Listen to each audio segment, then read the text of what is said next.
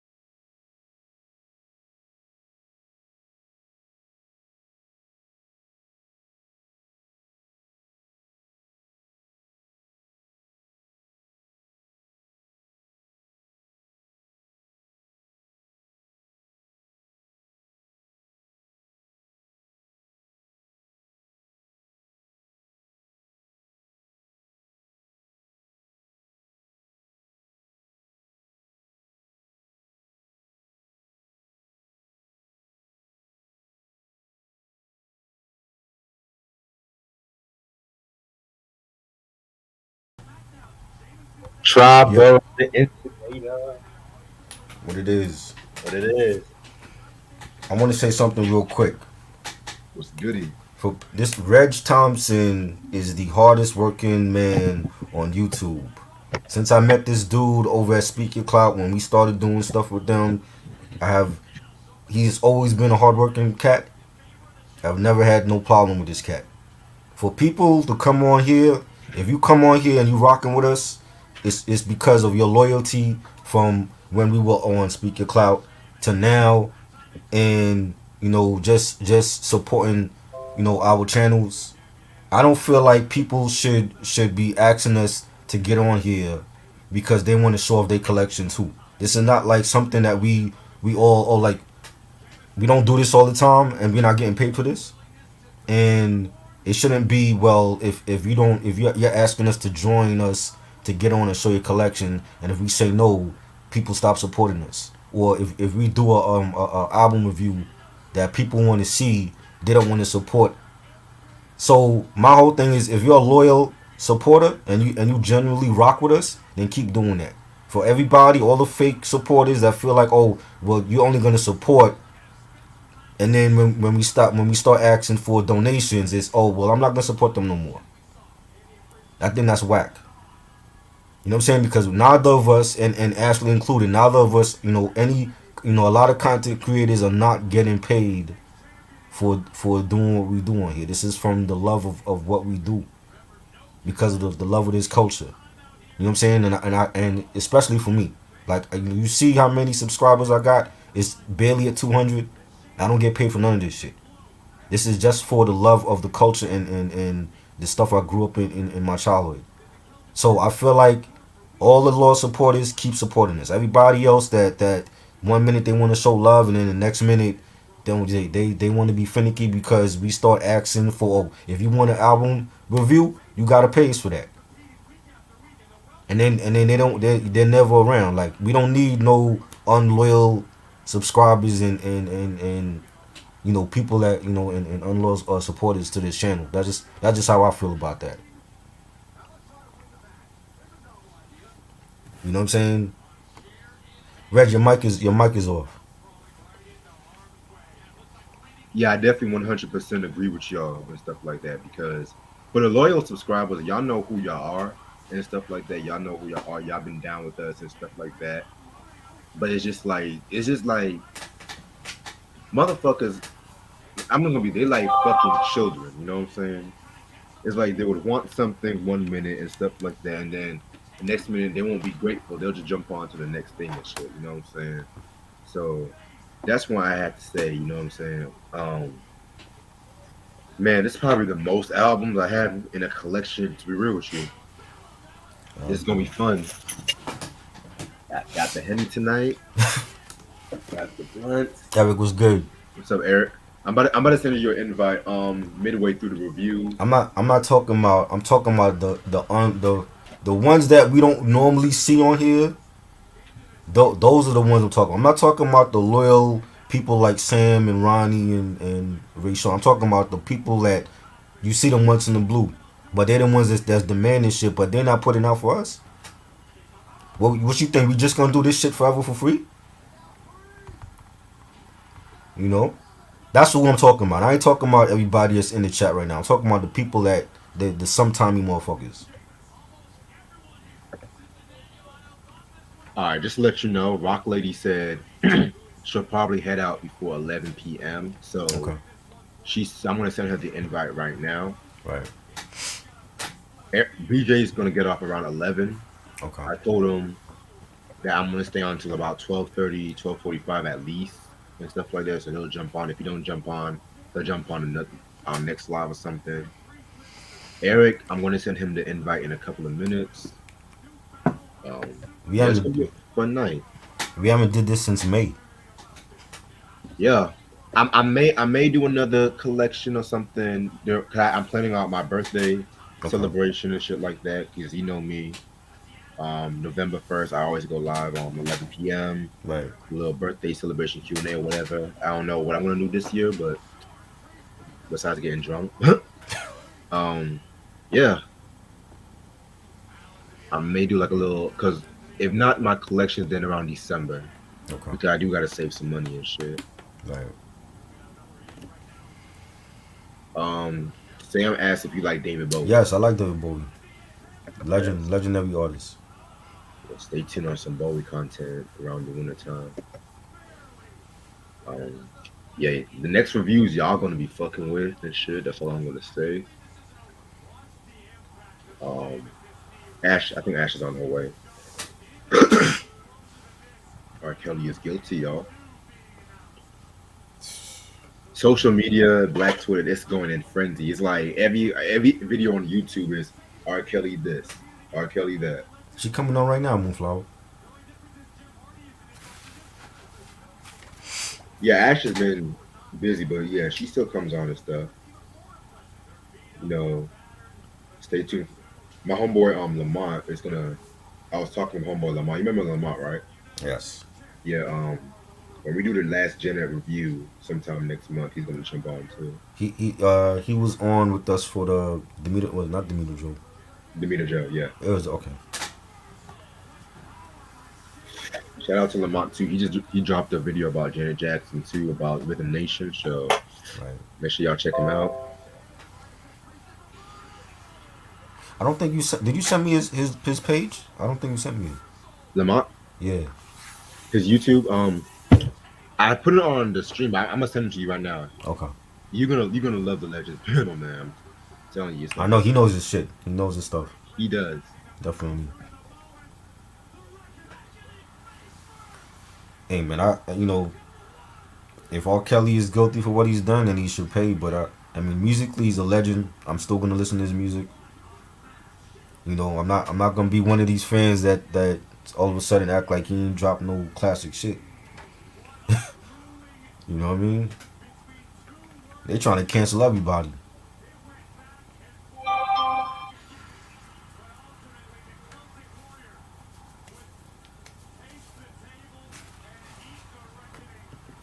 Yeah, man.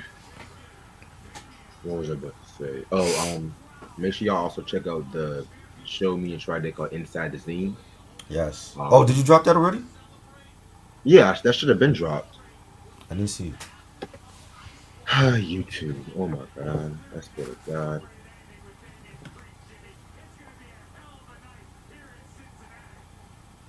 Yeah, that should have been hella dropped yesterday, but I can double check. Because if not, I'm gonna drop it right now. But before Ashley comes on, who saw the mid-season finale of Raising Kanan? That was good. That was a good. It was good, but it wasn't great. But it was a Right. mid-season finale, so I'm just gonna leave it at that. Is it? I thought that was the season finale. No, that was a mid-season, Mid season? So it's coming back in what, December? probably 2022. I'm not too sure. Oh. I'm thinking that's why they didn't leave it on the cliffhanger. I'm thinking it's the season finale. Oh, okay, okay. YouTube fucked it up. Yeah. All right, I'm gonna drop that Inside the Zine tomorrow. Okay. Actually, that was supposed to have came out Sunday, but thank you, YouTube. So I can't undo listen, I went to see R. Kelly in concert. I can't undo that history. So again, like your man is legendary, but he fucked up, and if they find like he was guilty, then he should pay for what he did. Ashley yeah, was Yeah, I good. mean, there's a whole what's up, lot more First mess of Lady? charges that they brought on against him. Right. It's insane. And then I heard about the whole racketeering thing now. Mm-hmm. It's crazy. Yeah, Yeah, man. Like I can't. the You can't odds are even really really. stacked against him. I'm just going to say that Right. it's a lot of charges from the federal government. I mean, you really cannot ignore that. If it's one thing for the state of Illinois to go after him, it's a whole other level that the feds are going after him too. Right. Yeah, man. And he has two more cases coming up. Oh boy. Oh, he has a good defense team.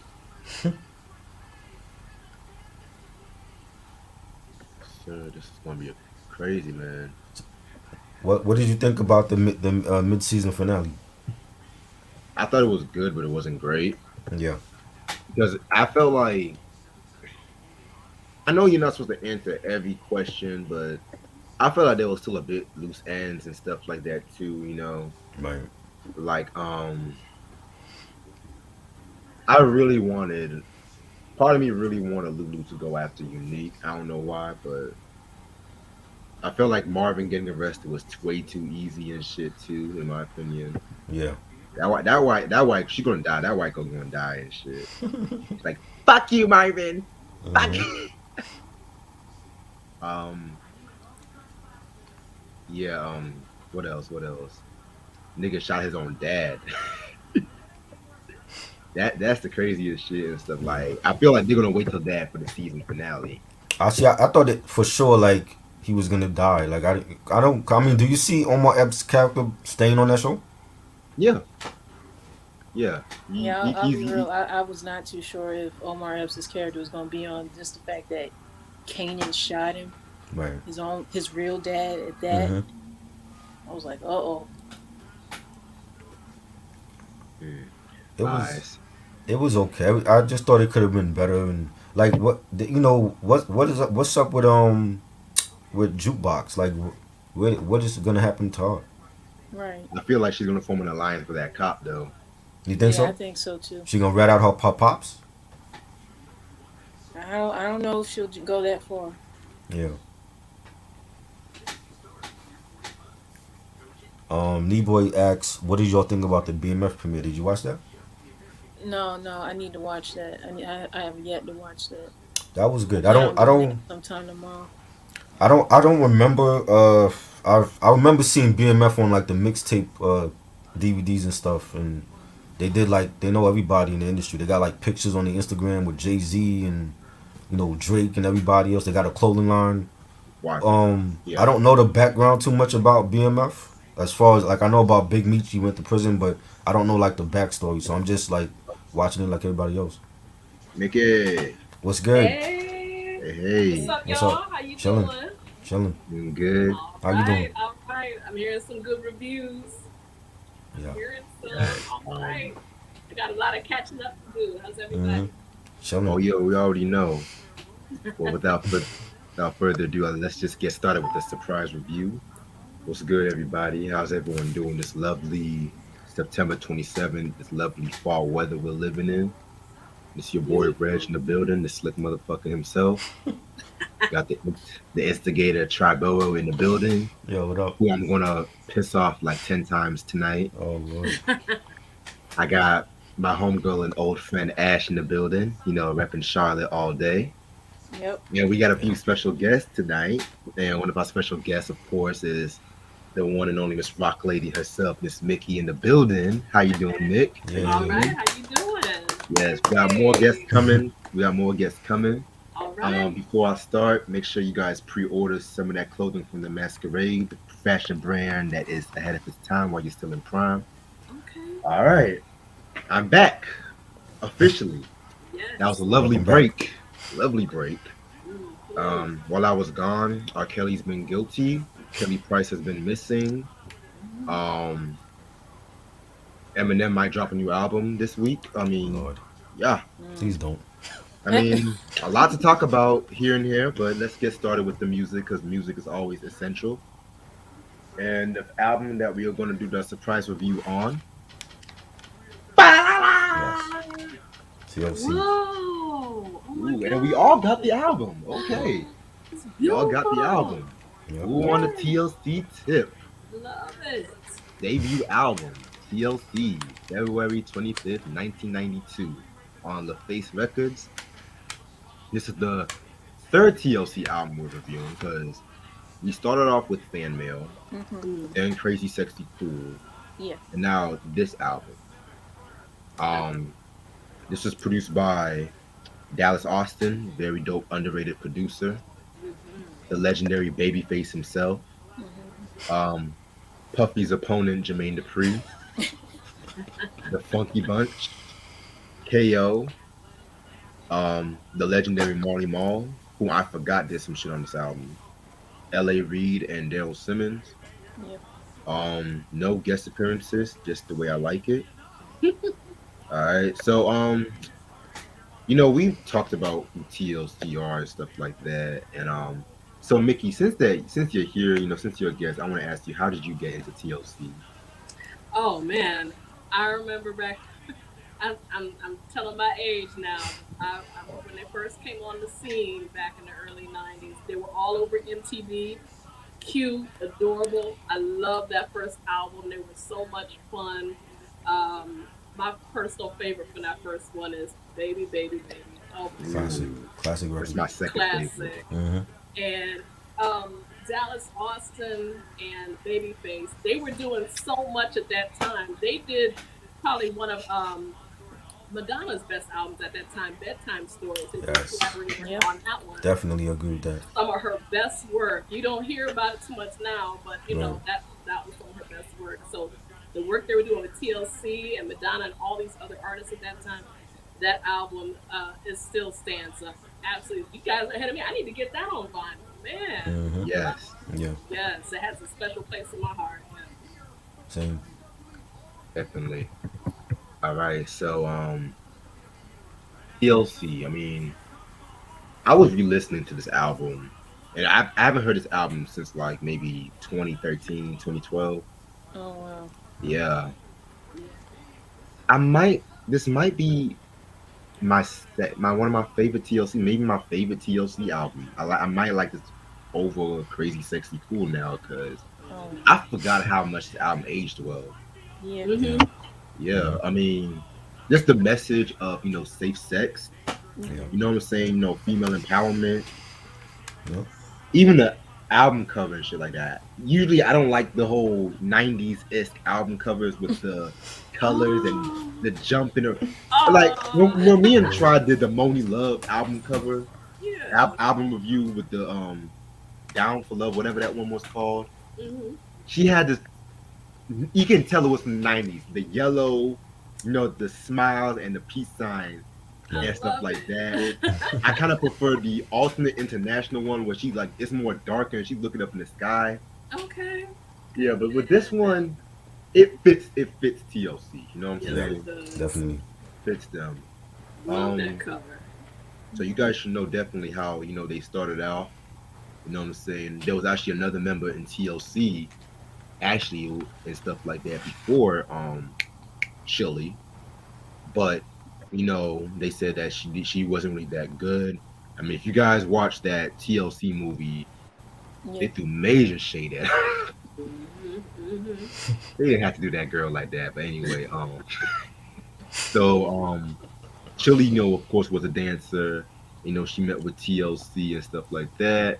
Mhm. Well, T-Boz and Left Eye and stuff. You know what I'm saying? So they formed the name TLC based off the acronyms of the first letter of the girls' names. And of course, TLC also means tender love and care. That's where Pebbles came in the picture, aka the devil in this scenario. Mm. Um, Oh, I, the mm, devil. Oh my y- god. That was my girl. I I used to mean, love her. the girl. She's pretty much the bad guy in the TLC story. Let's just be real. The bad guy in the TLC Right. story, because fucked over the whole publishing, you know, gave them fucking cars, just to say I'm a superstar now. You know what I'm saying? Mhm. Mhm. The whole label thing. You know what I'm saying? Suge Knight Yeah. did the same thing. Yeah. Right. Yeah. And ironically, Left Eye signed to Death Row too, and that's another story for a different day. Mhm. Um, so then that's when they were working on, the Ooh on a TLC tip and stuff, and they were very influenced by Belle Biv DeVoe, which very evident on this album. You know Mm. what I'm saying? Because Belle Biv DeVoe, I feel like with Belle Biv DeVoe definitely and stuff like that, you can tell they influenced TLC, and to an extent, I feel like they also influenced Jodeci too, to an extent, Mm. Okay. just based off and like New Edition alone was just probably the most influential R&B group in the last 30 years, in my personal opinion Yeah. and shit. So That's true. just the whole family tree of it all. I did not open this album yet. Why not, Reg? Cause like I Yeah, said, I wait till the right and moment. I got that for him. Yes, he did. Yes, she did. Thank you, Ashley. Ooh. Is it on color vinyl? Yes, I believe so. I'm Ooh. holding Yes. packing right now. Yes. Thank you so much for this, Ash. So the only album I'm missing from the TLC is the 3D album, which Same. Same. Oh, I'm not really in a rush to get that. I'm gonna just be perfectly okay. honest. It wasn't that good. Yeah, I remember you saying that before. Yeah. Eventually, we would talk about it one day, but All right. I'd rather talk about J Lo's album than that one. That's Oh, and I love TLC, man. but I'm an honest fan. Yeah. So like again, I love the album cover it's and gorgeous. stuff like that. I like the T-shirt with the T. The boot with Left Eye. Left, of course, Left Eye gotta have the boot. Right. And Chili got the The snapback hat. and stuff like that. Yeah. I love when lyrics are on the liner notes. Yes, Right. Yay. yes, I And love it. it's in the CD also. It's in the Yeah. CD booklet. Yep. Oh wait, this is not colored. It's actually still black and stuff. Oh, But okay. It's still beautiful though. it's Yeah. still, yeah, still beautiful, still Yeah. clean. Um, okay, it's kind of tight though, but you know what? We'll work through that. Okay, packaging is a man. little. Wobbly. Oh, the singles. I forgot about that. Ain't Too Proud to Beg, Baby, Baby, Baby. What about your friends and Hat to the Back? Right. Oh yeah, I'm so ready. Okay. So before we get into show and tell, we gotta get into class and session. So you know how that goes. I 15 tracks, technically two interludes. Let's get this shit started. Track number one is the intro. Intros is pretty much talking about like what TLC stands for and whatnot. Believe it or not, I actually like the intros and some of the intermissions on this album. So I felt like this was a nice way to start the album. Yeah, it was good. You got like a it sounds like a caller calling at a radio station, and he's basically saying like how he doesn't like the baggy look for the group, and he's not into the baggy jeans for them, but they're cute. And even at that time when he came out in '92, it was like I heard a lot of that. They're cute, a cute girl group, but people didn't really know what to make of them yet. Mm-hmm. And they Yeah, reminded a lot. A lot of fans were reminded of like BBD with the snapbacks and the boots, the two tone colored boots, and the baggy jeans. And I looked at them like they were like a female BBD at one point. You know what I'm saying? But they basically had to prove to people that they for real and they wasn't like a one hit wonder. And I think like that look at that time fit them, and then they matured over time with the second and third album into women. So I didn't have a problem with the look. Yeah, same, pretty much. Just, I guess, a caller letting them know that you don't understand why they had to dress up in the baggy clothes to begin with, and didn't think that was a thing for women to wear. But to me, for them doing that, it makes them stand out. That they're not like every other female group that Right. was coming up during the early '90s. So Mhm. to let them be known and stand out, they did what they had to do to prove a point. Not only that, let them know that they're here. Right. exactly. I thought they Um, always stood out. Like I Yep. even remember when they debuted back then. Like yeah, Belle Biv DeVoe. Remember Another Bad Creation. Yes. They. ABC. I mean, all of their videos. They all look like they could have come off the same assembly line, but there was something special about TLC, and even though they shared that style, they were definitely a standout. And of Yeah. course, yeah, they did mature, but I just their look at the time, it was killer. It was just great. Yeah. Yeah. all right. Yeah, y'all just read that he faced up to a max of 100 years. Mm. Jesus. Anyway, track number two, Ain't Too Proud to Beg. In my opinion, my favorite track off this album. This has always been one of my next to Waterfalls. I've always felt like this was, and of course No Scrubs. I've always felt like this was their signature track. Nice, a very well introduction to who they are and stuff like that. I mean, you have TLC's like kind of like seductive singing. You have of course Left Eyes, energetic raps. You have Chili's outgoing personality, all full out display on this track in my opinion. I mean, again, this idea of safe sex it was like very new at that time because yeah, I mean you had people like Salt and Pepper, they did songs like Let's Talk Let's About talk about Sex. sex. But then they also did songs like Shoot, excuse me. Right. And then TLC were really like the first ones to really just take that and just fully embrace it. You know what I'm saying? And influence like a lot of people to do that safe set. Like Left Eye was putting condoms in the fucking hand Right. eyes On her and stuff. glasses and Glasses, Mhm. yeah, Right. crazy shit. You know what I'm saying? Very, very, very dope track in my opinion. Dallas and Left Eye actually got nominated, as songwriters for Best R&B Song Grammy and stuff like that for the single. Um, who did they lose to? Oh, they lost to Boyz II Men, End of the Road, of course. Okay. oh wow. Well, nothing was beating that one. So, Right. but yeah, this is a classic song, timeless. My favorite track off this album. I think for that time in R&B, like it was a very blunt type of record. Like them just saying, if I need it in the morning or the middle of the night, and saying, telling people that they're horny and they want some, and everybody needs some good loving. That was like the equivalent of BBD when they came out with Do Me, and that was like a brash record.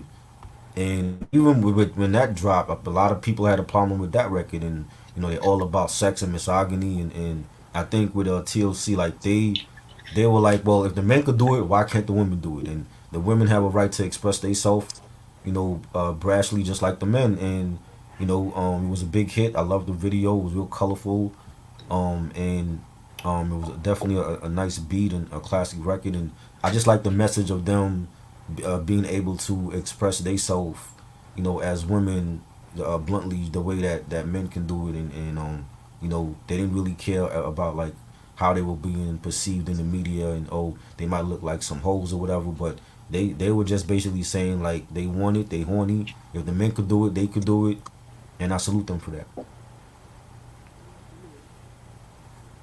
Yes. Ain't Too Proud to Beg is definitely one of my favorite songs off this album. I have the DVD of their video hits, and this Yeah. was the first one to come on. I remember seeing the video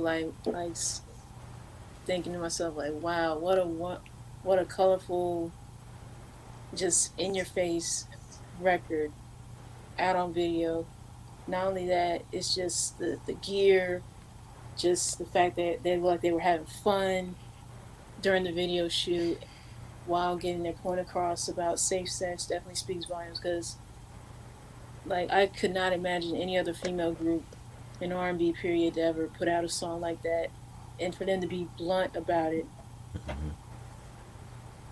it definitely speaks volumes because you would never think for a female R&B act to do that. And a lot of the times when we hear songs about sex, pretty much just getting to the point of just do me or whatever, you hear Right. it from the men. Right. But definitely an all around classic song. The video is timeless as well. R.I.P. to Left Eye. Just just a dope song that I still love to this day. Same. Yeah. Most definitely. Um, Rock, do you have anything to say, Mick? Just in case you want to add in something. Yeah, I mean, just to, like piggyback on what everybody else was saying. I mean, when they made their debut, I mean, it sounds funny now, some 50 years on, but back then, there weren't a whole lot of women in music who were able to rap or sing about sex or safe sex. But at that time, you started seeing it a little bit more. Each door started opening because, and then you have to figure in the late 80s, early 90s, AIDS was all over the place. I mean, Yes. AIDS was on everybody's mind, on everybody's lips. And Right. so artists started taking chances back then, and TLC was one of them. And like you said, Belle Biv DeVoe, nobody thought anything of it if male artists touched on sex or had lyrics about sex, but it was like if a woman talked about it, oh my God, you had the PMRC back then, trying to Right. censor everything, and so. But I give it to TLC. They were definitely one of the first ones at that time to do it and keep doing it. Keep letting their voice getting heard, and Right. in some people's eyes getting away with it, and I'm glad they did because now Right. with what you see now, it's opened Hmm. so many It's doors. worse now. Yeah, Right. Yeah. right. But back then, you didn't see it that much. But Right. MTV became that platform where artists could safely do that. Yeah. Definitely. Hmm. Very well said, all of you guys. Thanks. Definitely. Track number three, Shock to the Monkey. Shock That Monkey, excuse me. I'm not gonna lie, I was surprised Babyface did this track. It kind of sounds more like a Dallas Austin track, in my opinion, and stuff like that. But I'm not denying this was a very interesting track, in my opinion. Basically, TLC talking about, trying to get in the niggas' pants, pretty much. You know what I'm saying? Um, pretty. I mean, it's an okay song. Not one of my favorites, but yeah, I'll let it slide. I thought it was a good. It was a decent song. It's not one of my favorites. The beat to me, it sounds like something that Jimmy Jam and Terry Lewis did. Like I could Mm, hear Janet. I could hear Janet on this for like the Rhythm Nation album. I think would fit on that album. It has like that Rhythm Nation sound to it. Um, the chorus I didn't care for. I thought the chorus was corny. I love Chili on the bridge. I think like with TLC they were like a different type of group where T Boz can be the lead and Chili can do the chorus or the bridge and then Left Eye coming with the raps. And I love Chili on this album. Like she's on like a lot of the choruses and the bridges. And that's something that's missing from R&B. We don't have like a lot of songs no more where you have like a good memorable chorus or a bridge to the song. It's just like they just sing it and then that's it. But I thought Chili sounded great on the bridge of this song and it was cool. Yeah, I'll admit, Shock That Monkey, even though it's not a favorite of mine, I'll admit it was decent, and yeah, this album definitely has that perfect formula because you know who's who on here, as well as like what position that they are for certain tracks. Like, of course, you got T-Boz doing lead, Left Eye doing the raps, and then Chili coming in the chorus or the bridge of the songs, and the formula right there is already set in stone. But yeah, I really did not know Babyface did this song either. That's news to me. And this is my first time probably playing this album in the last couple of years, I'll admit. But I'll admit the chorus to it, it's a little cheesy and slightly catchy at the same time, believe it or not. Right. But all in all, it wasn't a bad song. I have definitely. to I have to revisit it because from this album, the singles are in my mind, but some of like the tracks, the other tracks, I Right. still have to revisit it, man. But yeah, I got to give it to Babyface. I love him as a producer, so Oh yeah. I'm gonna keep an open mind. I have to go back and listen to That's the thing about music, man. Revisit it. certain Yes. things. That's how the music is timeless. Right. Mm-hmm. All right.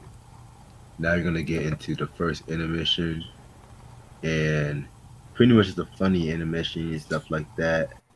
You know, T-Boss and Left Side talking to this like nigga and stuff like that, and guys like girl looking good in them jeans and stuff like that, and they ain't having that, and so they said some shit like she needs a case of the hoe remover. I swear, to, I swear to God, some of these comebacks these '90s, some of these '90s niggas be have hoe remover. I'm just like, really, but yeah, it's a pretty funny interlude and shit.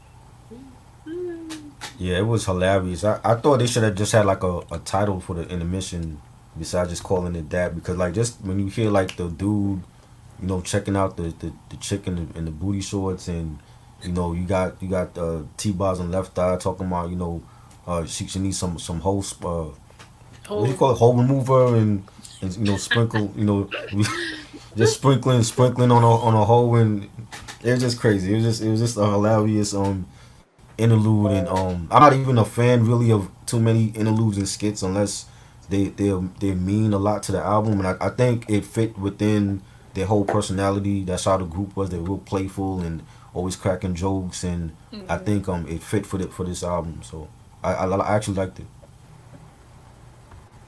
Yeah, I'll admit this intermission that is definitely one that made me laugh. Just the fact that they would be so bold and blunt just to say like this girl need a case of Hova Right. and just a sprinkle a day, and your hope Mm-hmm. ain't away. Has your hope been sprinkled today?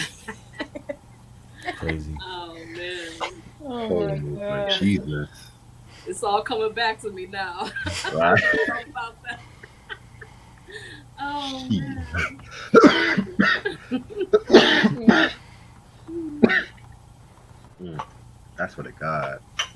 And you know what my favorite '90s comeback niggas was when you see like a whack nigga, you call him a mark and shit Mm-hmm. like like in that movie Boys in the Hood when Trey was trying to Right. act all hard and shit, and then there's his Mm-hmm. last name like Mark, Right. like okay. Anyway, um, now we're gonna get the hat to the back. This shit is my shit right here. One of Dallas Austin's best beats in my opinion.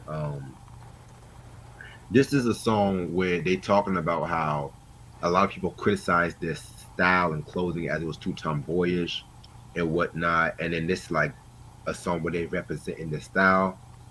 Um, Probably in my opinion one of the most underrated singles. I never hear a lot of people talk about this and shit like that. I feel like again, it's a very essential song when you're talking about TLC, just talking about like the way their clothes. Because you know at that time you had people like Mariah Carey and Vogue's, um, the Vanessa Williams. They were all glamorous and enchanted and everything like that. And then TLC came all hood and all baggy clothes and shit like that. You know what I'm saying? And they can fucking dance and shit like that too. And again, Right. the same people that were talking about TLC were the same people that were talking about Escape. Because Yeah. 1 year later they came out with the Humming Coming At Ya album.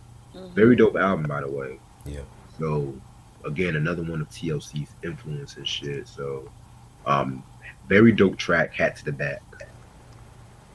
I love the fact that I see Ray Sean and Moonflower quoting the lyrics from "Ain't Too Proud to Beg." That's dope. And yeah, it was a good single. This was definitely a banger. I love the beat and the bass line on this. And again, like they're talking about, telling dudes that whether they dressing baggy or sexy, they should be able to wear what they want to wear and still be treated like a woman. So I definitely it's like a deeper meaning in the song, and I think it was a great song. I love Left Eye's verse, and yeah, like I said, like Chili was she sounded great on the chorus, and it was a classic song to me. Yeah, I definitely feel "Hat to the Back" is definitely a slept on single too, because I don't hear a lot of people mention it either. I know that the video version for this, the I guess the beat to it was a little bit different in the video versus how it is on the album. But overall, I like the video because it had Crisscross cameo in it at the Right. beginning of the song and Mm-hmm. somewhere else at some point in the video, which I like that too. Yeah. And I definitely get the message because it's like not every female artist or female group at that time was dressing like they get all glammed up like what Reg was mentioning about Mariah Carey and Vogue, Vanessa Mm-hmm. Williams, and all the other major ladies of R&B and whatnot were dressed up like that during that time. But yeah, it's like why criticize these girls who want to stand out, be unique, be different, and not want to be like sexualized in a way that some of the other women were if they gotta wear tight dresses or tight skirt and heels all the time. Right. That's what I got out of it. That's excellent. Definitely. Mm. Yeah, we definitely needed them at that Yeah. time. Man. Yeah, the message in that song, even though it wasn't, a hit single for them, but I'm glad they were able to express it and get the message out there anyway. Right. We really needed them in R&B at that time. I mean, not that there's anything wrong. Hey, Mariah Carey and all those glam sisters that we had at that time. That was the Of look. But course. I'm glad they broke through when they did and with the style that they did. Right. They really set a pace. Facts. Definitely. Definitely. Hmm. Whew, okay. All right. 10 more tracks left. Track number 6. That's the way we like 'em. This was produced by Marley Marl. This is to me the precursor of Salt and Pepper's Waterman, in my opinion. Like, this track right here is just like pretty much what TLC was looking for in a nigga, pretty much. And what I found interesting about this track was how each of the girls ended off their first verse with understanding the depth of insert here and stuff like that. Like with Left Eye is 90s women, with T-Boss is cool women. Cool women. Yeah, with Right. Off Topic, I feel like T-Boss had the best verse. And with Chili is good woman and shit like Yep. that, you know. Um Right. love the call back to OPP and stuff like that because again, hinting back to Salt and Pepper Trash and shit like that. Yeah, man, this was definitely a very dope song. This should have been a single, but I guess they didn't want to have like too many New Jack Swing songs. They needed to have like a certain balance and shit, you know. Yeah. Um, True. like when T Boss was like chilling in the crib with with the docs on, maxing on the couch to a Babyface song on. Yeah, understanding the death of cool women. Cause that's the way T Boss is living and shit. And she also had a funny line when she said, "Or like to wipe your butt before you leave in the dookie seat." Like very funny, very funky track. Very underrated track in my opinion. Love it. Yeah, this was another album banger. I loved the bass line and the beat. Each one of them had a verse, and they were like rapping and singing on this song. Yeah. So it has been done before Drake.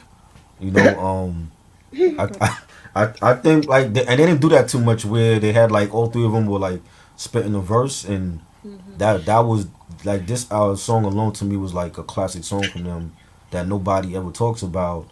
And I like Left Eye's verse, and she said, I am unordinary.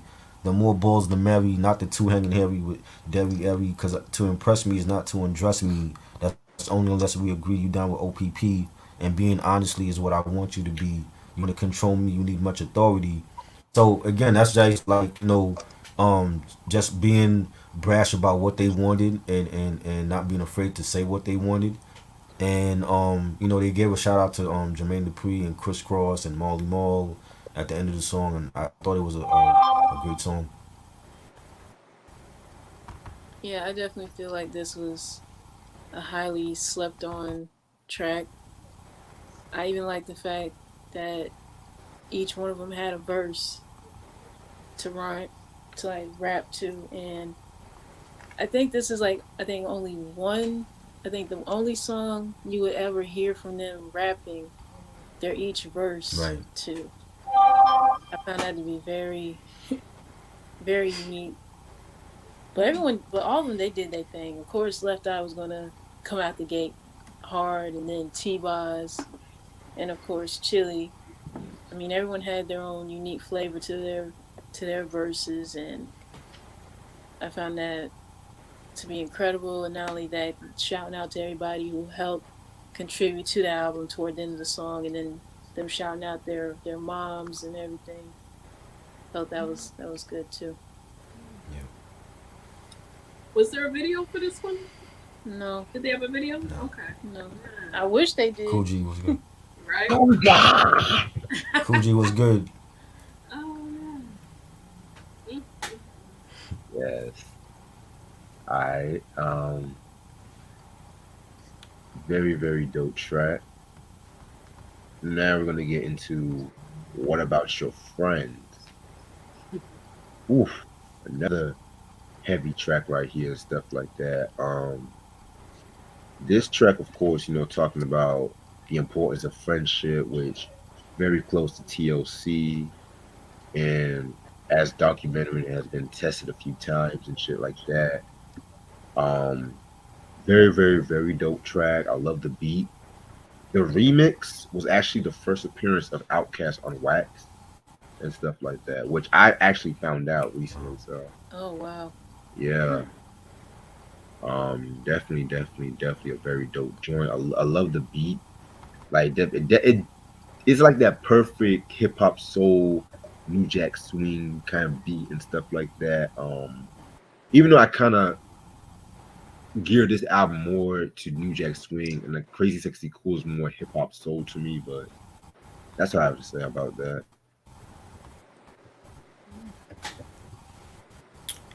Again, it's a serious message, and them speaking to people about, who are your true friends in your time of need. If you need to borrow a dollar, if you need a place to stay, if you get in trouble with the law, your friend's gonna be there for you in your time of need, and that's how I you know understood the song, like, just talking about your real friends from your associates, and recognizing the difference. And I love the song. It's a great beat. I love T Bar's verse, and she's just basically talking about that people in her circle felt like she changed once she got some money and a little bit of fame. And she's telling people, like, this the same people that were down for me from day one when I was broken and struggling and trying to get a record deal, and now that you see me get this deal and I got a little money and fame, those are the same people that I'm riding with. And I loved her verse. And Left Eye killed it. She had a dope rap, and Chili did her thing on the chorus. And it's just a classic record. And the video was, they looked like they were having fun in the video. Like the video, they Yeah. were like, play had water fights and just clowning around with their peoples. And it was definitely a classic song. What About Your Friends is definitely another favorite song of mine from this album. It definitely speaks a message that was relevant then as it does now. Because nowadays you just never really know who are really your friends, who say that they got your back, who say that they'll be there for you, who support you, be there for you when you need them day, night, 24/7, whenever, you know? And I like the video. The video looked like they were having a good time, just like how they were when they did Ain't Too Proud to Beg. It's just it's just one of those memorable songs that never gets old, and it feels like you're hearing it for the first time. Yeah. Definitely. Yeah, classic song. I mean, every time I hear it, I mean, it just takes me back. Back then, you couldn't turn from it for a while. I mean, you just heard it coming out of car stereos, college dorms and stuff. It was so popular back then, and the sentiment of the song is classic. It's friends who will ride with you through thick and thin. That never changes, and we can something that we can always relate to. But Yeah. yeah, that was a classic one. Hmm. I can do nothing but smile every time I think of that song when it came Of course, it's feel good music right here. out. Yes. All right. And we were just mentioning about fucking. Try gave a dope speech about loyalty and supporters earlier and shit Hmm. too. Right. Um, Next track is his story. Now this is a track I had to definitely re-listen to a couple of times and stuff like that. And I feel like personally this track was based on the Tawana Brawley incident and stuff like that. If you Right. guys remember and stuff like that, I think 1987, she made some rape allegations when she was 15 and stuff like that. You know what I'm talking about, right? I was really little when that happened. I remember seeing images of it on the news, and on in Do the Right Thing in the Spike Lee film. There was like on the wall. There's like a scene Someone where was like telling the truth. right, and Yeah, Al Sharpton was like he was supporting her. he believed her story. He was supporting her, and a lot of people got at him because she allegedly she lied or whatever. And I remember like a little bit of that story. Yeah, now it's coming back to me. Yeah, she made it up and whatnot. And Al Sharpton got like a lot of scrutiny Yeah. for years, I think, at Hmm. that time too. And that also was happening when he appeared on that Milton Brawl, that Milton dude, and with that I know you're Roy talking about. Ennis, Yeah. and he fucking Roy Ennis pushed his fat ass on the chair and stuff like that. Morton Classic. Morton Downey Jr. That was his Morton name. Downey, yeah, Morton Yeah. Oh Downey my Jr. God, yeah. Hmm. He was Morton like, "That's a Downey little crap." Yeah. Anyway, this was a very heavy track. Definitely at that time too. Just talking about how they will believe, and this happening in society today, how they will believe a male story or a female story sometimes too. But, and this is going to sound controversial, there are some females over, like we've seen with the whole Merlin Santana thing. The Oh females yeah. sometimes would fabricate certain shit, and I'm not saying all females fabricate rape and allegations, Some but will do that. Right. Right. And some of them, yeah, and it's funny that you mentioned that too. Like, I felt like that girl should have gotten a longer sentence for that. Cause I mean, for exactly. her to lie about that, and the fact that he got Hmm. shot in the head over something that he didn't do, it's like, man, Right. really? He had a life ahead of him, and it was just taken away by just over this woman blatantly lying on him. Yeah. It's like, how do you live with yourself Right. knowing good and well that an innocent man died because you lied on him? Yeah. Exactly. I I agree. never understand that. Yeah, man. And it's crazy. It's crazy too because I think back to what happened like 2 years ago with the whole Jussie Smollett thing Oh yeah. too. Hmm. And that, and a lot of people kind of comparing that to the Tawana incident and shit too. So, Mm. but Mm. Jussie, he just stupid, man. He screwed himself. He screwed Hmm. himself by doing that. Yeah. Like shit. It's just anyway. Definitely a very underrated track and whatnot. Very mellow, dark kind of beat from them too. So yeah, I fuck with it.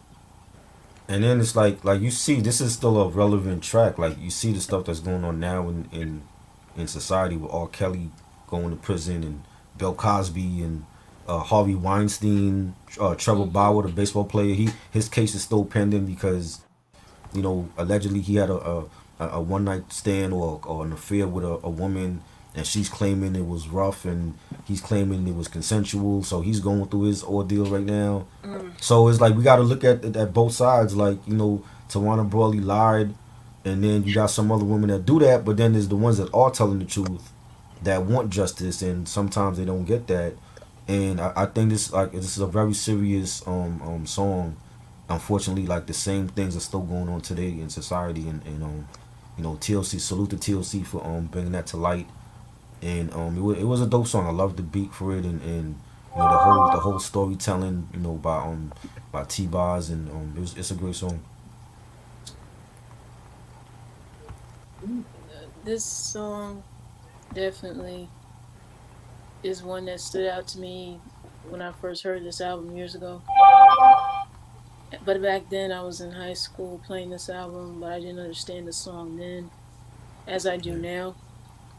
And I feel like it was just as relevant as it was back then as it does now, even more so because we've seen numerous times on the news certain stories about these allegations of women who are mistreated.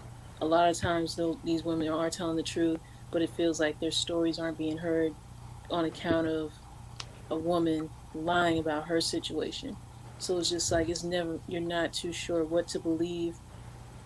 Is it her story or is the dude's story? And it's like, it's kind of like a toss up, so to speak, because you just Right. never really know. Mm.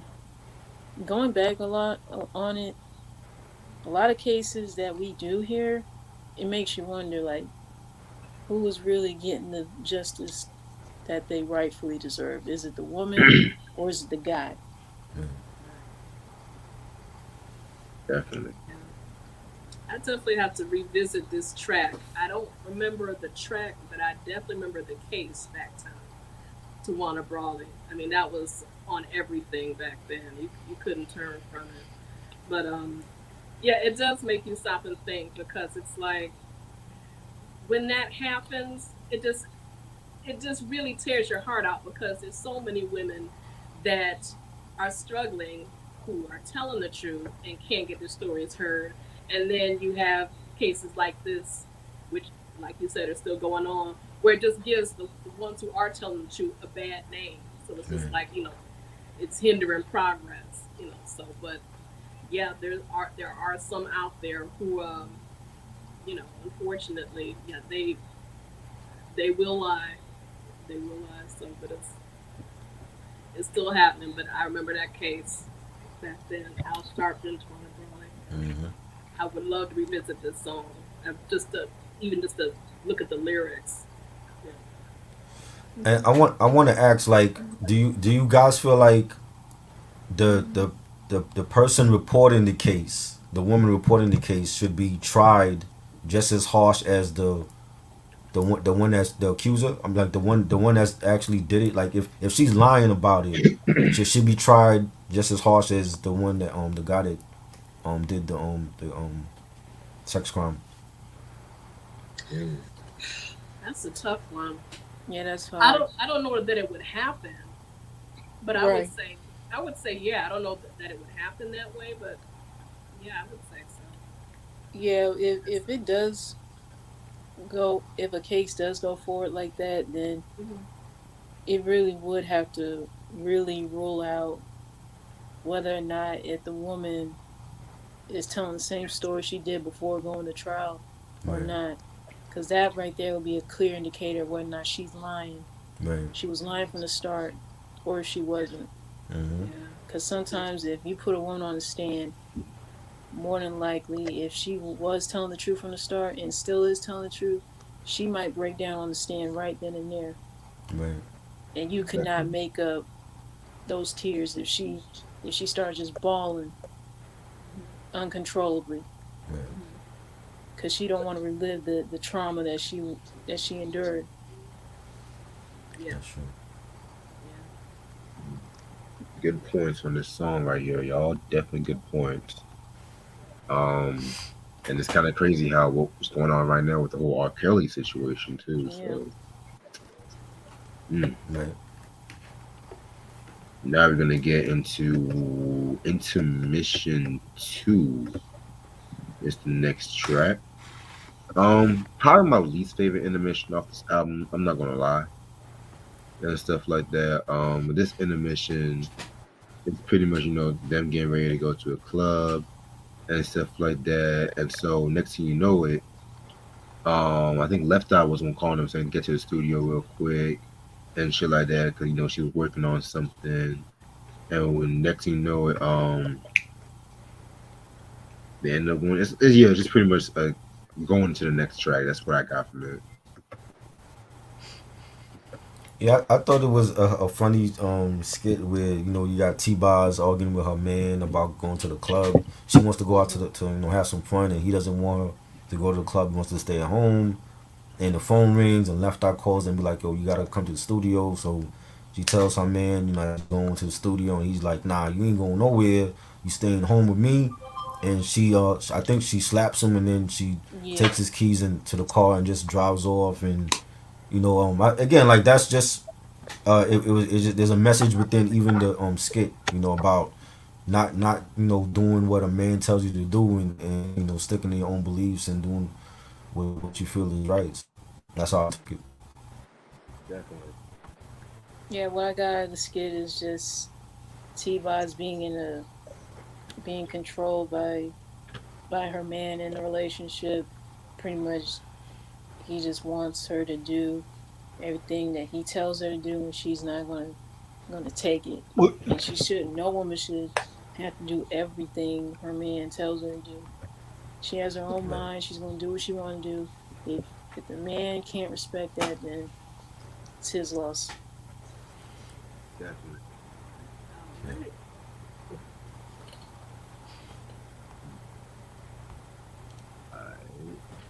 All right. Next track, Bad by Myself. Bad by Myself. Hmm. This one was okay and stuff like that. It was pretty decent. I liked the beat to it. Yeah, it's gonna be an alright track. Not really one of my favorites. I liked it. I think it was had like that New Jack Swing feel to it. Nice beat. You know, you got like the DJ scratching. You got phone ringing sounds in the background. Left Eye had a dope verse. I definitely think it's a banger. Yeah, I like Bad by Myself because I think it's a song that speaks to a lot of women who've been in situations where they've been in a relationship where they've been controlled by their significant other, Yeah. and then it just if it comes to a breaking point where it's like I'm gonna leave, I don't need you to be my man, I can do better myself on my own without you. Man. Mm. Gotta revisit it. Gotta revisit it. But just listening to you talk about it, I love it already. I can do bad by myself. Yes, Right. Lord. Love it. Definitely. I'm gonna go do something downstairs. I'm gonna have y'all just go on without me. I'll catch up and shit. All right. Okay. All right. The next track is something you want to know. It's a ballad with mostly like a Left Eye solo joint. I love the Yeah. the beat and the pianos. You know, Left Eye just talking about, you know, this was like her I Need Love type of song. It's like her I Need Love moment. And you got Chili singing on the chorus, and you know I always thought Chili had a beautiful voice, and you know you got Left Eye saying each discussion is a little bit colder. Seems to me you giving two of those shoulders. So she's just basically talking about like why her man is not paying her attention, and he's ignoring her, and you know I thought it was a beautiful song. It's something different from Left Eye because she's not really known for love songs, but I think she did her thing on this track. Mm. Something you want to know is definitely a track that does stand out on this album because you just never really expected Left Eye to be, I guess, be vulnerable on a track like this ever. So it Right. definitely is saying a lot to what she can do creatively. Just the fact that Right. she's rapping on the entire song by herself, and then Chili sings on the chorus, and we don't hear T-Boz at all in this whole song. It's definitely different, and it's like, yeah, it does. I think it's a song that would speak to women who feel like they're not given the attention that they deserve or feeling loved in their relationships at all. And it's like you kind of want the answer to the question like, what are we doing? Or have you lost interest in me? Or do you want out of the relationship? Or what? Yeah. Just so many questions that seem unanswered that a woman has the right to know. Right. I agree. I Okay. agree. And it was also produced by Daryl Simmons. He also co-produced with Babyface on a lot of this stuff. So it has like that Babyface sound to it, like just like Yeah. Baby Baby Baby has that Babyface sound. So when you hear it, people might think, oh, this is Babyface, but it's actually Daryl Simmons that produced it. Yeah, because Okay. that's what I really thought at first. Yeah, same. Good. All right. Mickey, you got any thoughts on the song or no? I cannot remember the song. I'm going to bust out my cassettes. I didn't get the assignment, y'all. Right. But oh man, I love hearing the analysis of it though. So yes, that's Yeah. definitely intriguing. Looking forward to playing it again. Shit. Something you want to know. Mhm. Yeah. Something I don't know. Again, this song was okay. It's not the best slow jam off this song. that's the next track off this album. But this was a nice little precursor and shit. You know what I'm saying? Who did this one? Dale Simmons did this one. So yeah, it Hmm. was alright. Yeah, I enjoyed it. Now, baby, baby, baby. Yeah. Oh, this one right here is a classic. Of course, Mr. Babyface touched this one. Um, love, love, love this one. This is actually the first song that they've done that did not have Left Eye rapping, but she did rap on the remix of this track too. So, my Left Eye fans, if y'all want to hear a rap, check the remix out. But yeah, this I I love never the. heard the remix. Yeah, I never heard the remix either and shit. I So, gotta Yeah, check that. same. Okay. yes, sir. Ironically, this was peaked at number two and right behind End of the Road and shit by Boys to Men. So, Mm. Hmm. um, yeah, man, this was a very, very, very dope track. Love it. Yeah, this is a classic, man. Like I love it. I remember seeing the video on Video Soul back in the day on BET, and you know that was so great. Like them on campus and dealing, with their significant others and having a crew in the back with them. And I love the video, and the song is great from Babyface. And they, like I said, like T-Boz and Chili, like they both killed it vocally on the song. I think, like I said, Chili has a beautiful voice, and I think she killed it at the end. And T-Boz started it off well, and it's a great song. Yeah, Baby Baby Baby is definitely another favorite of mine off their discography as well as this album. Definitely has that Babyface seal of approval. I mean, the man can Yeah, produce anything for anyone. That's clearly evident. And I remember watching the video mm-hmm. too. Definitely looked like they were having fun at their little sleepover Mm-hmm. out on the campus, college campus. Yeah, I mean, I, I I feel love like it. it's definitely another timeless song in their career. And yeah, definitely the one song off this album that you don't hear Left Eye Rhyme, but I still gotta hear that remix to this. yeah, Love it. This is probably my favorite. Of course, I'm gonna speak on this one. My favorite TLC song. Just nothing but good vibes. Uh, Wonderful memories of this song. Great slow jam. Uh, Light-hearted video. Fun. The production on it, fantastic. Um, it dominated MTV back then. You couldn't turn from it. It was on all the yeah, time.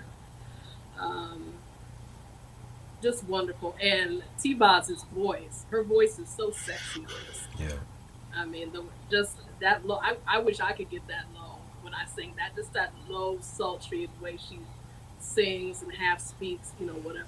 But it's beautiful. I just love her vocal on it. The beat kind of reminds me of another Babyface produced track that came out that same year. You guys remember Damien Dame?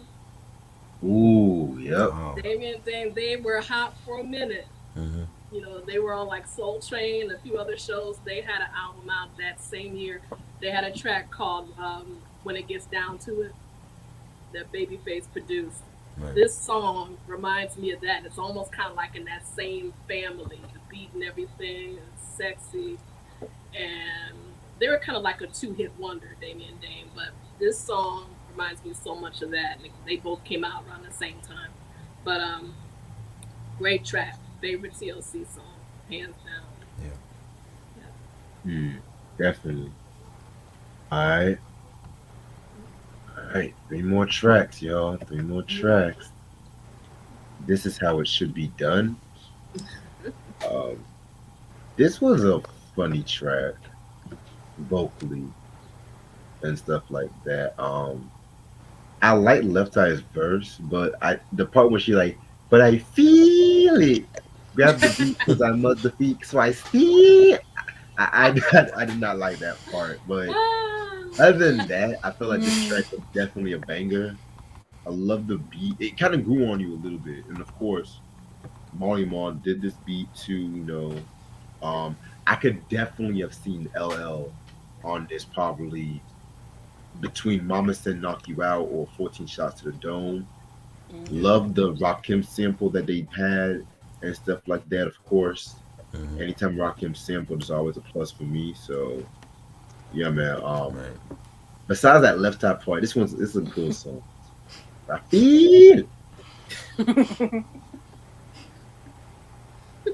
Yeah, man, it's dope, man. Like to just to have like the legendary Marley Marl, like you know, man, produce classics from Kane and from LL and Roxanne Shante, just to have him on a TLC album is just crazy. So I love the beat and the Rakim sample and Left Eye did her thing on here, her solo joint again. And she says, not knowing I'm soon to be the L of the TLC. Word up, TOBZ. That's T-Boz tossing it up with Chili. We three alike, All all small small and in high. height. But I'm left eye because I'm the eye is The right. And eyes right. yeah, dope song. One of my favorites on the album. yeah. Yeah, I definitely like this is how it should be done. Just of course, Left Eye doing her thing as always, and in that part what Reggie was saying earlier, I think that was her being having a silly moment Right. on the track. but all that aside, definitely a dope song. Yeah. Nothing to add, just a great song. Definitely. Mhm. All right, and the last song on this album is "Depend on Myself." I'm not gonna. I'm very excited about the collection and shit, so that's why I'm kind of anticipated and shit. So don't mind me. That's all right. Um, "Depend on Myself" is definitely a nice way to end off this album. Just a female empowerment song about how females should not really have a man to depend on their character, empower them, and whatnot. Dallas Austin was the best person when it comes to beats like this because I feel like Dallas was the one that really originated the TLC sound and shit like that, in my opinion. Right. I agree. Just based off some of the dope shit that he's done for them over the years, like he did No Scrubs, if I'm not mistaken, right? I believe I so. thought I thought Shakespeare did that. Was that Dallas Austin? Let me double check. Yeah. It might have been him. But yeah, he was just the main one that really had that sound on lock, and that's where I feel like when they didn't really use him as much, I think like in the fan mail and the 3D album, it kind of played a part and shit like that. Oh yeah, you're right. That is Shakespeare. Okay. Yeah. Oh, okay. Yeah. Definitely a very hot joint in my opinion. Love it. Yeah. A great song to end the album off. Love the beat and the scratching on it, the bass line. I like the part where like when Left Eye came in with her verses, like the beat would switch. I like that part. Yeah. And again, it was Chili sounded great on the chorus, and it was again one of those women empowerment songs about being your own woman and not letting a guy pay your bills or dictate your life and tell you what to do. Like when you do it for self, you ain't got to worry about no man. You know what I'm saying? It's all about you. And this is Beyonce. We've seen Destiny's Child with Independent Woman. It's one of those songs, and it's just a great song track. Yeah, I Can't Depend on Myself is definitely a song that definitely speaks to women. It's just an empowering song to let any woman know that they can be independent, strong, do what they want to do without a man in their lives. And that's what I got out of it. And I know that's a message that is still relevant today because some women don't know or don't think that they can handle things on their own without a man, but they can. Man. Hmm. Great song. I'm recalling it now. I haven't heard this in years. I'm surprised it doesn't get more played today. But Right. Yeah. definitely still very relevant. Set the precedent for those female empowerment songs, Destiny's Child. They're Hmm. really groundbreaking. Everything they did, TLC. in Right. hindsight was so groundbreaking, laying the path. But yeah, great way to close out the album. Fantastic lyrics. Again, they were ahead of their time. Hmm. Classic. Yeah. Depend on myself. Definitely. Mhm. All right. And the last song is the conclusion, which pretty much just talks about, it's pretty much like Left Eye just talking about, the true meaning of what TLC stands for and stuff like that. And no, I'm not just talking about the acronyms and stuff like that. I'm just talking about what they saying for like safe sex and stuff like that, and how you just be careful of your body and shit too. You know what I'm saying? So, and what's also dope too is that they used the beat for the his story track as like a little reprise and shit, which I felt that was pretty unique. Yeah. There's just definitely a great way to end the album, and that was always a message, like to build women up, and for them to protect their bodies and stay safe at that time when we had like all the AIDS awareness stuff going on, and we really didn't understand it back then, that was what they were all about as a group. So great conclusion to the album. Definitely. Yeah, I agree that at the conclusion was definitely a great way to end off the album, and the fact that they took the instrumental from his story definitely was something I didn't expect for them to do. And of course, I know their whole purpose of the album was to promote safe sex, and it's still an ongoing thing now because HIV/AIDS is still around and kicking. And I just hope that everyone who did listen to the album got a sense of knowing that protection definitely is the priority. Take all the necessary precautions you can if you are going to be going out having sex. Protect your body, protect your health, protect your partner's health. Right. All right. That being said, this is a classic album in my hands right here.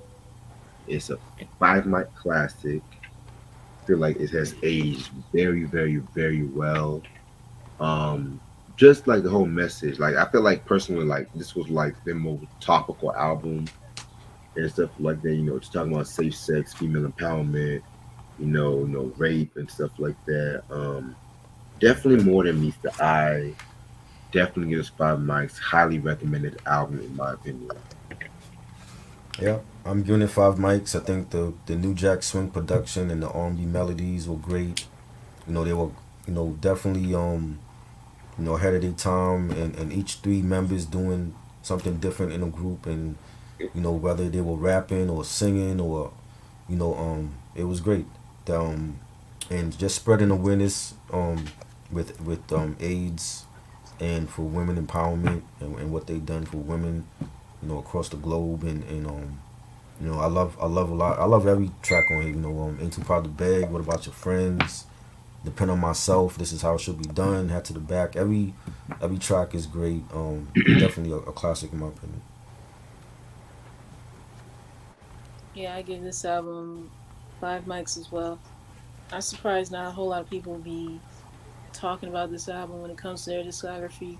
Because a lot of times when people mention TLC, they always refer back to either Fan Mail or Crazy Sexy Cool, but this is the album that definitely introduced everybody in the whole world to who these three girls were at the time. Right. Hmm. No other female group on the planet having had to endure so much as what they've done. Right. But yeah, definitely a lot of the songs on this album, a lot of them that were hits, some that I felt like were underrated that should have been hits as well.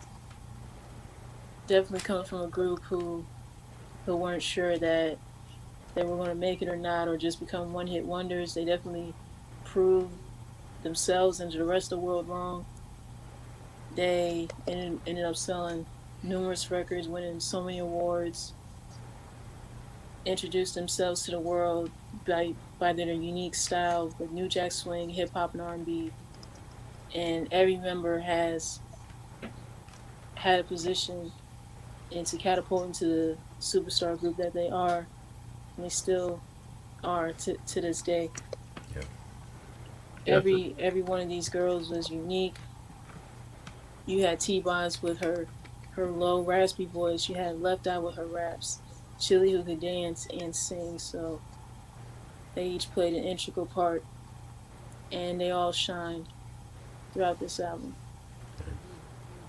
Yes. Definitely. Yes. Even Alrighty. though I wasn't technically part of the review, because I didn't get the assignment, but I would give it 5 mics because that album really put them on the map, um, both with their lyrics, their presentation, their style. Um, Very important group at the time. They were part of that shift um, on MTV. You know, when we started seeing more of us. You know, because for a while you didn't. So, Right. but late '80s going into the early '90s, they were definitely part of that shift. Very important. They were getting a lot of rotation, airplay. So that was definitely very important at that time. Some of the first female groups, one of the first female groups at that time, getting that type of attention and notoriety and the production top notch, you know, landmark early '90s album.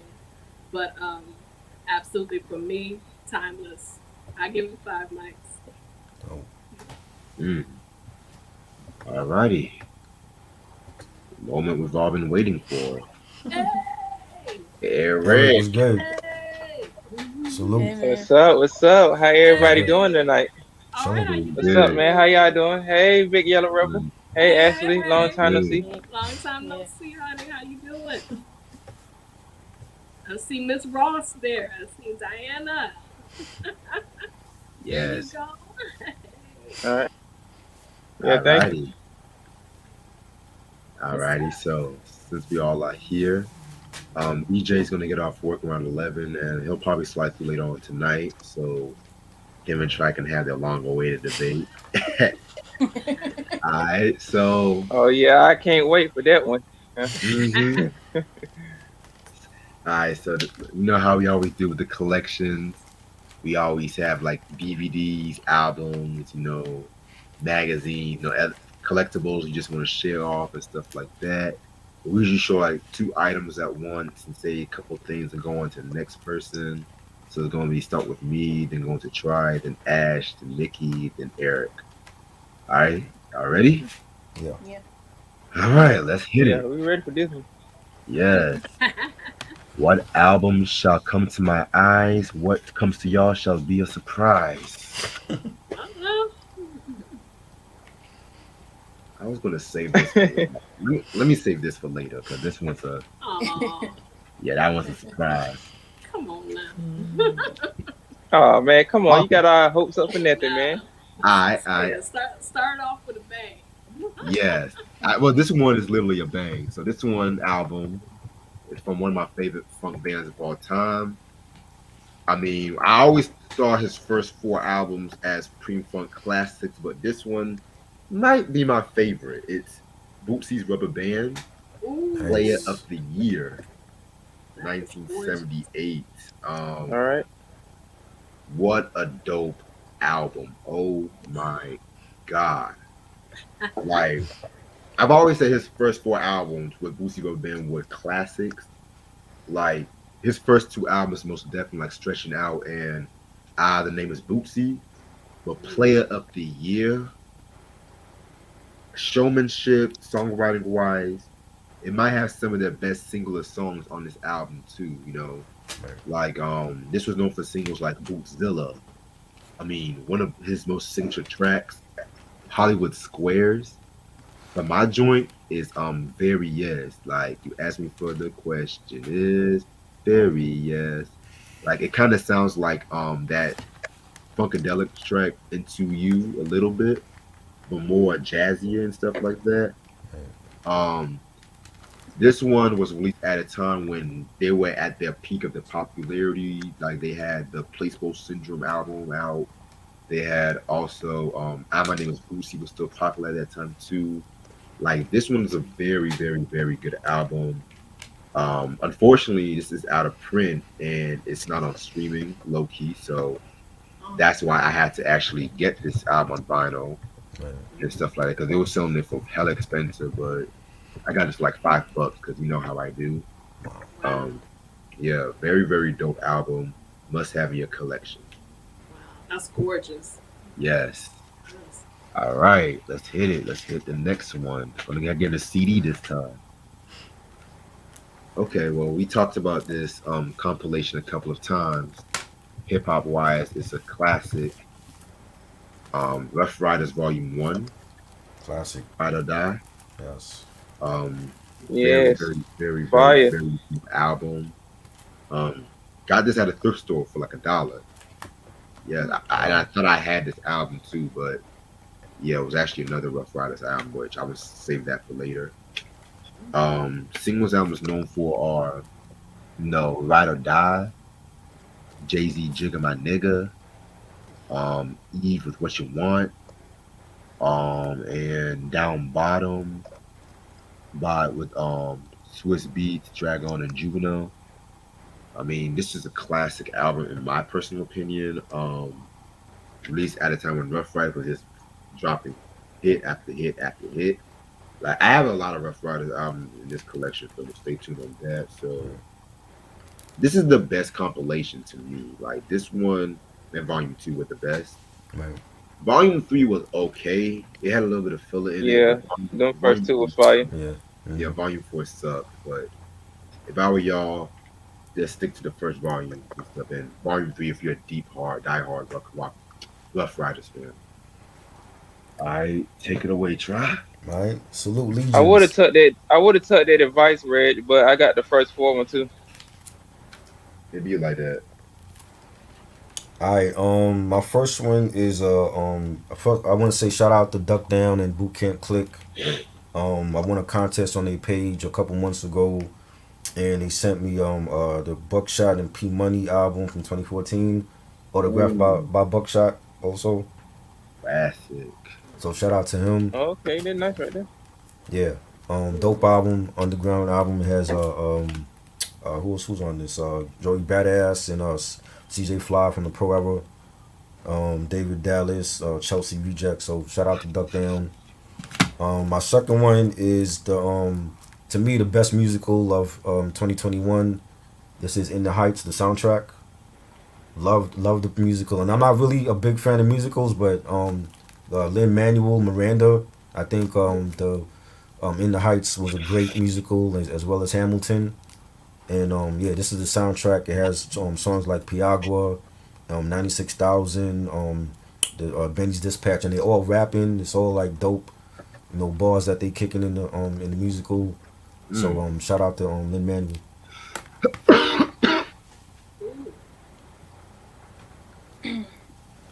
Okay. Well, two of these albums, shout out to Reg for getting me these.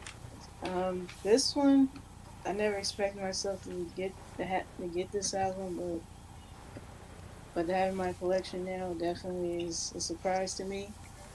Vanessa Williams, the Comfort Zone album. Classic. Shout out to Love that Reg for one. Classic Yes. album. Love Yeah, it. that was my surprise.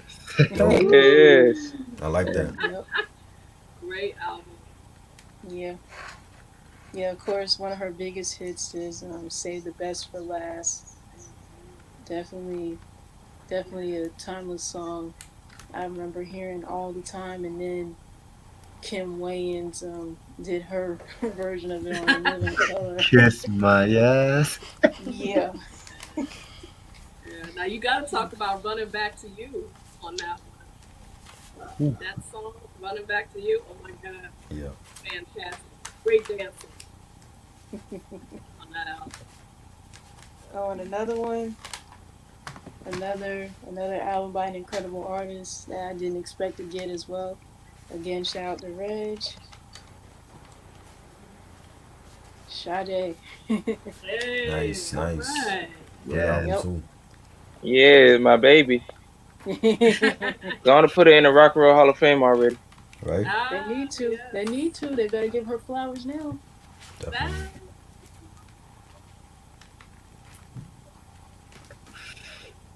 They definitely need to give her flowers while she's still on this earth. Like, come on now, she deserves it. Oh, without a doubt. So who's next? Is it me? Yes, you. All right. Now I know who's got this already. Eric. But this came out Uh, hey, this came out in July. This is whoop, Donna Summer's Mistaken Identity. Oh Jesus. wow. Nice. And this originally came out in '91. They put this out on 180-gram yellow vinyl. There's the back. Wow. This label, driven by the music, they are doing such a good job with Donna's catalog. They are putting out in October.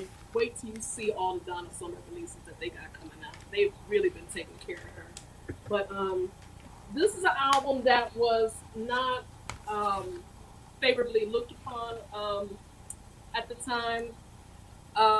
Might even call it like a sleeper album for Donna Summer. This is the first bona fide R&B album she did. You know, she had left disco behind.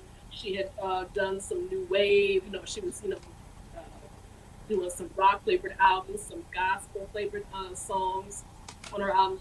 But she wanted to try her hand at R&B and New Jack Swing a little bit in '91. So it's taken her entirely new and different direction. So while it was not met with critical acclaim, it's a very important album in her catalog. So, but just gonna take it out real quick. And there's the liner notes. Oh, here we go. Wow, that's nice. I never heard that album. Me neither. Yeah, she yes, Wow, Ooh, Mm. beautiful. that's a and, gold record. I ain't even yeah. opened mine yet to see what the You know color what it is. I is? ain't even opened Oh mine yet. So. man. Yeah, but she had some singles from it. Work That Magic, When Love Cries.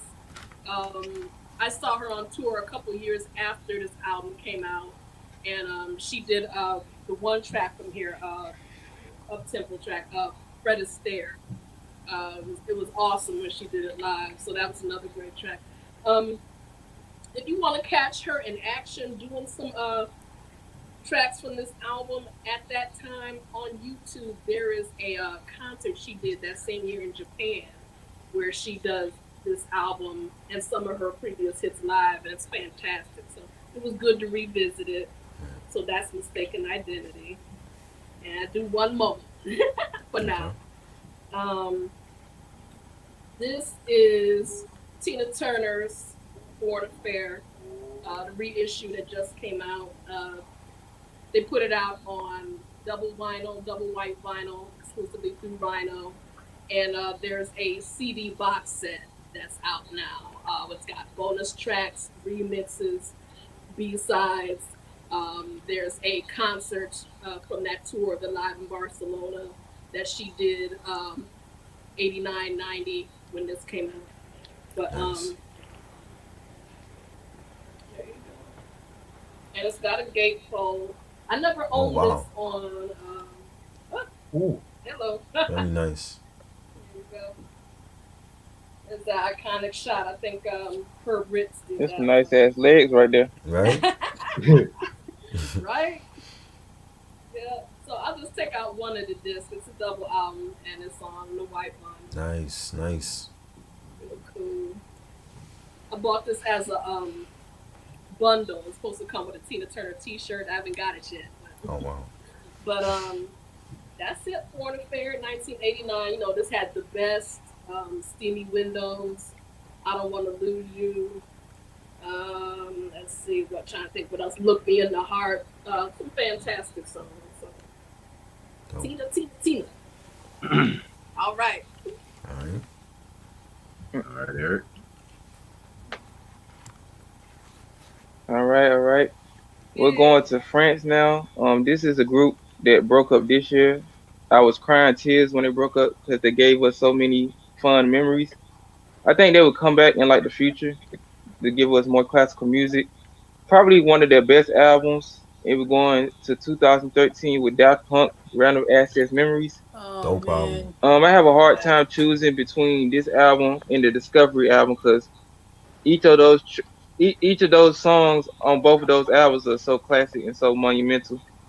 Yeah. Um, you got songs like "The Game of Love," "Within," "Instant Crush." I don't know the dude who's singing in the music video. I think his name is Julian Calabasas. If I'm getting that wrong, somebody correct me. Hmm. Lose Yourself to Dance featuring Pharrell. He's not on GQ covers in the music video wearing Little Red Riding Hood dresses and shit, so I can tolerate him. Touch, Get Lucky, Fragments of Time, and the most underrated song on this album is Doing It Right. I wish they had a music video for that. It sort of got like a trap beat to it, but I can tolerate it.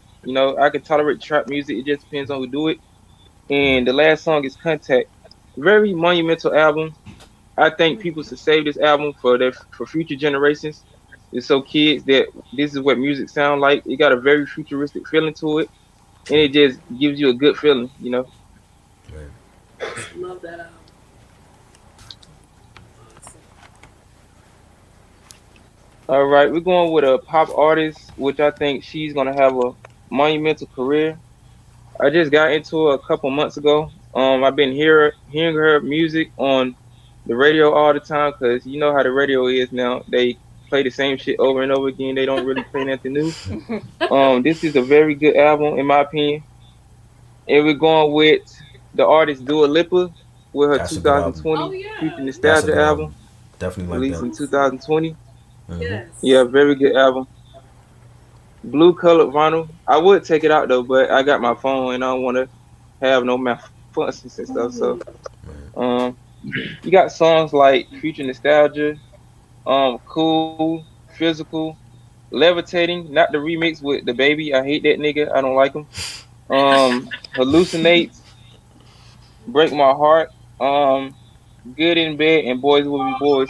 It sort of give me like 2010s, mid 2010s nostalgia vibes with like artists like Katy Perry, Hmm. Lady Gaga, Kesha, artists like Hmm. that. Yeah. So that's Dua Lipa, Future Nostalgia, released in 2020. Ooh. Yeah. Who had it on the blue vinyl, Eric? Who I had it on think the? Urban Was it? Outfitters did. I was just gonna say. I thought I saw it on a. It was an Urban, Yeah. yeah. All Yeah. right. That's dope. I actually And she don't got mind. different colors for like cassette tapes too, cause I still. I saw that. Nah, my bad. Okay. I was just gonna say I actually don't mind the baby on the remix. I think he fit with the remix. Hmm. All right. It's Back to beautiful. me. Nah, I'd rather have the original one. I'm good. Yeah. I just like hearing her voice. I just like hearing her voice and how she sings. She's so sexy with it. So Right. I don't want him messing up the track. You True. you know you always get one of those monumental songs with a nigga that don't supposed to be on it, and you just wish you could just kick him off the track. We done Yeah. had monumental tracks and stuff like that. So I could do without him. I'm glad he's not on the US version, but on the French version, they got him on the remix. So, but the thing about this album is she got different cassettes and stuff, like different colors and stuff. So I've Right. been meaning to get those too, but those are Pablo Escobar prices. So I might gotta Wow. save up a few coins to get those. So Shit, I know how you feel about certain remixes and shit. Trust me. Mm. All right. Now we're gonna get into the land of funk. We're gonna go back into the '80s. Yes. This is a funk group that you guys are gonna see a couple of times in this collection. This is Zap with Zap 3. Nice. Ooh. This came out in 1983. Nice. Um, I'm not gonna lie, I love Zap, but this album was okay.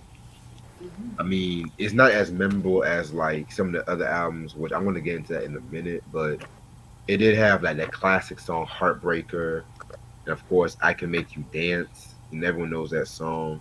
Right. Um, this was kind of like a continuation of like Zap 2. You know what I'm saying? So yeah, man.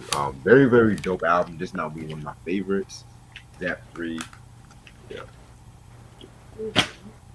All right.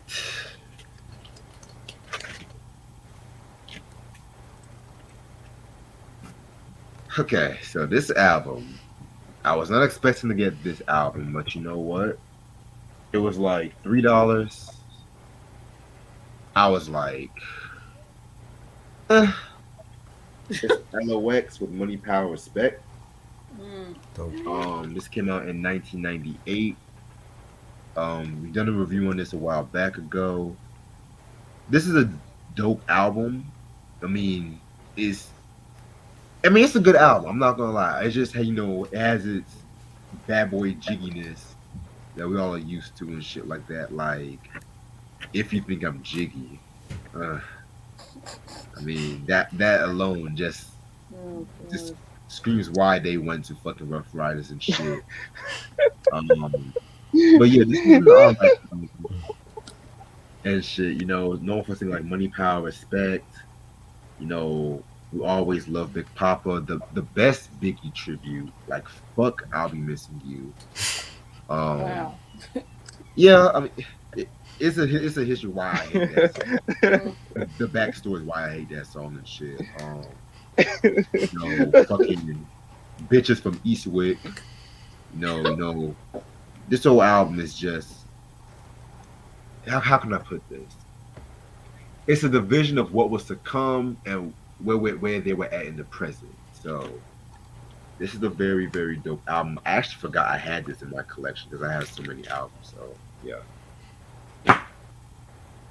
Okay. For me, I got 2000. One of the best hip hop albums to come out of 2000. Underrated. I think we got to do a review on this. This is Dead Prez. Ooh. Let's Get Free. Yeah. The singles, hip hop. That was a big single. Mind Sex. Police State. Just a dope album. They were always kicking that revolutionary, conscious hip hop that's long forgotten about in this day and age, and I think it's definitely underrated. So that was Dead Prez. I also got just released in July from the Purple One, Prince, Welcome to America on Yes. CD. I haven't even opened it yet, haven't listened to it yet, but a lot of the standout tracks I hear about Stand Up and Be Strong, Same Page, Different Book, Born to Die. So I'm definitely gonna check this out. Excellent. Rest in peace to Prince. Mm, mm. All right, my next two picks. One of them is from a group that we definitely need to talk about one day, and they're still going strong to this day. Mint Condition's first album, Meant to Be Mint. Dope. Yes. Yeah, some songs on here, Are You Free, Pretty Brown Eyes, Breaking My Heart, um, Forever in Your Eyes. Those are the songs that are most memorable off this album. And this next one is a remix album that I honestly did not know existed. It's from Boys to Men's remix collection album. Yes, I got Ooh. that. Great album. Yeah, Okay. yeah. I was surprised I was able to cop this too, cause I only paid like $8 for this. Yeah, Yeah. cause a lot of the songs that are remixes from are come from Cool High Harmony and their second album. I'll admit some of the remixes on here are definitely good. I like the Vibin' remix. It has Love that. Tretch, Craig Mack, Busta Rhymes, and Method Man on there. I like that one. Mhm. I like I think there was an unreleased song from the second album called I Remember. I love that Yeah, song. great. Um, they got some songs known as the Dallas Austin mix, so such as Under Pressure, You Know, Simpin'. They got the acoustic remix of Broken Hearted on here.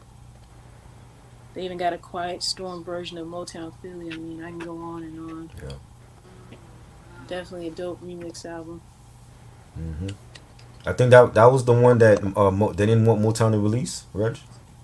Uh, For real? that one came out in Yeah. '95, right, Ash? Yeah. Yeah. Yeah, that's the one. I wonder why. All right. Let's see. This one I got from gracious member of the vinyl community. He sent me some goodies. It's always nice when we get something for free. So he sent me, and he knows my taste. He sent me an album by Gloria Gaynor, good Ooh. vinyl buddy of Oh mine. wow. This is from Larry the Disco Dude in the VC, and it was an album I wasn't familiar with. This is called "I've Got You," and Gloria Gaynor, "I Will Survive." She Mhm. did that great cover of "Never Can Say Goodbye." Yeah. Um, here's the back. Hasn't even been played. Still got the used, but hasn't been touched. Still got the shrink on it, and haven't played it yet. But I'm already anxious to hear it. I see it was mixed and produced by Tom Moulton. Disco. Tom Moulton's name is synonymous with disco. He produced albums for Grace Jones and Right. some terrific artists at that time. So can't wait to play it. That's my girl, Gloria Gaynor. And I know somebody on the team tonight who probably appreciate that. I got some Streisand for you, try doing. Got some Barbara. A legend. This That's the legend. There we go with her Nice. latest. That is Release Me Volume 2. These are songs from her vault. And we know Barbara, she likes to hold on to that vault. She don't like Mhm. to release, Right. she doesn't release stuff easily. Let's just say that. Right. So, but this has been getting some great critical acclaim. She's been doing a lot of promo for this, a lot of interviews. This actually was on the charts not too long ago. I think it's still on the charts. I know she's holding some kind of record right now for albums over like decades and stuff. Right. I can't remember what it is, but Billboard had made note of it. But she's got "Be Aware," which is a song that's timeless. I believe that was that Burt Bacharach? Yeah, Yeah. it's kind of like about the social conditions and just loving one another and being aware of each other's plights. No matter how different we are. Right. But she's doing some great songs on here, and oh, don't you hate it when like 5 or 6 different stores put out exclusive vinyl, so you got to go run and get every damn color. I only Right. got one. We got So, one. but this was through her website. This is on the white vinyl, Nice. and this came out. The cover came out in a series of colors. Every version of this album has a different bonus print with it. Wow. That's nice. And got some thoughts on each song from Streisand herself, some recollections, and some nice photos. So very cool. Streisand Release Me Mhm. Volume 2. Yeah. I like the album cover with the pink background. Yeah, Yeah. yeah. You can get this. There's like a whole array of colors. I chose the pink, but it's like Mhm. in green, blue, Right. depending on which retailer you went with. Right. Target has baby pink, Barnes Noble has green, so Spotify had a special version. I think it Yeah. was on blue. That's dope. But there you go. Nice. Eric?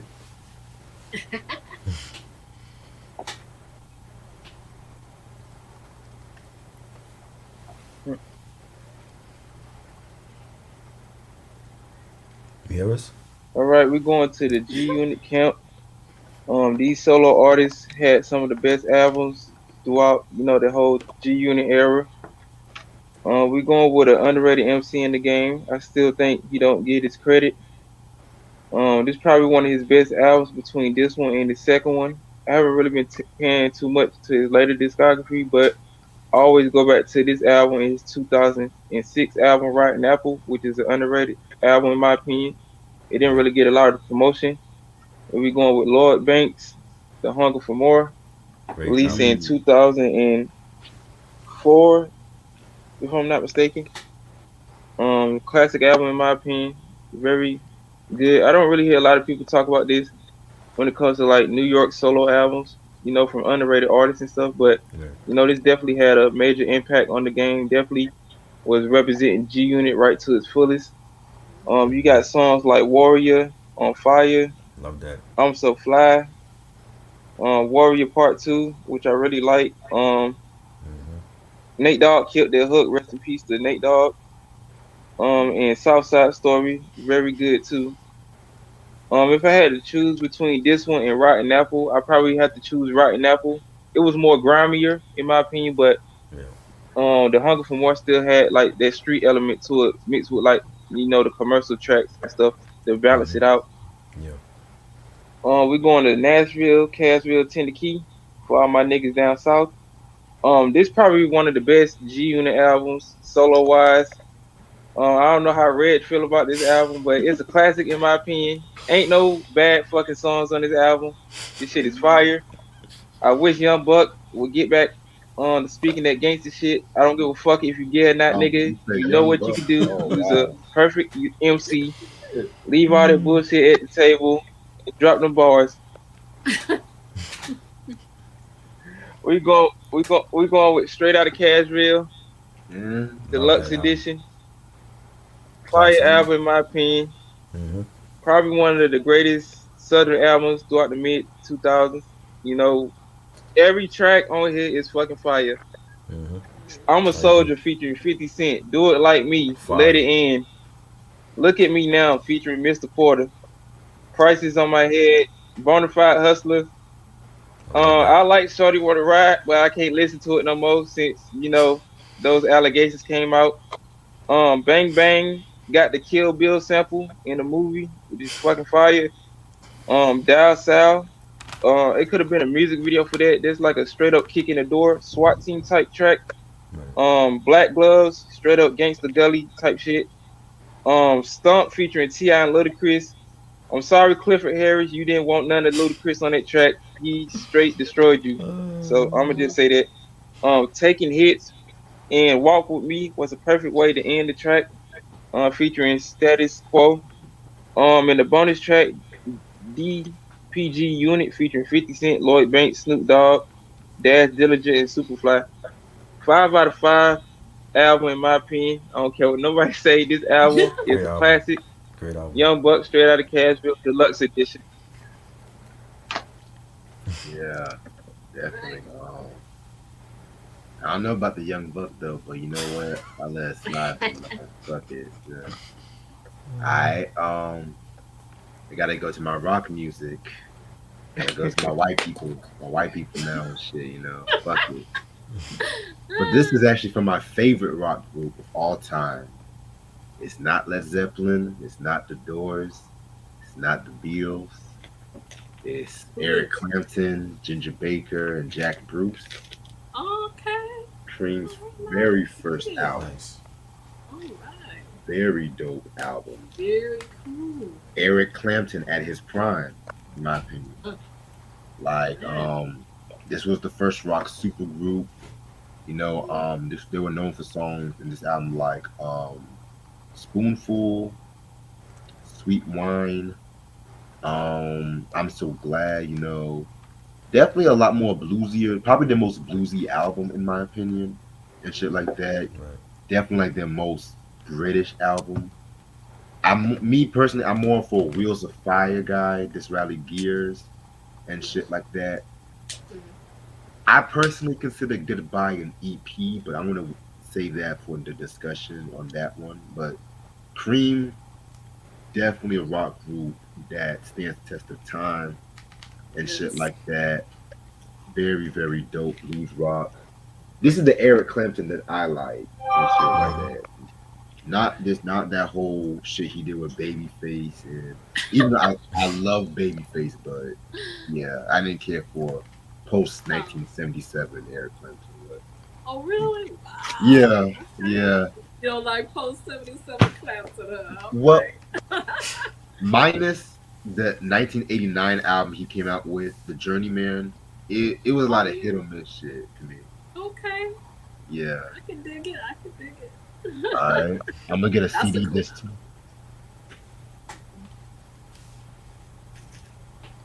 This might be one of my controversial albums. This is from a group I don't really care for too much, but I like this album, but I don't like a certain member of the group. And I think you guys know where I'm getting at. It's the Black Eyed Peas with Ella Funk. Oh shit. Classic album. It is a classic. Shalimar. Oh, I thought you said Shalimar. You said what? He said Shalimar. Oh hell no, not Shalimar. No. I have a love-hate relationship with Fergie, but this was the album that like I felt like artistically they were at their peak. Because after this album, I don't know what the fuck happened, in my opinion. You don't like Fergie? To me, this is the thing. I've never really been a big Black Eyed Peas fan and shit like that, but I liked certain songs when they first started out. The inclusion of Fergie made them more poppier, in my opinion, and I'm cool with that. But once you go from songs like "Where Is the Love" to "My Humps," yeah, and I remember when the Monkey Business album first came. That was like a big album when it came out. And shit. Yeah. But to me, this one because they still had the soul in this one and shit. This was known for songs like "Where Is the Love," even though I hate Justin Timberlake. This is actually one of the few songs I tolerate him in. Shut Up, Let's Get Retarded, which I do love that fucking track though. Hey Mama. Yeah, they were like really jumping to like a lot of different styles for this album too. Like they had like a dance hall, they had the new metal and shit too, which like I said, I'm more of a first two albums, Black Eyed Peas, but yeah, fuck Dilated Peoples and shit. But yeah, this album to me, I'm definitely going to review this album one day, but way down the line. That's gonna be. You don't like the Energy Never Dies album? That You was said great. what? You don't like the Energy Never Dies album? That one came out in 2009, right? With that Jewish song with the Mazel Tov. What? You What mean Jewish song? I got a feeling. That I song. Got a Feeling? Yeah. When they're like Mazel Tov. What the hell? Yeah. Yeah. That's Yeah. my shit, fool. That shit's fire. I'm not gonna lie. That album grew on me. I grew up on that, man. That's my middle school, That's high a great school album. days right there.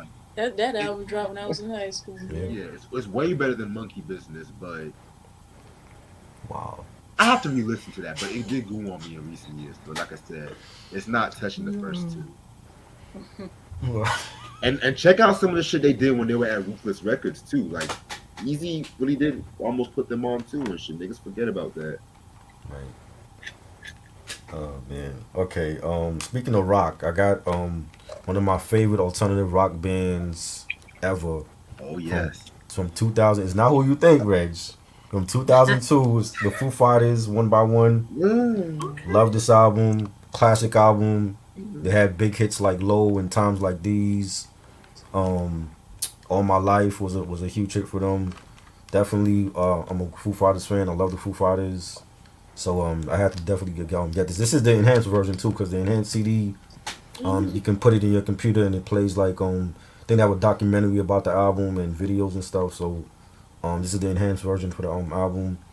And my other pick is one of the best to me underrated R&B singers, blue-eyed soul R&B singers of this era right now, Robin Thicke. His new album, On Heaven and in Earth. Oh, wow. And it has a song by Pharrell, Take Me Higher, produced by Pharrell and Neptunes, and Lucky Star, great ballad, and Lola Mia. So yeah, this dropped this year, definitely a banger. Cool. All right, my next two picks are Kenny Lattimore's first album.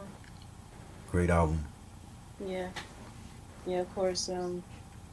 His first single, "Never Too Busy," is on here, and "For You." I know that song get played a lot at weddings, and you know, definitely, definitely a good album. And the next one I have is Destiny's Child, "Destiny Fulfilled." Yes. Dope. Good Yep. one. Yeah, I've been wanting to get my hands on this album for a minute.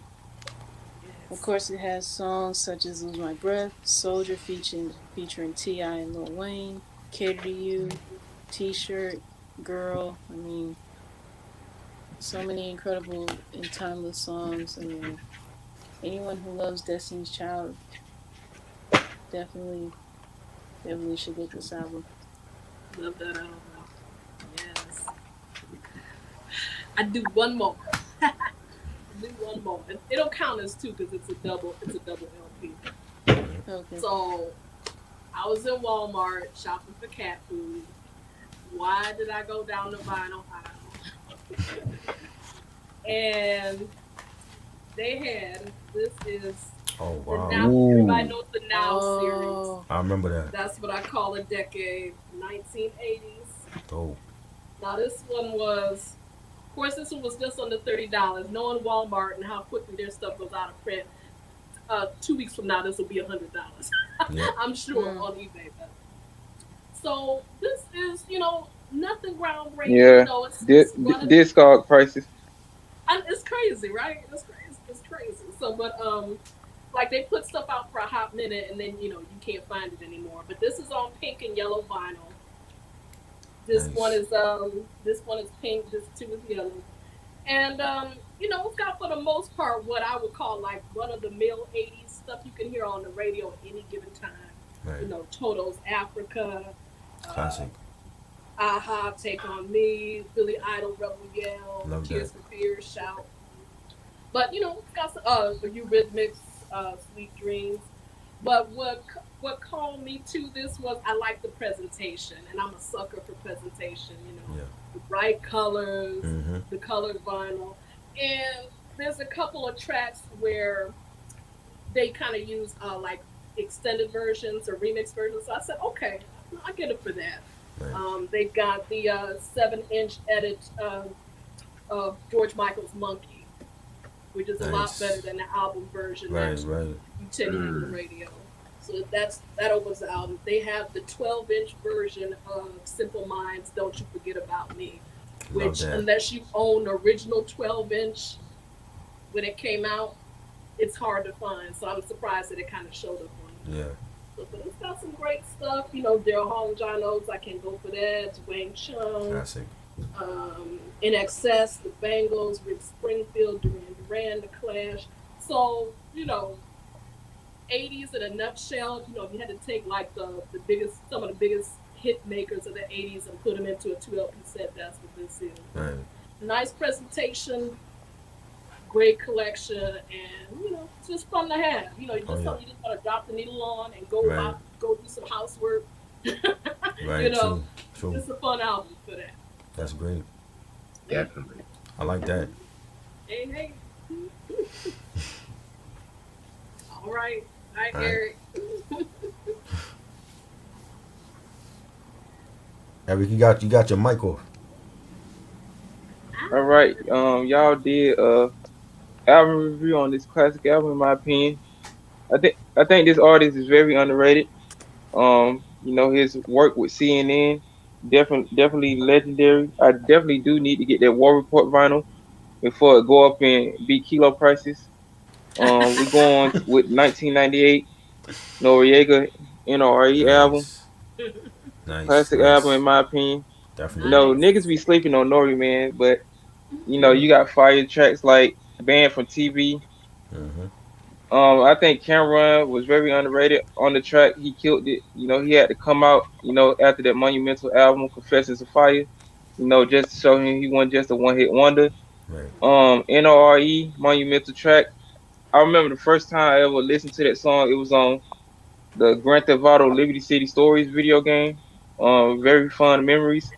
Head, very underrated track in my opinion. I know Reds don't like that track like that. I wish it had a music video for it. I could definitely see Noriega putting some of his comedic side, like with the raps he was spitting, Right. in the music video. Fiesta featuring Kid Capri. I could have seen that as a music video too. 40 Island featuring the King, the Godfather of Mafioso rap, Fuji Rap, and Mussolini. I don't know if Mussolini ever came out with an album, but No, if he did, it would have been fire, a classic in my opinion. they ain't come up. Super Thug featuring Pharrell and The Body in the Trunk featuring Nasty Nas. You know, he does has 20 tracks to go up against a versus, so fuck you, Definitely. Memphis Bleak, for that. And The Assignment featuring Busta Rhymes, Spliff Star, and Murder Mace. But yeah, overall, classic album in my opinion. Probably one. Oh yeah. You lost Eric.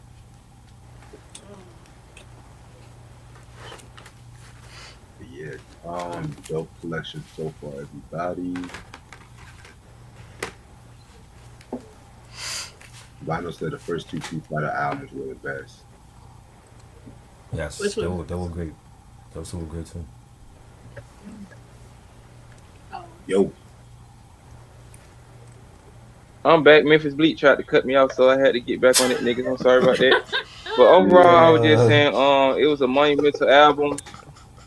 You know, one Yeah. of the best albums between that and Capital Punishment from 1998 from the late great Big Pun. You know, just a monumental year for hip hop. In the year '98, niggas was still going back to that street essence of making classic street records and stuff. It wasn't just about that Sonny Shoot era and shit. So Right. NRE Noriega released in 1998. Now this artist pissed me off in that verses we just seen. Reg, remember the classic verses between Ja Rule and Fat Joe the Gangster. This album is probably one of his best albums in my opinion. I go back and forth between Jealous One, Envy, and this one.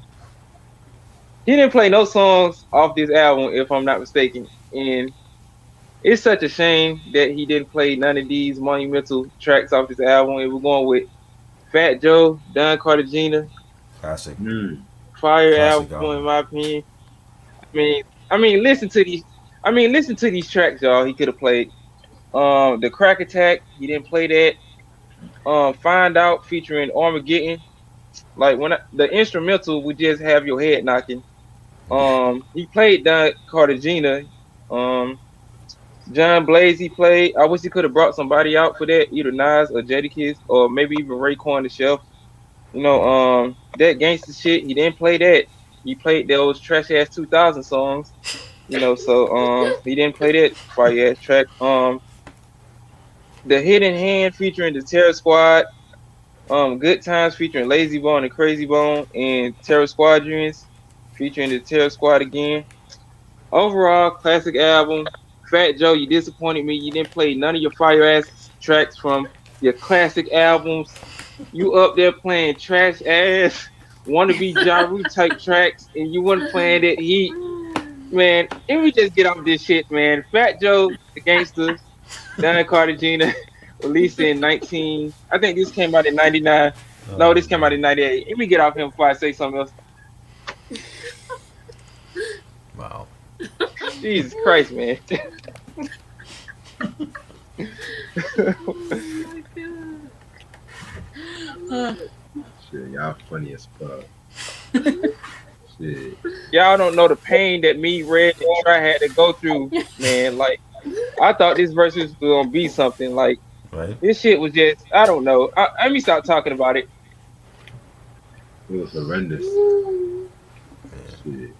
Anyway, back to some good music. This was a classic movie from the 70s that starred Julia and Mufasa, if y'all know what I'm talking about. The soundtrack was made by one of the greatest soul sing artists of all time. And of course, I'm talking about Gladys Knight and the Pips with Claudine. Oh yes. Nice. Yes. Oh, Finally wow. got Love my this. hands on this one. Curtis Oh, Mayfield.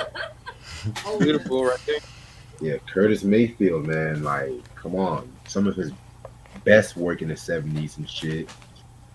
This was known for classic songs like "The Makings of You," which, of course, everyone has covered that track. Of course, Monica covered that one for the "All Eyes on Me" album from '06. Mm-hmm. The "On and On" joint, the Claudine theme. I haven't seen the movie Claudine in years and shit like that. I think it's on YouTube. Man. If not YouTube, I know Tubi TV got it and shit, but definitely a very, very, very dope album. One of their best albums, in my opinion. Yes. Um, Buddha Records, Absolutely. I should know about that. Mm-hmm. Every song is a gem on that. Oh yes. Love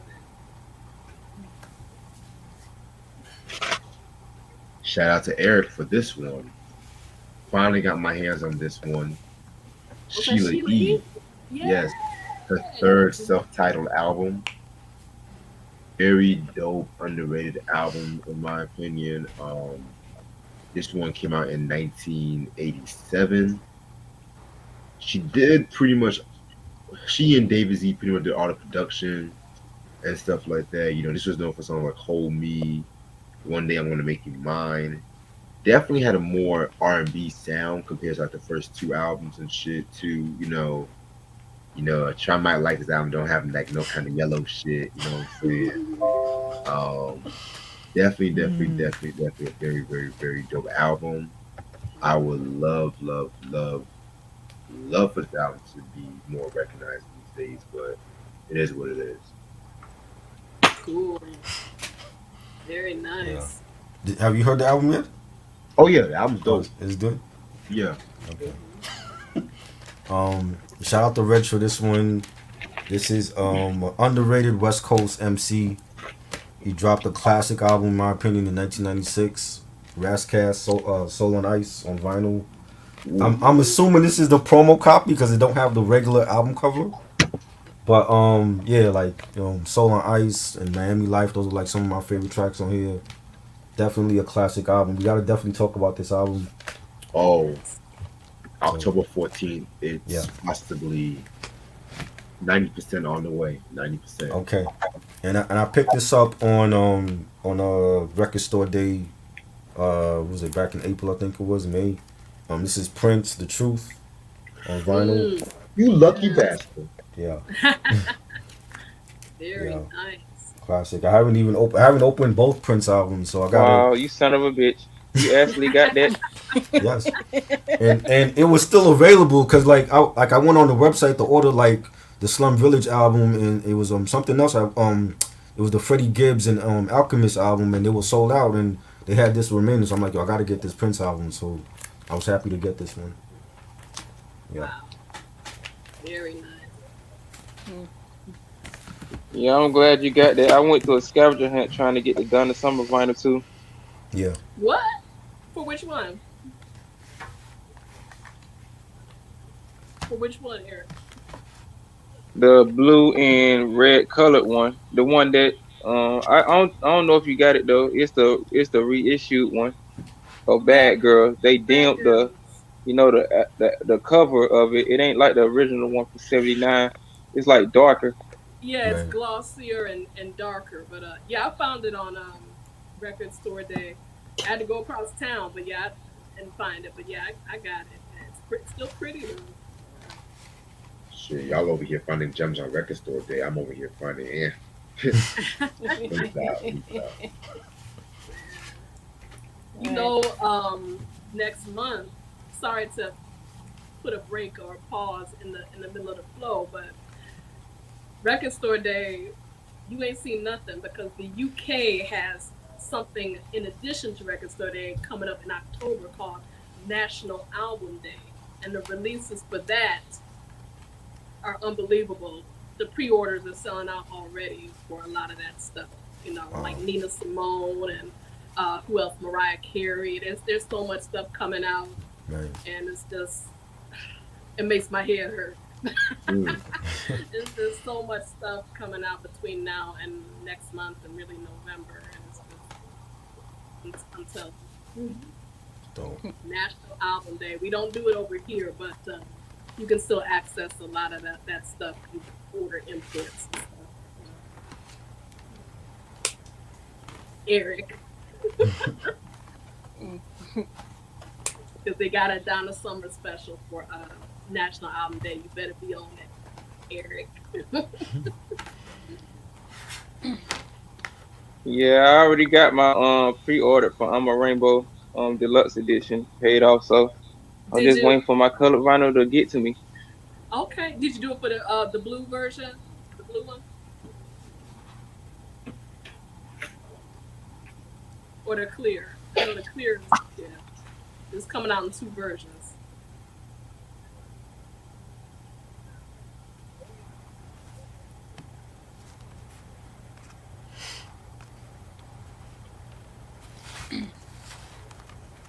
My next one is Christina Aguilera's "Stripped." Classic. Nice. Yeah, Classic album. I've been wanting to get my hands on this one for years. Thankfully, I was able to get it. Very For anyone nice. who knows some of her songs, I know a lot of stuff were hits like "Fighter," "Beautiful," and "Dirty" featuring Method. I mean, featuring Redman. Dope. Yeah. Beautiful. And It's a the great next album. one Hmm. is John B's "Cool Relax." Great album. Yep. I love that. Yep. Of course, everybody knows his song "They Don't Know," and I know he did "Are You Still Down with Tupac?" That's on here too. Yeah. And "I Yeah. Do What You Say, Boo." That's another hit of his Classic. as well. Mm. All right. I give it over to Eric. I've run out of my stash for the night. So Okay. Oh, yeah.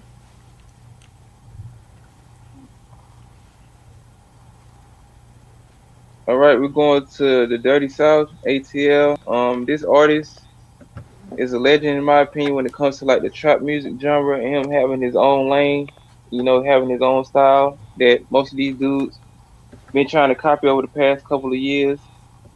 I think he's at the end of his career. He done did everything, done said everything, and done talked about everything in my opinion. And we're going with his first album.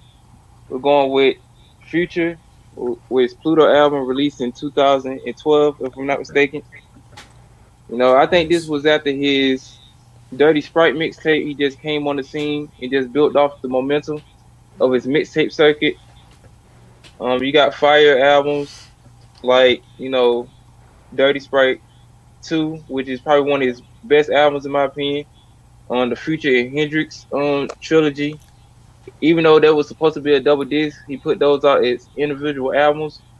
But with this album, you got fire tracks like Parachute featuring Mr. Hide Your Kids, R. Kelly, Stay Up Nigga, Astronaut Chick. I could have seen that as a music video, very fire. Magic, the remix featuring Clifford Harris, aka Ti. Untripping featuring Juicy J. Tony Montana, classic track in my opinion, very monumental track when he hit the streets. Featuring the waffle color poppy himself, Drake. Same damn time. That track reminds me of something like Waka Flocka would have did, probably on his Flockavelli album. Um, Homicide featuring Snoop D O Double G, Snoop Dogg, the OG. Shout out to Snoop Dogg. You Deserve It, and your monumental track he was giving to his baby mama, Sierra. Turn on the Lights. Classic album in my opinion. I don't really hear a lot of people talk about this album throughout his discography, but the 10-year anniversary is coming up for it next year. I hope they do something with it. Give it like another reissue with like maybe some bonus tracks and remixes and stuff. But yeah, this is Future Pluto, released in 2012. Mm. All right, we got a record store day exclusive. I was glad to get this album. We stand with Future. Very solid album in my opinion. We're going with his Evolve album, released in 2015. Hey. Fire album in my opinion. It's not touching Dirty Sprite 2, but it's kind of in the middle.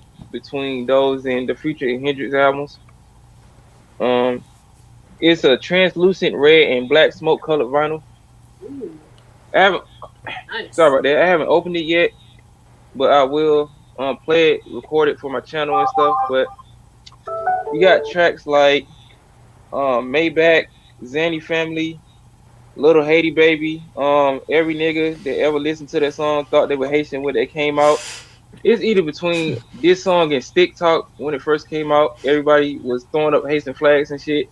Sa Passe, everybody was Haitian and shit. So you got extra tracks like Photocopy, Seven Rings, Lie to Me. The Monumental track featuring The Weeknd, Low Life. My favorite song off the album is Program, which was on his Purple Rain mixtape, I think, which came out in like 2014, if I'm not mistaken. You know, between that time, Future was going crazy. You know, his mixtapes, you know, bringing monumental tracks to like albums and stuff. So this is Future Evolve, released in 2015. Nice. Mm, Nice. okay. All right. These are some DC albums that I got. By the way, the Fresh Cream album came from when I was at DC too. This is a single that I have right here. Y'all know I'm not really that big on collecting singles like that unless it has a remix I like. And this is a Keith Murray Get Lifted single. Fire. This came out in 1994. Now, I'm not a big fan of this song like that. I mostly got this for the Eric Sermon remix. It used the Teddy Pendergrass sample "Close the Door" and stuff like that.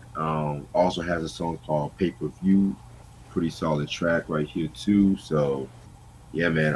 Definitely I have to get Most Beautifulest Thing in the World. I used to have the album. I can't find it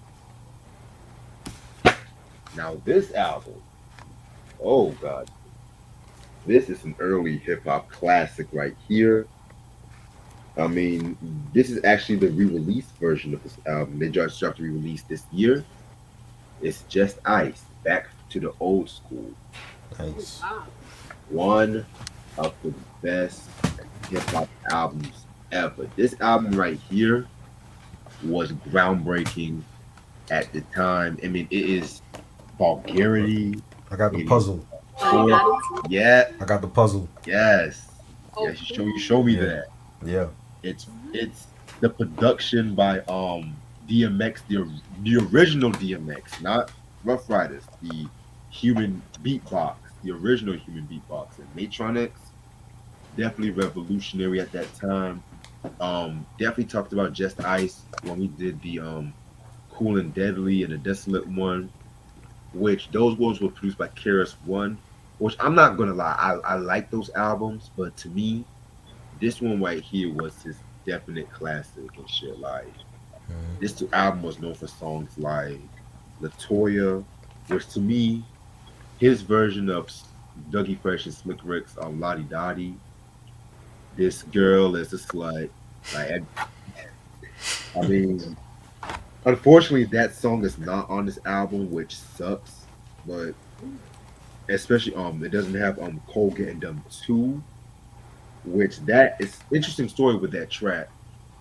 He actually got into a beef with Curtis Blow actually back in the day, because I think Curtis had a song where he was making fun of Just Ice's style, and Just Ice came out with this track right here, Cocaine and Dumb 2, and he just destroyed Curtis Blow. Like he had lines where he said, "You know I'm scheming now. It will be seeming. First you played basketball, now you're daydreaming.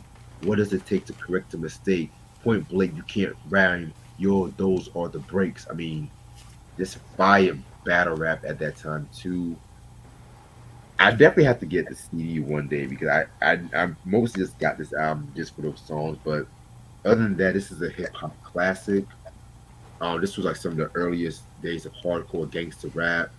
You know, and he was also a 5%er too. So yeah, man. Just Ice, back to the old school, 1986. Oh,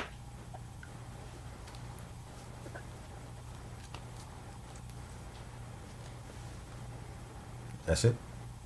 Yeah, I already showed my two. All right, I got some CD singles. a couple of CD singles that I got a few months ago. This is Puff Daddy and Biggie, the Victory maxi single. It doesn't have the Victory remix that's on this maxi single, but it has the remix for Been Around the World with Mason Cole Thomas. You know, they I did love that. I love that remix. They did like a whole video with like they're like wearing like baby blue in that video, and Yeah. so that's on the single. I have the Usher My Way single with the remix as well as on here.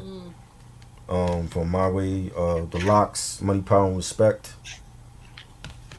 112 featuring Mace, Love Me from the second album.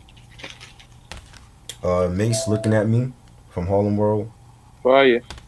Yes, definitely. Puff Daddy and the Family, the Benjamins, maxi single, and Busta Rhymes. What's it gonna be? Enhanced CD with the Tear the Roof Off video. Yeah. Okay.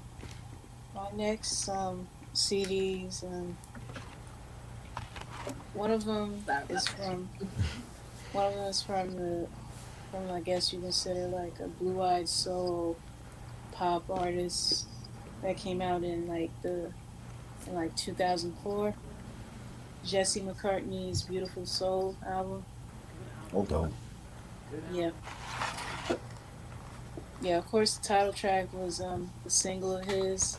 Other stuff he's done, I know She's No You was very popular. I know Get Your Shine On was in the one of those Kim Possible movies during the early 2000s, and I know it was also in the movie Fat Albert. Um, yeah, yeah, and another song that was I guess was had some radio play at some point is Because You Live, and that was in another Disney movie, The Princess Diaries 2 Royal Engagement. But yeah, Jesse McCartney's Beautiful Soul.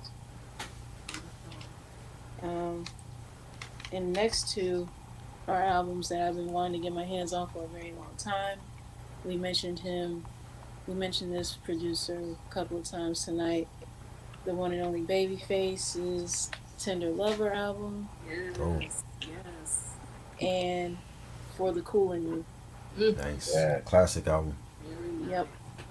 Yeah, I've been wanting to get my hands on these for a very long time, and finally got it. Definitely, we should definitely talk about these one day.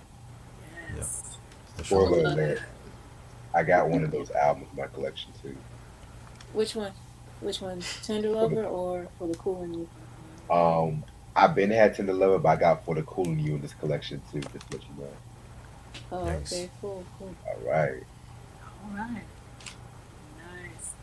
Gonna turn it over to you, Eric.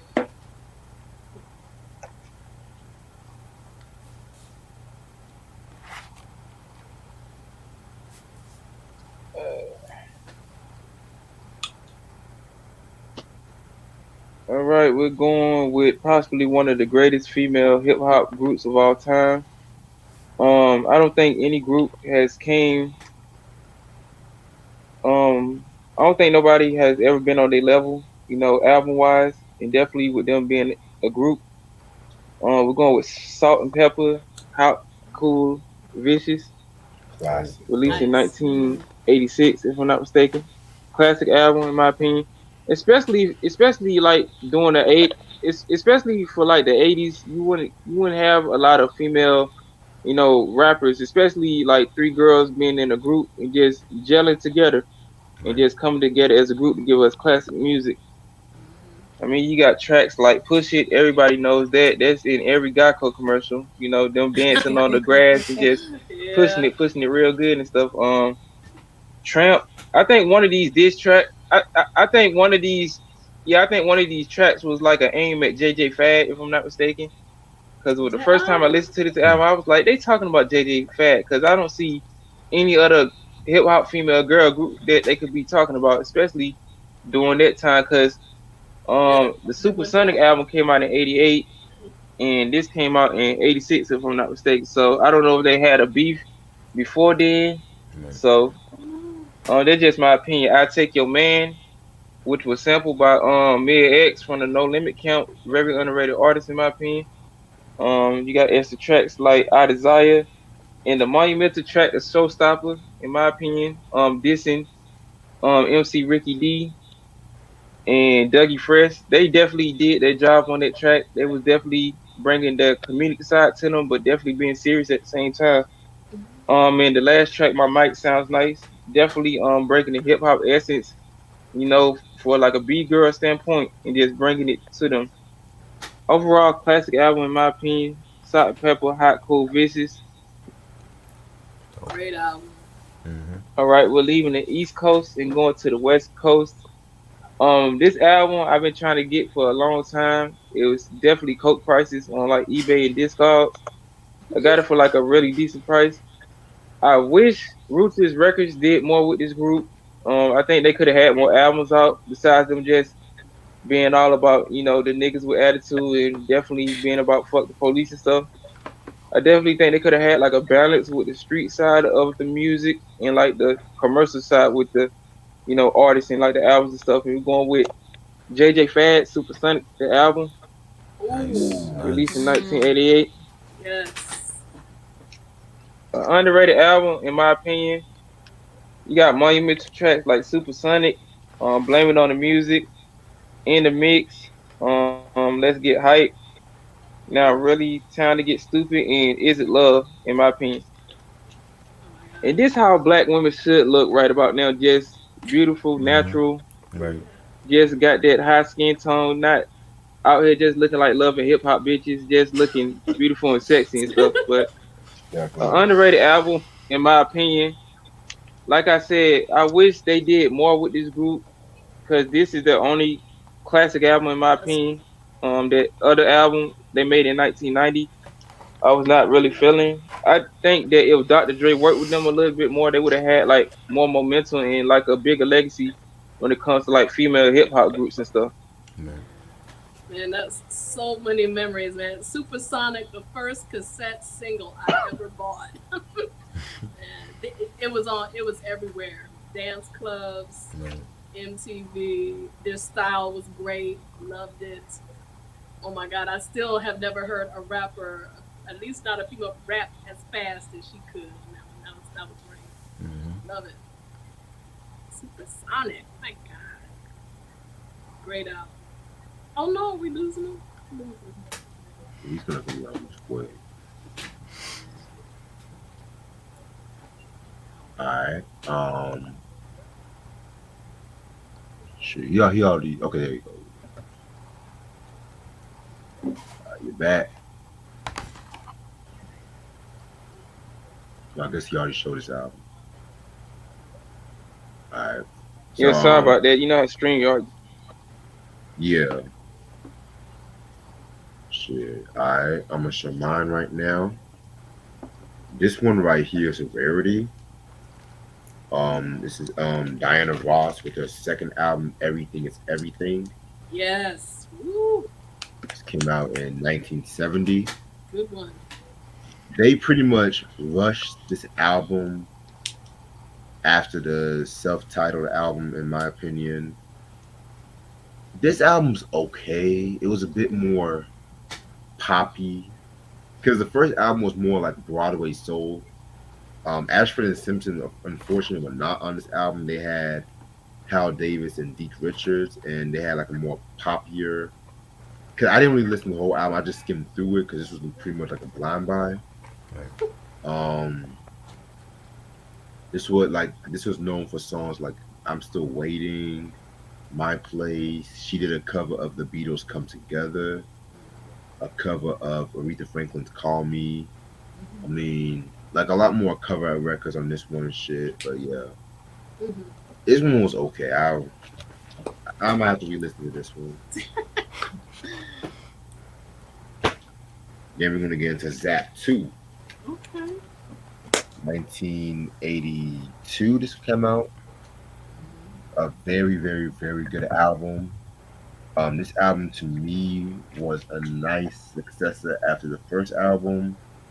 This was when they really was starting to get popular. This was when they had songs like "Do What Diddy," "A Touch of Jazz," playing kind of rough and shit like that. I mean, this is at the time when originally this it kind of was going through some friction with George Clinton, because you guys should know that originally George Clinton was supposed to put Zap on. By that time, he was going through some money issues, and so Roger Troutman kind of signed another deal with Warner Brothers Records, and that kind of caused a friction between George Clinton and Roger Troutman a little bit. And so this album came out right after his first album, like The Many Faces of Roger and shit like that too, which that's another classic album too. Yeah, a must have in your collection. Alright, I got one more thing to show. It's not an album because I got one album that still hasn't came in the mail yet. So I got a collectible to show. That I won this collectible a couple weeks ago from shout out to the homie Nostalgic on Instagram. If you're on Instagram, follow his podcast Slick Ballhead Rapcast on Instagram. We do dope discussions over there on a weekly basis. That's the homie from Chicago, and he sent me the ODB action figure. Y'all can Ooh, see this. Oh wow. Yeah, this is like comes in the album cover and everything. And yeah, it's there's a website super7.com, and they sell nostalgic action figures like Wu-Tang Clan, Run DMC, Star Trek characters. So this is like the what I won from the contest. So shout out to Wu-Tang Clan, and rest in peace ODB. Nice. Wu Tang action figure. Yes. Yeah. Yep. That's cool. Love that. Okay. My last five albums are all from the same R&B group. I feel like it's another group that we should definitely talk about one day. And this group is none other than After Seven. Yes. Dope album. Yeah. Very classic album. Yep. You have songs like Can't Stop, Ready or Not. I mean, what's not to say about this one? I had also had their album Taking My Time. Nice. Classic, in my opinion. Yep.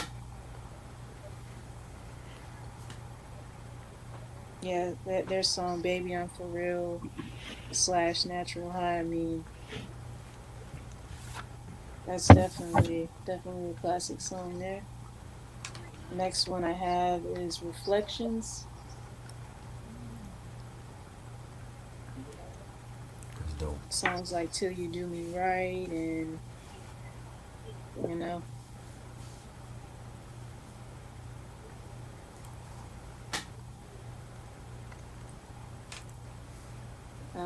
This one is the only compilation album of theirs that I have. Okay. Dope. Yeah. Yeah, their rendition of Hall and Oates' Sarah's Smile is on here. Classic. Yep, I love that version. yep. Other songs that I mentioned like Can't Stop, Ready or Not, Heat of the Moment,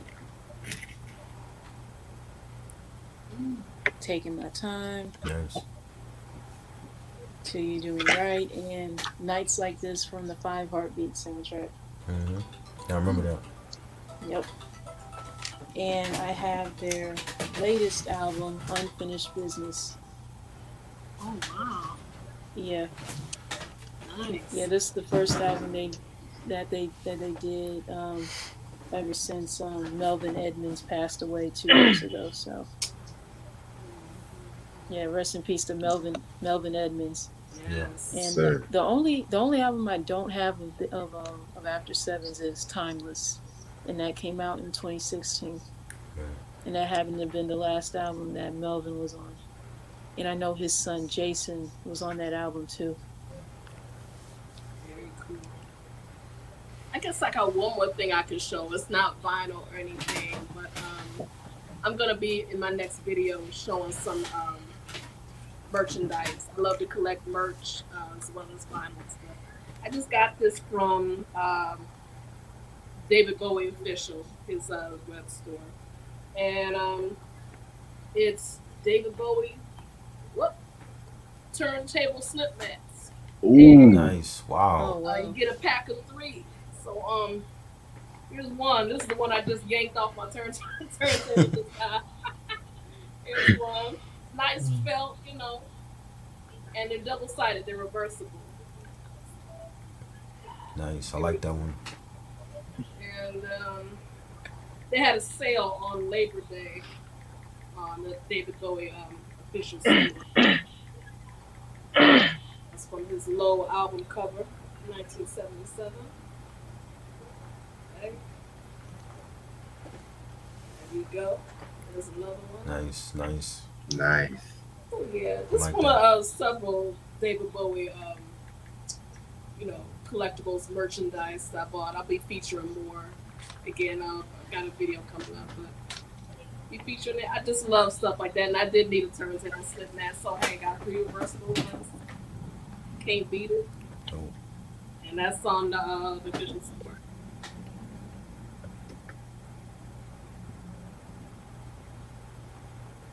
Dope shit, y'all.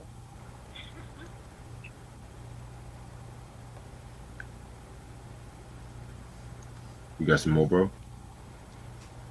All right, we're gonna be going to Japan for these couple of extra vinyls right here. All right. Um, yeah, I've been collecting more Japanese vinyls lately with the Obi strip. I've been trying to build my Japanese collection, but you know how the Japanese do with their vinyls. Might be low costing, but the shipping prices are gonna be astronomical and shit. So, Yes, Right. yes, we're yes. going with a legend, Diana Ross, in my opinion. This album is very monumental. It's very underrated, in my opinion. Michael Jackson did one of the songs for this album. It was going with her 1982 underrated album, in my opinion, Silk Electric.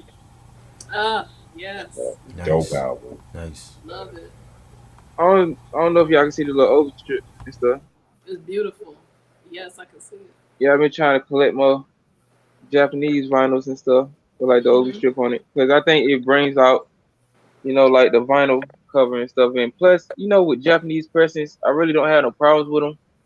I wish the U.S. could learn from the Japanese, especially when they press their vinyls. I'm tired of new vinyls. Damn well they be new, then they constantly skip and stuff.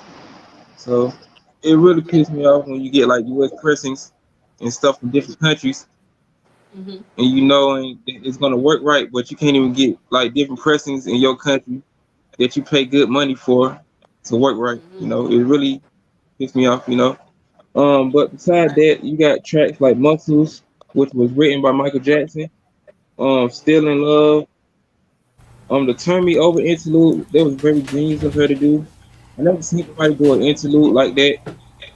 Who?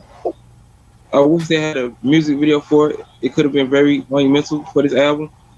In Your Arms, very good too.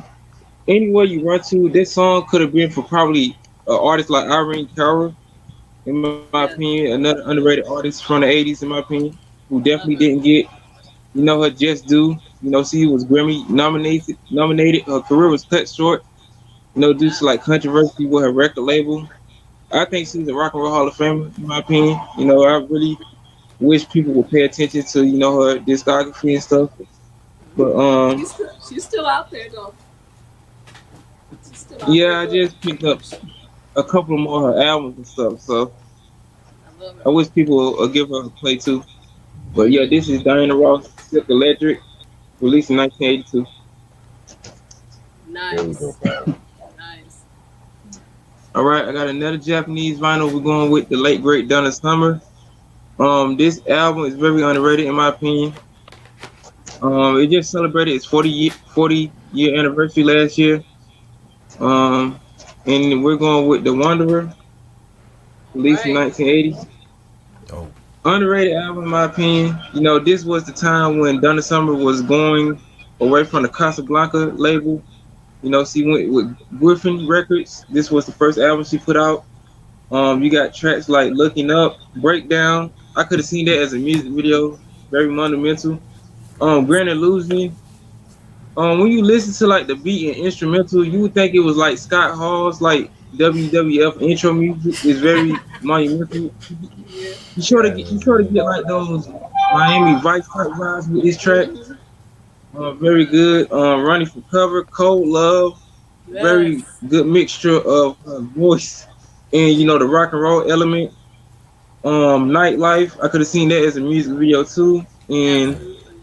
I believe in Jesus was like a perfect way to showcase her, belief in the Lord and just showcasing her skills as a beautiful artist and as a singer. Mm. Overall, underrated album in my opinion. I'm glad it's getting a repressing. I got the black and pink colored vinyl, but I'm just waiting for it to come in and stuff. You know how pre-artists be. They take all year to bring your Right. pre-artists and stuff, but I can wait. Right. Oh. I know. Beautiful. All right. Hey, bro, just out of curiosity, how many albums you got left there?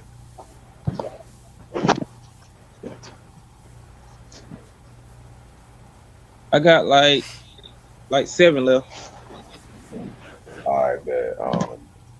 Yeah, cause I got like damn, I got a lot left. I'm just gonna run by. I'm still gonna do two. Then after you finish yours, I'm just gonna run by mine real quick and shit. Damn. Wow. I thought y'all gonna have like hella albums after mine. I was like, Okay, let it's me cool. anyway. Now this is the technically the first final I picked up. I got a question for y'all. Yeah. What does Busta Rhymes, No Doubt, and Lou Ross have in common? Mm. Y'all don't know? Mm. They won MTV. I don't know. Oh, Oh, the oh man. Rugrats. Oh Oh, God. wow. You know, Very Was nice. not expecting that. yeah, I was not expecting this album. Wow. Even though I like Rugrats, I didn't really care for the Rugrats movie like that because I didn't care Mm, for Dill. I mean, mm. I was more a Rugrats in Paris nigga, but Rugrats, yeah, this is one of my what the fuck finals. Y'all can say that.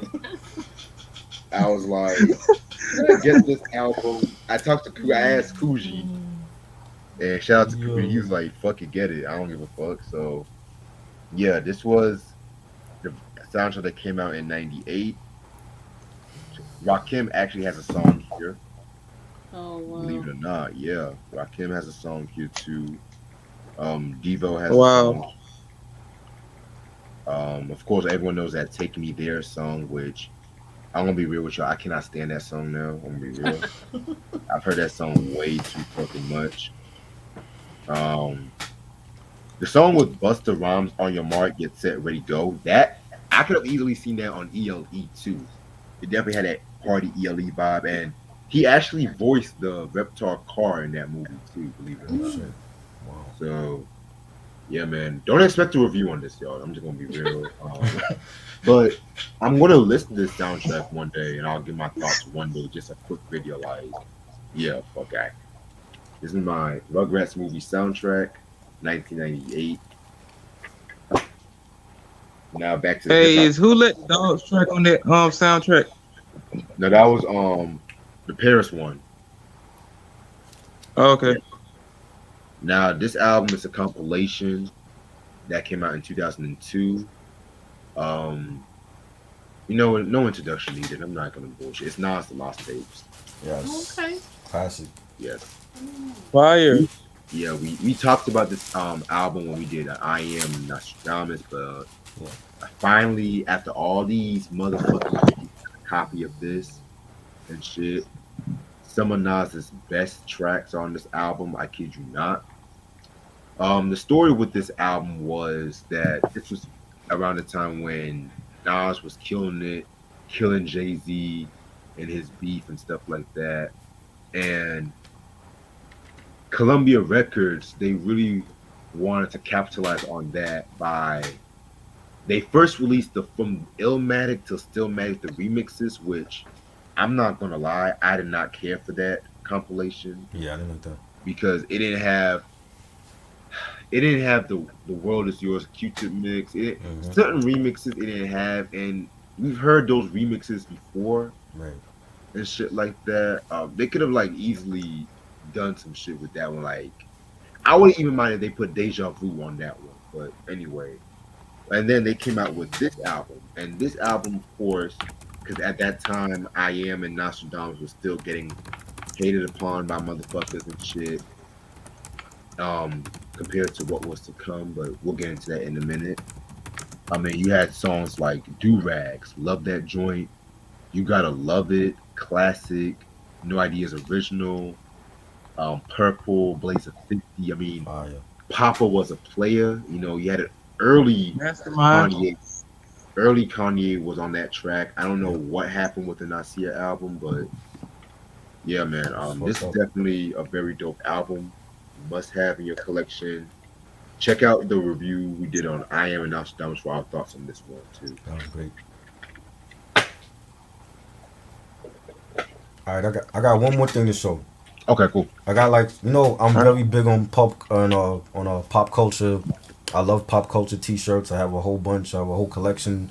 I got some new ones in the mail. Whitney Houston, rest in peace of Whitney Houston. Ooh, This is from the Old Navy site because their website has exclusive stuff that the store doesn't have, and they have like a whole pop culture like section dedicated to like movies and artists and video games. So I got the Whitney one, and I got one of my favorite cartoons growing up from the '80s, the Teenage Mutant Ninja Turtles. Yeah. Yeah, so y'all can see that.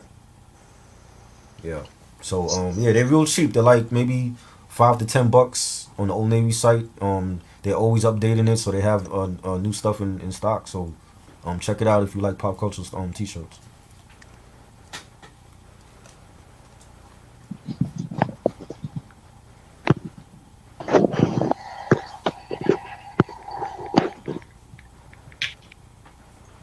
All right, we're gonna stay in Japan.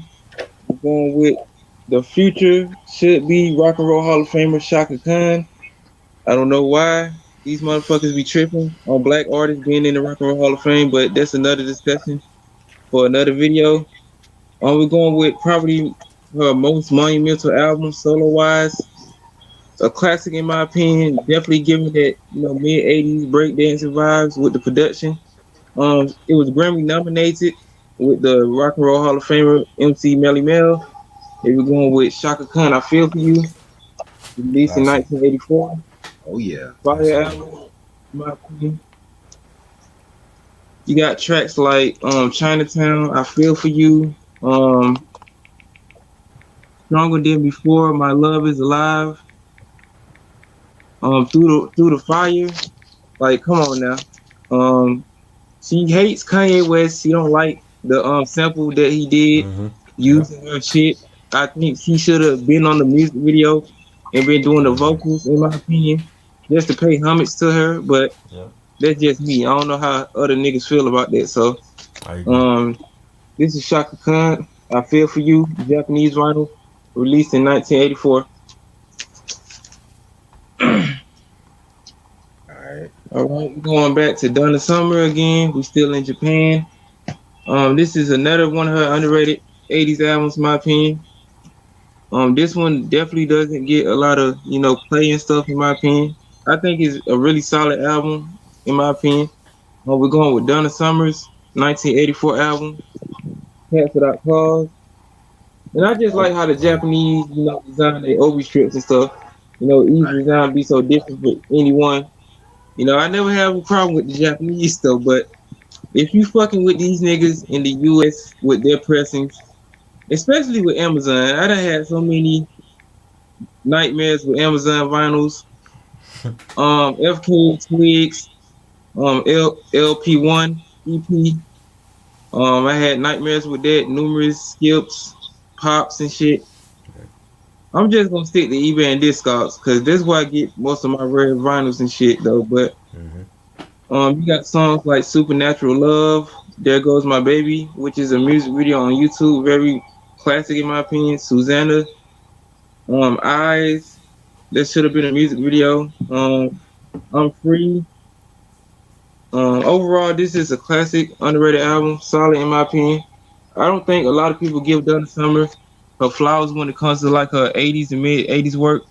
I think it's very underrated, especially like within that time of production and stuff, especially with like groups like the System, which Right. is very underrated. I don't really see them getting a lot of props, especially with them revolutionizing, production and Mick Murphy and his, singing ability and stuff. So Donna Summer, Cats Without Claws, released in 1984. Definitely.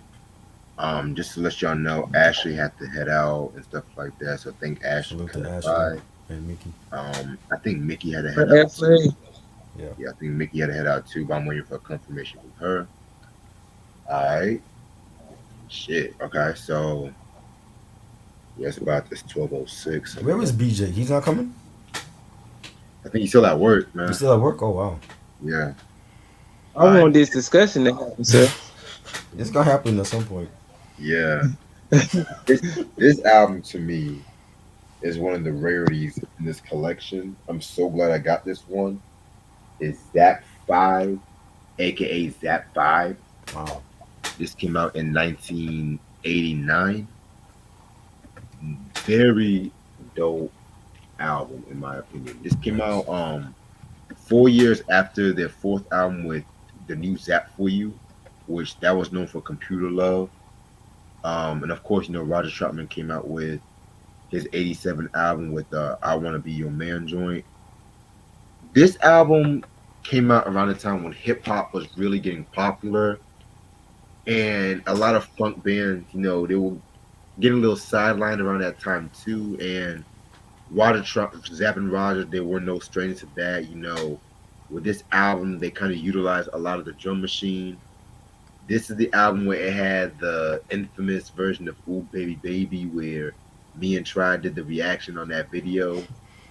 Um, I played a top box where he actually called out EPMD and Heavy D on that track for sampling his music Wow. and shit too.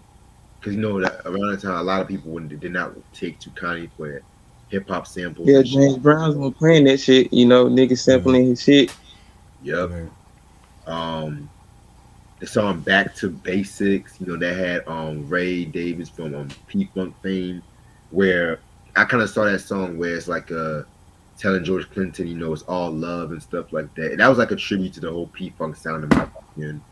Right. Very, very dope album. I mean, this album does not really get talked about when it comes to the Zap family because people always talk about Zap One, Zap for You, shit like that. I like the darker sound that they had with this one. Like this had like a very nightclub feel to it. And this was actually the last album that Larry and Roger were in before their untimely death. Mm-hmm. So I may do a review on some Zap stuff in the future. So stay tuned. I only got the Zap for You album though. I need to get more of the discography.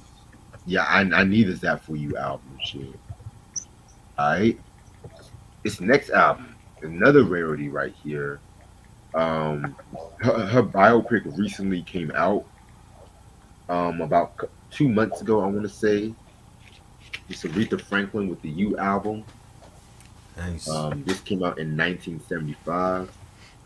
Now, lately, ever since I've seen the whole both Genius and the Respect movies and miniseries or whatever, I've been kind of like looking for like a lot of the later Atlantic Records stuff. A lot of trivia goes to this album because this was the last album where Jerry Wexler and Aretha Franklin worked on with one another. Because Jerry Wexler left Atlantic Records a couple of months after this album because he didn't like how Atlantic Records was screwing their artists over and not really giving creative control to the artists, which a lot has been people have said that about Atlantic Records over the years. Wink Wink, Sagon, Lupe Fiasco, all that shit. Um, this album to me was not bad. It kind of had a more mellow soul vibe. At this time, her popularity, it wasn't like waning and stuff like that, but it was slightly going down because around this time disco was on the rise and Aretha hated disco. which she expressed. That's why the Ladiba album has not really came a lot. That's why the latter Atlantic Records album did not really come out on CD, minus the Sparkle soundtrack. But this one was a very dope album. This has the title track, which is one of Aretha's best albums or songs. Period. Um, it only happens when I look at you. That was a dope track. Without you, I mean, definitely got to be listening to this one. Aretha Franklin, You, 1975.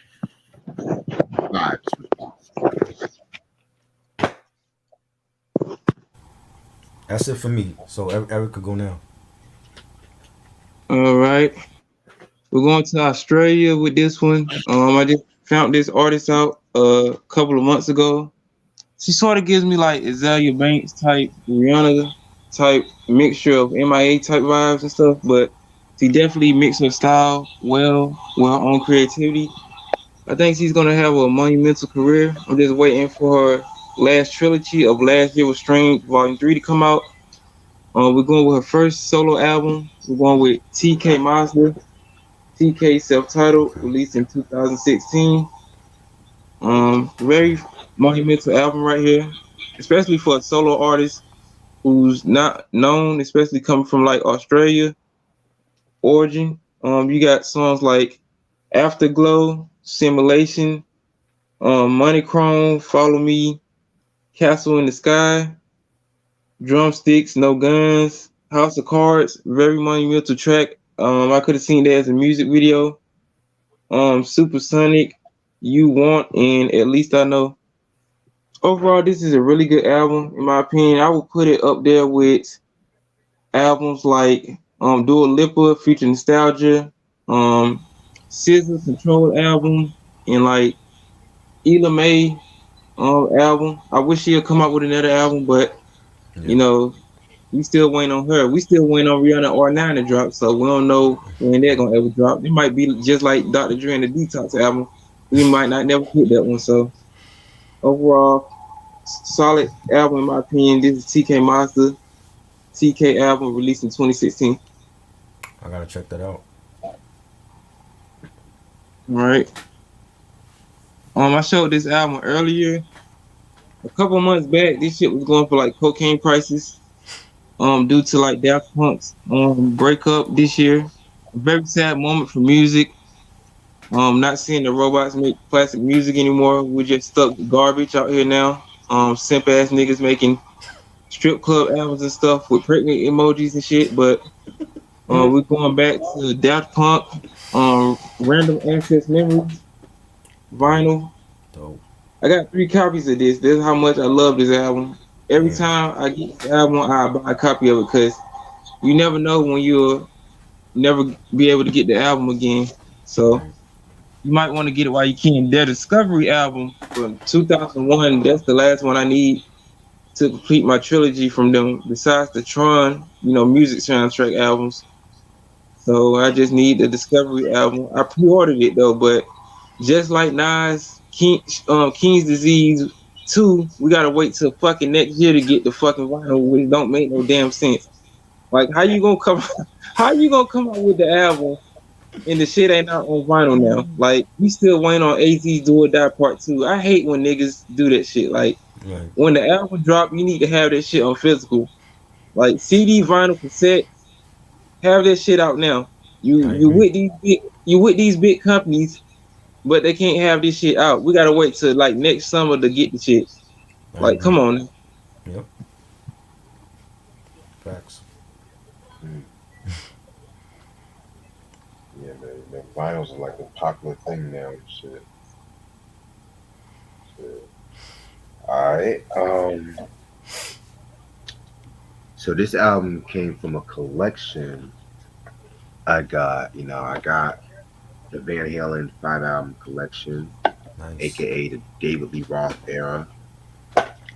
And I got their first album. I already got a copy of this one, but had to show it to y'all again. Classic album. Jamie's Crying, Running from the Devil. Probably my favorite debut album when it comes to rock music. Must have in your collection. And then the next album is a Motown album. It's Marvin Gaye with the MPG album. Came out in 1969. Very dope album. This album was produced mostly by Norman Whitfield.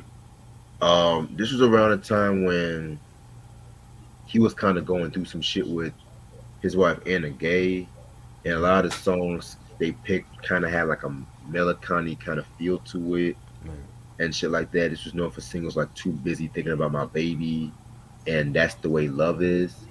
I mean, this whole album, I kind of view this album as like a precursor to maybe Hear My Dear and shit like that. And you know, Marvin and Norman Whitfield, they kind of didn't really see eye to eye when they were doing this album. Because if you guys know about Norman Whitfield, you'll know that he when he works with certain artists like Temptations and Royce, he sometimes his production overshadows like the artist sometimes and shit. And so yeah, man,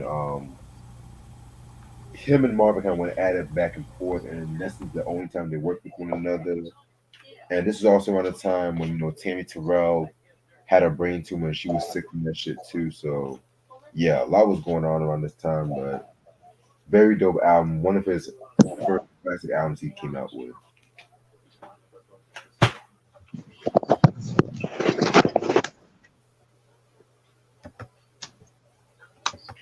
All right, we're going to the Bronx.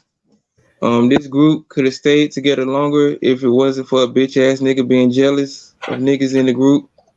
The same dude could have played tracks from this album too in the verses, but we ain't gonna go on that. I already said that shit earlier. So this album is a classic in my opinion. I wish this group stayed together a little longer.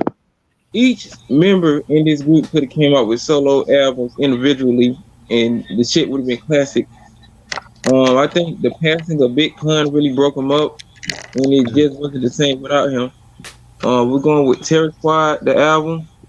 Classic. Fire, in my fucking opinion. In for Yes, Life. definitely. A fire ass way to start the album. Pass the Block. What You Gonna Do? Big Pun killed that shit. Triple Threat. Mm-hmm. Armageddon. Big Pun, Cuban Link. Fat Joe, drop that 24 Karat album, man. It's been Easy. 20 plus years. Drop that shit, nigga. Man. Get over that bullshit of you getting 3-pieced up in the club, doing the stanky leg.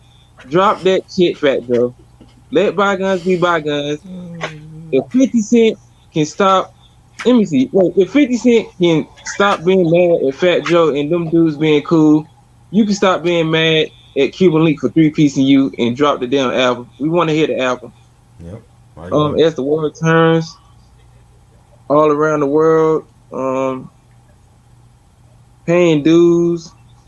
Overall, this is a fire album in my opinion. I wish they stayed together. If Pun didn't die, they definitely would have had a major impact on hip hop. You know. Yeah. All right, we leaving the Bronx to go down south. We going to the No Limit Camp. I'm glad this artist is out, in my opinion. His Shell Shock album is probably one of the greatest No Limit solo albums, in my opinion. But it's kind of hard to say because No Limit always came out with heat. You know, stuff from C Murder Fiend, Mia X, just a repertoire of, you know, artists from the scene. This is probably my second favorite album from him. It was one with Mac, with World War III, released in 1999. Highly collectible album, in my opinion. You know how it is with No Limit albums, especially Cash Money albums. When you want to get some shit, you're going to have to pay an arm and a leg for it. I got this like a year or so ago from eBay for like kilo prices. You know when you go online, you just see something that's like for a good price and you don't believe it. You might think it's like a spam account or something. Next thing you know, you buy it and it comes in the mail, but you go on Discogs and see this shit for like hundreds of dollars, you know. So to all my collectors out there, you just gotta look for shit and it'll just come to you, you know. Facts. Don't pick, man. Don't pick. All right. So I have a lot more left. Like I said, how many you have left, Eric? Wait a minute, I gotta count. Damn, I feel like I went on Spurs and shit. Jesus. I got 13 left. You got 13. Okay, I'll tell you what. I'm gonna up the ante to 4 albums and shit, cause I gotta make sure I'll be out. I have to be out by 12:45. Is that cool with you? Yeah, that's straight. All right, cool. So 4 albums. That's cool with me. Let me get my shit. All right. So my next album is another Motown. Finally got my hands on this one. It's the Commodores with the self-titled album they came out with in I 1977. think I have that one. Oh yeah, I think I yeah. have that You one. you showed it. You showed it to me. I should have. Okay. All Yeah, right. yeah, man. A lot of people have said this is like one of their best albums, and I have to be in that lane too. Um, this is known for songs like "Easy," Yes. "Zoom," "Brick House," "Funky Classics. Situation." Like this was the perfect mixture between the funky Commodores and the ballad Commodores and Mm-hmm. shit. Right. You know what I'm saying? Especially Zoom. I mean, I never get tired of hearing that track. You know, Lionel was definitely coming into his own with this album and stuff like that. You know what I'm saying? Must have in your collection. You know, he sampled that Zoom track, Jim Jones, but he couldn't clear the sample, so he put it on one of his mixtapes. Yeah, man. A lot of people sample this track too. Like Snoop sampled it Yeah. too. Yeah, classic track. I mean, Ghetto Boy sampled Easy Yeah. and shit too. So yeah, Commodores very dope.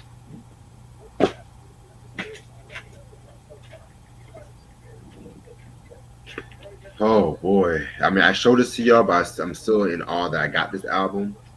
Last Cast, Soul on Ice, Yes. 1996. Yeah, I had to get try a copy of this album too. Yeah, I was trying to think what album I got you. I was like, oh yeah, you already showed it to me. Okay. 'Cause I was like, damn. I was like, I got everyone something. I was like, okay, but Ashley showed me hers.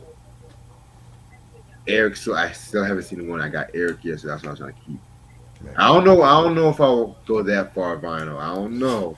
Before Lionel became a sellout. Whoa, I don't know. Watch your mouth now. Watch your mouth now. I mean, Lionel's Lionel. Oh, Like, watch your wow. mouth. But yeah, back to this major classic album. Yes, I'm not gonna give too much of my thoughts because we do have the major review coming up. But Right. this is a very must-have collection. Um, the vinyl. This is actually a respect the classic edition because this album has been out of print for years. It's still mad expensive and stuff like that. He's been compared a lot to Nas. A lot of people say he like the West Coast equivalent to Oh Nas, boy. which I disagree with He's that. I not feel like Nas. that's its own definition, but yeah, like I don't want to talk too much on this album. Like I love songs like Anything Goes, fucking Drama with Julio. Oh my god, Yeah. very dope joint and shit. Soul on Ice, but I love the Diamond D remix. That's Yes. the one I like and stuff. Definitely. So October 14th is going to be a very, very, very epic. You do not want to miss this one. I have to say Right. that right now. For sure. So Vinyl, hold on. You don't like the self-titled and the Can't Slow Down album? What? You bugs. Slow Down is a classic. I love that album. I got 2 copies of this. Tripping now, dog. You smoking something? That new Jack City in your head hard, dog. All right. Okay, my third album, You Bugging, is a lot of people kind of talk shit about this album. In my opinion, I am not one that. It's you know what? It's Wu-Tang Clan's the W. Dope album. Yeah, that's a solid album. That and the Better Tomorrow is like the only ones I don't have yet. Yeah. Great album. This one's sealed up, as y'all can see. Um, transitional album. This album was because around the time this album came out, ODB was on the run and stuff like that. You know what I'm saying? So he wasn't really on this album like that. Besides Conditioner, which Fire.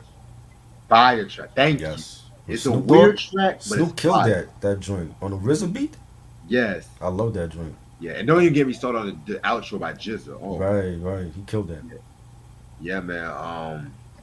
Just also known for singles like "Protect Your Neck," "Jump Off," Gravel Pit, Careful Click Click, and Loud Records was at the time getting ready to fold, like by the next year and stuff like that. Um, a lot of people kind of say that this album was not really that good because you had like a lot more people outside of Wu motherfuckers like Busta Rhymes, Snoop on this album and stuff like that. Redman. Well, Redman, I mean, he's an honorary member at this, Right. so Right. him being on an album from Wu is not really that surprising and shit. So, but yeah, because they were expecting like the first two albums, and it's also not a surprise too that the second wave, minus Supreme Clientele and Tekel 2000, was not really well. Even Tekel 2000 had its people who criticized it too. Right. It wasn't really favored well when it came to like a lot of fans and critics and shit like that too. So, and around this time too, you had the you had Rough Riders at the time, you had the Onyxes, Mm-hmm. Rockefeller was getting ready to pop up. So Right. it's like the Wu Tang pretty much. It's like they were like one in a bundle, pretty much. That explains it. So I personally, I fuck with this album. Yeah. This is Same. their last great album that they came out with. Keyword, great album. Keyword. I like Iron Flag. I know it's mixed reviews for Iron Flag though. I thought all Iron Flag was dope though. I like Iron Iron Flag Flag was too. It's a good. solid album. Yeah, Yeah. it was good, but it wasn't great to me. Right. Right. Yeah. Yeah, In between the middle. Yeah. yeah. You had songs like "Let My Niggas Live" with Nas, Crazy drink. fucking "I Can't Go to Sleep" with Isaac Hayes. Both Mhm. Ghost and RZA bought some of their best verses. Yeah. Careful Click Click. I mean, definitely an experimental album and shit like that. Must have in your collection. The review, what is the review? November 21st, around that time, we're definitely gonna do an anniversary on this one. Oh. So yeah. All right. And my fourth album, I'm so fucking glad I finally got a copy of this album. And I'm not the biggest person when it comes to trap music, but you know what? I call this a trap classic, trap masterpiece. It's Young Jeezy, Let's Get It, Thug Motivation 101.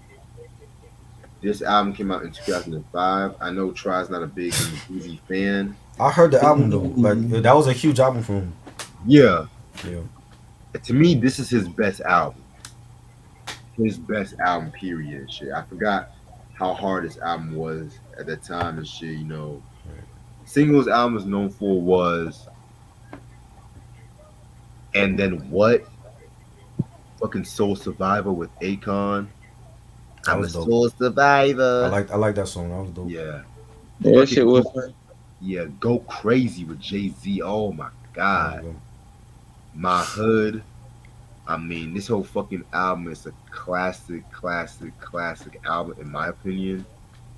I mean, his first three albums again, hands down classics in my opinion. And they recently re-released album 2 on vinyl. So, and it's like an all white vinyl and shit too. So yeah, the album to me must have in your collection. Definitely got to do it. Bless you. Thank Definitely a review on this album is coming soon. All right. We're going to the 313 Detroit. This artist is a legend in my opinion. He's been criticized throughout his whole career due to controversy, sometimes his antics, but he always came through. Especially in this generation when you got a lot of garbage ass motherfuckers out here that ain't talking about nothing. I don't know how y'all feel about him now. I think y'all gave me y'all opinion on him. We're going back to his first official album, the Slim Shady LP, Classic. released in 1997. I love the album cover too. Him and his Yeah. daughter just standing on the, what you call this shit? Like the little Boardwalk? walkway trail or something. Boardwalk. You could just see the dead body just hanging outside the truck and Mhm. shit. Yeah. Like on some insane clown pocket stuff, just putting dead bodies in the truck and stuff. You got tracks like My Name Is.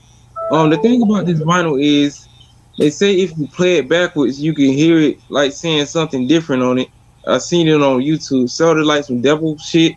Like it's crazy. I don't know if I had to like change up the RPM speed on the vinyl, but it's crazy as hell. Guilty Conscience, him and Dr. Dre. Brain Fire. Damage. If I had 97 Bunny and Clyde. I wish they had a music video of that of him and his Yeah. daughter just Mm-hmm. going crazy. You know, Kim's dead body in the trunk and shit. You know, Right. Eminem trying to explain it to his daughter and stuff. Um, Role Model. Um, Fire. Rock Bottom. Just Don't Give a. As the World Turns. Definitely love the instrumental to that. It could have had a music video for that too. Mm-hmm. Shady and Still Don't Give a.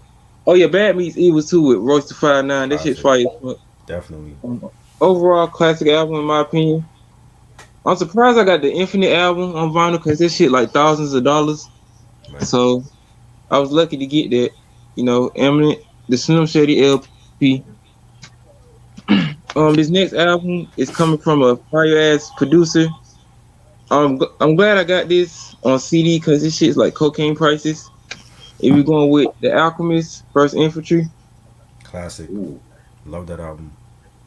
you got songs like sorry about that. You got songs like Dead Bodies featuring Prodigy, RIP, Bandana P.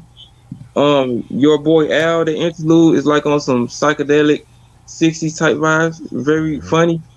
The Essence featuring the greatest rapper of all time, J to the A to the DA, Jada Kiss.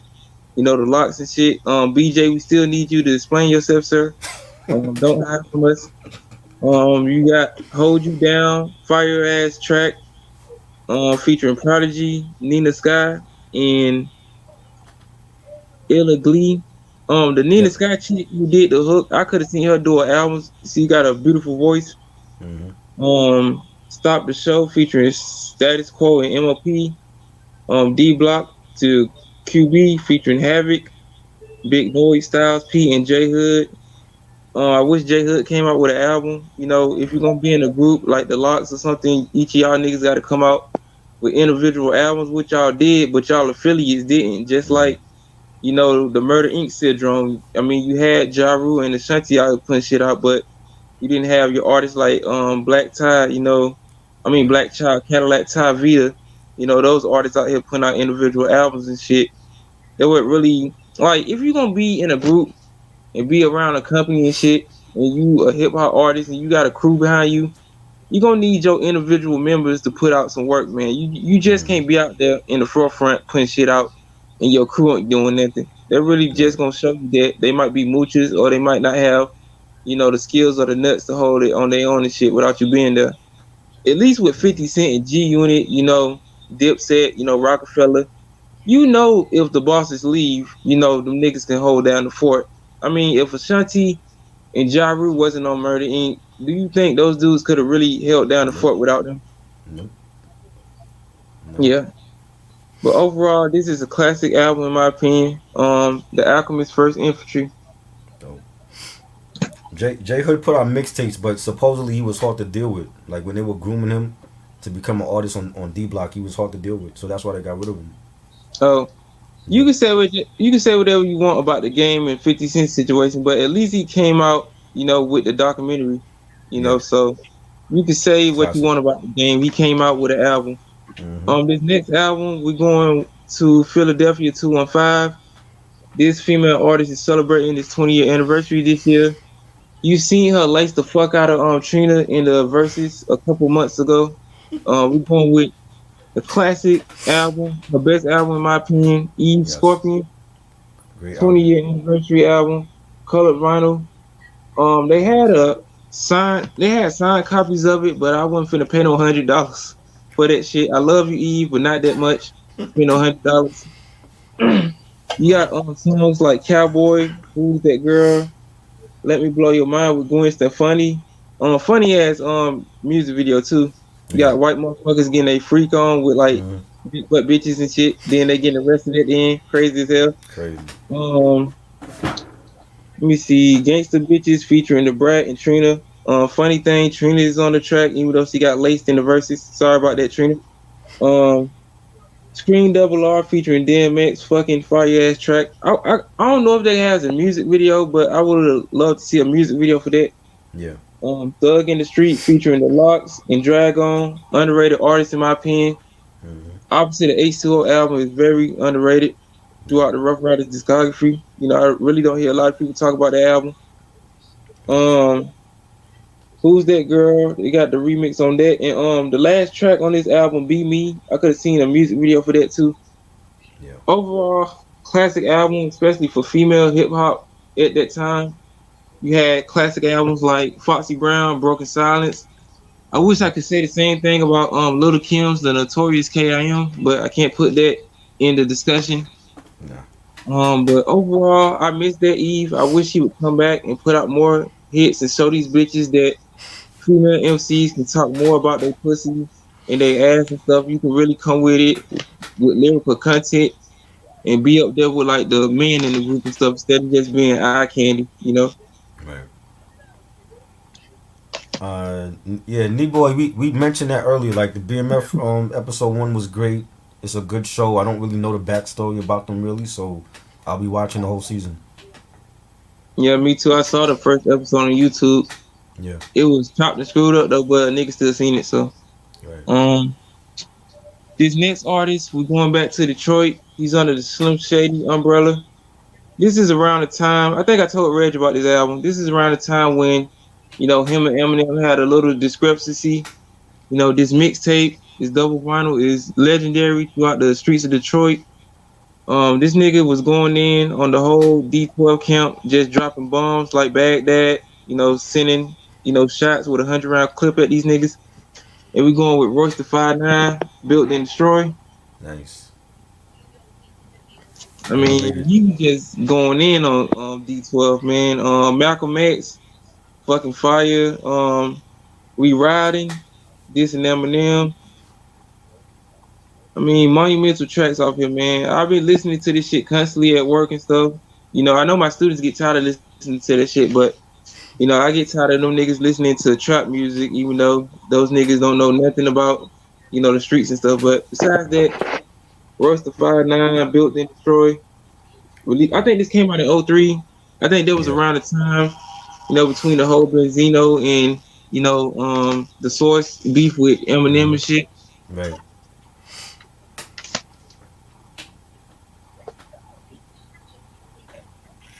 All right. Dope albums. All right. This next album is kind of a controversial album we mentioned a couple weeks ago, and it's NWA and the Posse, Oh wow. Oh, 1987. shit. Nice. We got the hype sticker too. Yes. Got this when I was at DC. Nice. Probably the best pick in DC, just for its rarity. Right. Now, just to let you guys know, this is not NWA's first album. It's actually a compilation of like the associated groups that was at Ruthless Records at that time and stuff like that. And this was released originally on Macola Records, but then actually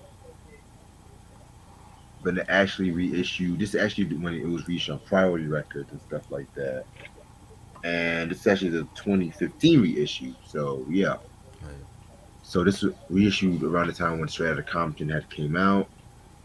The album, the singles album was known for was the original Boys in the Hood, Panic Zone. You know, had the original Dope Man and stuff like that. Had songs from the Philip Fresh crew. You know, Mr. Microphone Mike. I mean, a lot of these artists I really don't know. I'm just looking at this album just for the NWA tracks and shit like Right. that.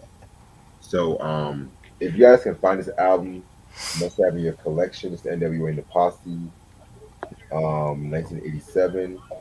May talk about this album in the future, but Okay. I'll see. All right. Now we're gonna get into another Diana Ross album. It's Wow. 1971. Yeah, Yeah, my nigga, you finally got it. yes, 1971 Surrender. Um, this album, like I said, is another album I have not really. I heard bits and pieces, but this is like a better album than the Everything album. The sound is a lot more darker. Of course, Ashford and Simpson returned and stuff Nice. like that. Um, Singles albums known for are "Remember Me," her cover of "Reach Out, I'll Be There," and "Surrender." Definitely has like a more soulful vibe and stuff like that too. So very, very, very, very, very dope album. It's kind of another rare album when it comes to Diana Ross and shit like that too. So Right. yeah, must have in your collection. Yeah, her 50th anniversary of this album too coming up. Right. I try. I know you this album here. This is a Velvet DeVoe Yes. WBBD Boot CD, the remix album. Classic remix album. Oh my god, so glad we finally got this one. Hmm. Um, to me, the last good album that they came out with, and yeah, and it's a remix album too, but I didn't care for the Hootie Mac album. Okay. That was trash. In my opinion. Like, uh, but this remix album came out in '91 and stuff like that. This is a remix album done right. Like, you had the Word to the Mother with Bob, Ralph, and Johnny. Oh my god, Hmm. classic right Great. there. They had the smooth Doomy version. They had the When Will I See You Smile Again, Ain't Nothing Changed and stuff like that. Very, very, very dope remix album. In my opinion, it's a classic remix album. Must have in your collection. Like I'm good with just this and the Poison album. Right. So like, I don't really care about getting the rest.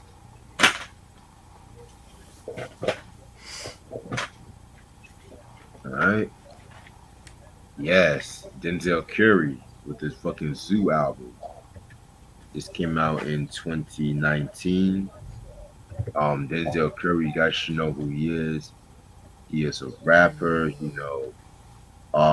definitely has a different style than like a lot of rappers these days, Definitely you can tell he's in for 3 6 Mafia and shit. He had the Top 1300 album and shit like that, which I like that album and stuff like that. That was like a more darker album. This Right. album came out like 1 year later, and this came when he was like homesick for his hometown in Miami and stuff like that. So this album kind of like a more like a mellow kind of vibe to it compared to the previous album. This was known for singles like Ricky and Speedboat. Very dope song. I love the song with Rick Ross, Birds. Carol Mart, that was a very dope track too. Definitely gotta re-listen to this album and shit. So this is Denzel Curry, Zoo 2019.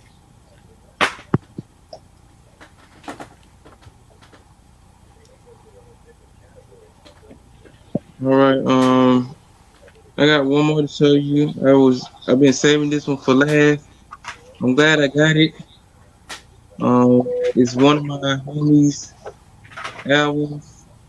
I just got it a couple months ago.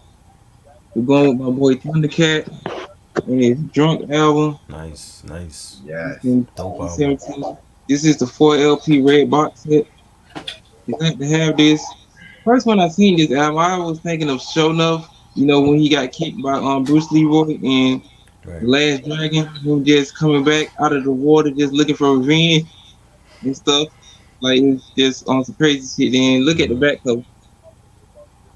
Like very like it sort of reminds me of like a black exploitation like horror film and stuff from the 70s. Right. Like just somebody coming out the water on like some Friday the 13th, like Jason X type shit. Hmm. You got monumental tracks like Busting These Streets, Lava Lamp, definitely a monumental track. I suggest you make out with your lady to that song, very mellow. Show You the Way featuring the legend Michael McDonald, still got that beautiful voice. And Kenny Loggins, Walk On By featuring Kendrick Lamar. I might get some hate from this, but I hated Kendrick Lamar on this fucking track. He did not fit. I could have seen like Wiz Khalifa or something or somebody else. What? I did not like him on this. Oh, I did not like him on this song. what? I'm sorry. Wiz Khalifa, what? Wiz Khalifa's on the album though. He's on the album. I know, but Somebody like I just didn't like Kendrick. I didn't like his rhymes though. I don't know what it is about that track and Kendrick Lamar, but maybe Snoop Dogg could have did it or something. Like I don't know. I'm sorry about it, man. Yeah. Wiz, You got extra songs like Tokyo, Jamil Space Ride, Friend Zone is a funny ass track in my opinion. Basically, it's like you trying to get with a girl, you trying to get a home run, but to keep you at second base, and you just getting frustrated and shit. We all been there. Especially with bitches like this these days though. Them changes, another fire song, Inferno, Drunk, the Turn Down featuring Pharrell. I can tolerate Pharrell when he ain't out here posing, doing gay Japanese Power Ranger poses and shit. DUI. Overall, this is a monumental album. Thundercat never disappoint. And speaking of Thundercat, his 10-year anniversary of Golden Age Apocalypse, I think that's the album he put out in 2011. The 10-year anniversary of that is this year, so I'm gonna be on the lookout for that on the next record store day, which is in November. Boy said Chingy would have been better. Would have been better for the song. I'd rather keep Kendrick Lamar on that nigga. Don't do that, sir. No, Chingy? Wow. no, nigga. before I show the rest of these albums, I'm gonna boil some water. I didn't expect it like that. Yo. 5 seconds. He said Chingy. Before I cut the motherfucker out. Wow. This nigga said, "Chingy, come on, dog." I could have did. I didn't like Kendrick Lamar on the track, but damn, nigga, like you put an unorthodox motherfucker on the track. Like, come on now. I'd rather just have the shit with just Thundercat on it. If you can say that, damn, nigga. Yo. This song is not bad at all. Like that. Chingy would have made it worse. You know? That's funny. That dude's crazy, man. Nigga said Chingy, like, come on now. Oh man. Dollar Store Nelly, right? Nelly is kilo prices bigger than that nigga. We don't want none of Nelly. Who's that? Paradise Killer? This is a video game soundtrack. Oh, okay. It's called Paradise Killer. I love the album cover. That's dope. Yeah, it's sort of like 80s, 90s Japanese anime type shit. Like if you listen to the soundtrack, it's like on some Yu Yu Hakusho, Sailor Moon type shit. True, I've been collecting more video game soundtracks like Killer Instinct, Sonic the Hedgehog, stuff like that. Contra. There's a lot of Japanese vinyls I've been collecting. Some of this shit like is in Japanese, but some of the stuff is like got that 80s pop type vibes and stuff. It's sort of like if you listen to the music, you'll wish you was in Japan or something, just like the city and the lights and stuff. Yeah. Sort of like if like when you listen to like one of those retro classic anime shows and stuff. Yeah. Mm-hmm. Like music that's fitted, Yeah. Wow. I'm gonna start giving my opinions on some of these albums because some of y'all in the comment section like talking about Nelly. We talking about Nelly again? Nelly's my nigga, man. Like, leave Nelly alone. Nelly can do a world tour right now off his first album and still get paid. Half these mumble rappers will not be around in the next 15 to 25 years. I'm gonna just say that right now. Drake waffle color ass will be around. Chris Brown crazy ass will be around. Say what you want about Chris Brown, but that nigga can dance his ass off. Oh yeah, he's dope. Justin Timberlake will be around in the next 25 years. I have a little bit more respect for Justin Timberlake right about now because I listened to a couple of his tracks at work. Rock Your Body, that's my shit. I love that. I don't give a fuck what nobody say. That track is fire, man. So, I don't know, man. It's just been a crazy ass video. I'm gonna just stop giving my opinions about shit because niggas in the comment section are just saying the most outlandish shit. So And that's funny. All right. So my next album is an R&B album. It's Luther Vandross, Power of Love. Nice. This came out in 1991 on Epic Records. Very, very dope album. Just got him hella awards. In my opinion, probably his best album in the 90s, maybe, and shit like that. I mean, this was known for songs like Power of Love, Love Power. I love that track. The Rush, Emotional Love. I mean, this was Luther definitely at his prime doing what he does best. Excuse me. Very dope. Then I got the Toy Story soundtrack. Oh wow. Yeah. What's on there? I never saw the movie, so I don't know what's on there. you got Well- a friend in me. Yeah. You got a friend in me. I mean, we all know By the about- old guy with the glasses? Yeah, Randy, what's his name? Randy Newman. Newman. Wow. Okay. Yeah, man. I mean, this was $1. I was like, fuck it, you know. Right. And, I'm a fan of Toy Story and stuff like that. Definitely a very dope movie and shit. Right. Like I said, it's only $1. Very dope. It's sound. gonna be worth something. It's Disney, so Oh yeah. Yeah, it's gonna be a collectible one day. Yeah. You can show your grandkid. Like I paid $1 for this shit. Now it's worth millions. Right. All right. I had this album, but I think I accidentally sold it. So I got the CD version, and I'm grateful now because I have all the albums from these artists. DJ Jazzy Jeff and the Fresh Prince, and in this corner, this came out in 1989. I'm not gonna lie, this is probably my least favorite album that they've done. what? It's still a good album. You like Code Red more than that one? I think that's better than Code Red. Whoa, now you're going way too far. Cold Red was fire. That's fire. That was probably That Will first and track Will- where the first track where Will's talking about the haunted, going to the haunted mansion. I love that song. Yes, Great storytelling on that track. yes, like that was probably his best lyrical album. Cold Yeah. Red and shit. Yeah, but with this album, I don't know. I mean, it's a good album. And, I think I could beat Mike Tyson. Classic. Girlie had a mustache. But compared to like the first two and the last two, it didn't really hit me as much because Home Base grew on me That's and great. stuff like that grew on me. I've always loved He's the DJ, I'm the Rapper. Yeah. Code Red again, that might be my favorite album. Right. And shit, Rock the House, I gotta re-listen to that one, but this one again, it was okay. And shit, like I'm just grateful I got all that album and shit. So yeah, Dope. out of print. Now we're gonna get into the good shit. All right, now. Okay, you know what? Yes.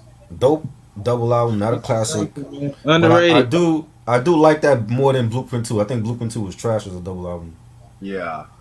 I'm gonna save most of my thoughts on this album, but this album was known for songs like Bridging the Gap, Feast Theme, Just a Moment. It's okay. I'm gonna save my thoughts on this one. I'm just gonna be fair. I like it. I'm gonna just say I that. like it. I like it too. it. Yeah. We done heard worse though with this album's Culture 2. Oh, we just Right. motherfucker, this is y'all best album. Motherfucker. Culture 1, nigga. This is your Right. magnum opus. Culture 3, you niggas didn't do nothing on that album. Solo wise, you niggas have never did nothing solo wise. Right. This is your magnum opus. Migos, if you listening to me now on this live stream, if you gonna make music, go back to doing shit what you was doing on Culture 1. Please. Yes. And I'm not even the biggest Migo fan. I like Culture One and shit. So And they was coming up on the mixtapes and shit, and they was doing it. Then next thing you know, these niggas get spoon fed and get hungry and shit, and they just stopped working. Like you niggas can't keep doing that shit, man. Y'all say what y'all want about Kanye West, but Kanye West music will live forever. Mm-hmm. Drake make music now for kids now. It's basically like fast food. You motherfuckers gonna think it's hot and the next trending thing right about now, but it's not a home cooked meal. I can remember more Kanye West tracks than Drake tracks, in my opinion. And if these niggas ever do a versus, Kanye West will massacre that nigga. I don't know about that. No, I think it'll be a close battle. I'm saying that now. Wait, Okay. I can Kanye, remember. Kanye I can over remember. Drake? I can remember more Kanye West tracks than some Drake tracks. Drake tracks, they're good though, but will some of those tracks ever stand the test of time like Kanye West tracks? Hell no. Too early to tell. I don't know. Yeah, man. Definitely. Going to talk about Streets of Cypher one day, but I'm just gonna be spoiler alert. It's not one of my favorite Nas albums, but it's better than most. Jesus, I was kind of saving this album for later, but What I is was Dragon kind Tales? of. What is I what is had to Dragon? get this album just for my. What is Dragon Tales? I just want to know. Knee-Boy said you're gonna buy the Dragon Tales double album. It's a PBS show. Oh, okay. Ha ha, very Yeah, funny. so what the fuck? I was like, what the hell are you smoking? Ha ha, very funny. Just y'all, man. I have an album that called Little Dead Dick. Just to let you know, man. Like It's a comedy album though, but that shit don't count. Alright, but just Ice Cube's One Piece Volume 2 Oh wow, you finally got it. You finally got it. actually got this shitty ass Why? You don't like the album? Why did you get it? for collector's purposes. Oh, collectors? I'm a completist and shit. I got it Okay. too, man. I'm sorry, I got it too. You ain't the only one. It's I had to get one album because I do plan on talking about One Piece. it's not that bad.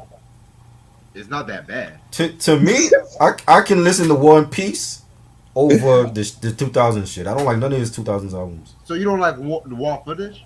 Nope. Don't You- like none of his albums. Yo, what the I can't even remember none of his 2000 words. I don't ain't remember. even- I don't even remember that. And I have was it like Laugh Now Cry Later? I have that one. Yeah, But Last I don't Time like Around, it wasn't that good. Nah, I don't like none of his I albums. never heard it. I can't get my opinion on it. Raw Footage was the best album in the 2000s. That's his best one. Yes, What about the I Am? Was it I Am? Not I Am West. Is it I Am West? trash. You didn't like that one? That one got his sons on it, don't it? Yeah, trash. Like you have an album. It's like with Nasty. You have an album called I Am the West. Right. But you rapping like you from the South and shit. But, Right. That's what I didn't like. He had Little Yeah. John on there and shit. Exactly. But back to this album, War and Peace Volume 2. This came out 2 years after the first War and Peace. Around this time, he was working on Next Friday, which that's y'all favorite Friday movie. Which I Nigga, the first one, my favorite. argue. I'm not a huge Friday fan, so Yeah, I like- Come on, man. Next Friday, I like Next Friday more than the first one. shit. And he was kind of phone. I'm gonna be real. This was his last album on Priority, and he was kind of phoning this album in on certain tracks. I don't like Until We Rich. I don't like that. I track. love that with Crazy Bone. That shit is fire. Hello is decent. Hello was fire. You don't like Hello? I like it, but I don't love it. Okay. I feel like the beat could have been better by Dre. In my opinion. I felt that beat. It sounds like more Exhibit than for you, in my opinion. Which I'm gonna say my thoughts. Right. And again, that was the best known track off that album, and Right. of course, that was the first track off the album and shit. Did Record right. company. Did right. The record company Pimpin', I didn't care for. I mean, the first War and Peace wasn't good, but it had some tracks I could tolerate. But this album, I didn't like. Even the You think album. if they would be EPs, they would have had a bigger impact in his discography? You said what? If they would have been like a double EP or something, you think they would have had a better impact instead of just being whole album? I mean, maybe, maybe not. It's just all about the quality, man. Okay. Because even Jay-Z had to scale back and do the Blueprint 2.1 and shit. So Mm-hmm. it's all about the quality in the music, man. That's all I gotta say. And Ice Cube, I love this shit from '89 to '96. Everything after '96, I'm just iffy about. Yeah, but I'm grateful I got this album just because even the album cover, what the fuck? Like, ah, god damn. Okay. So fucking retarded, Let me get into some heat right quick. Ooh, let me go back to some of my rock music because man.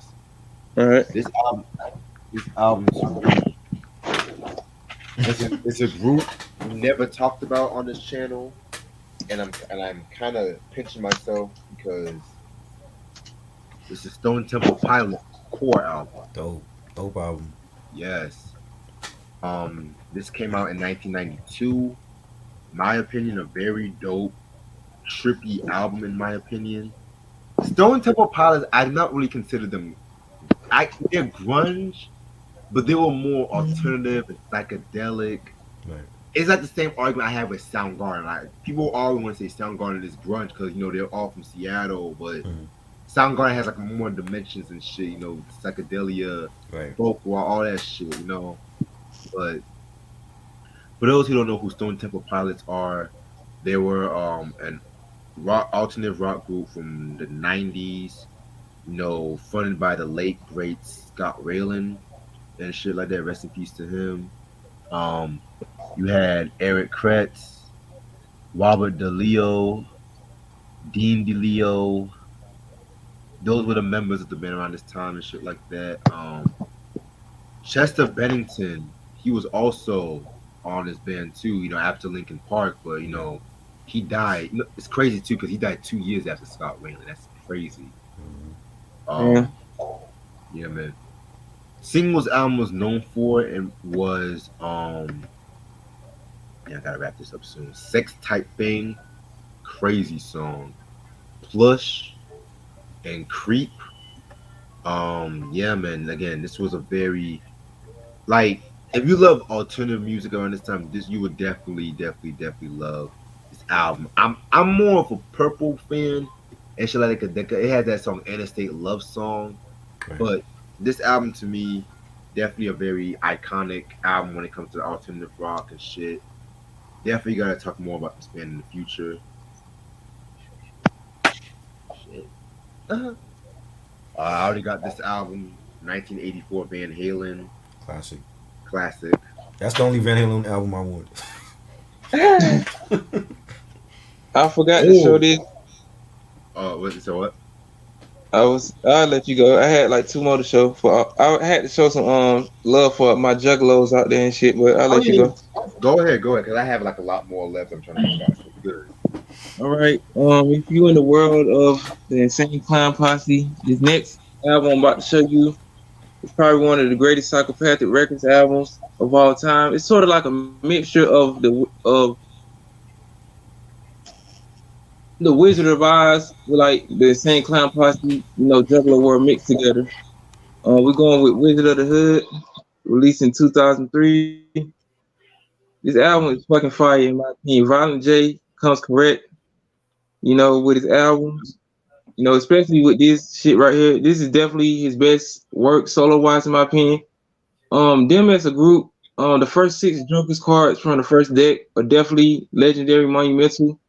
Definitely had an impact throughout the hip hop world, especially through the underground scenes. You got classic tracks like Let It Rain, Yellow Brick Alleyway, Homies to Smoke With, Thug Wildin', What You Thinking About. I suggest you get high with that track if you want to just have those mellow moods with it. Shiny Diamonds, The Wizard's Palace, monumental album in my opinion for all my Insane Clown Posse ICP fans out there. This was around the time when the Wraith happened 2 years after Shangri-La, which was in 2001. And the whole record label was just a family. It wasn't just broke up, with Twisted leaving and everybody leaving, in like the mid 2010s and shit. So Wizard of the Hood, Violent J, get it right here. Dope.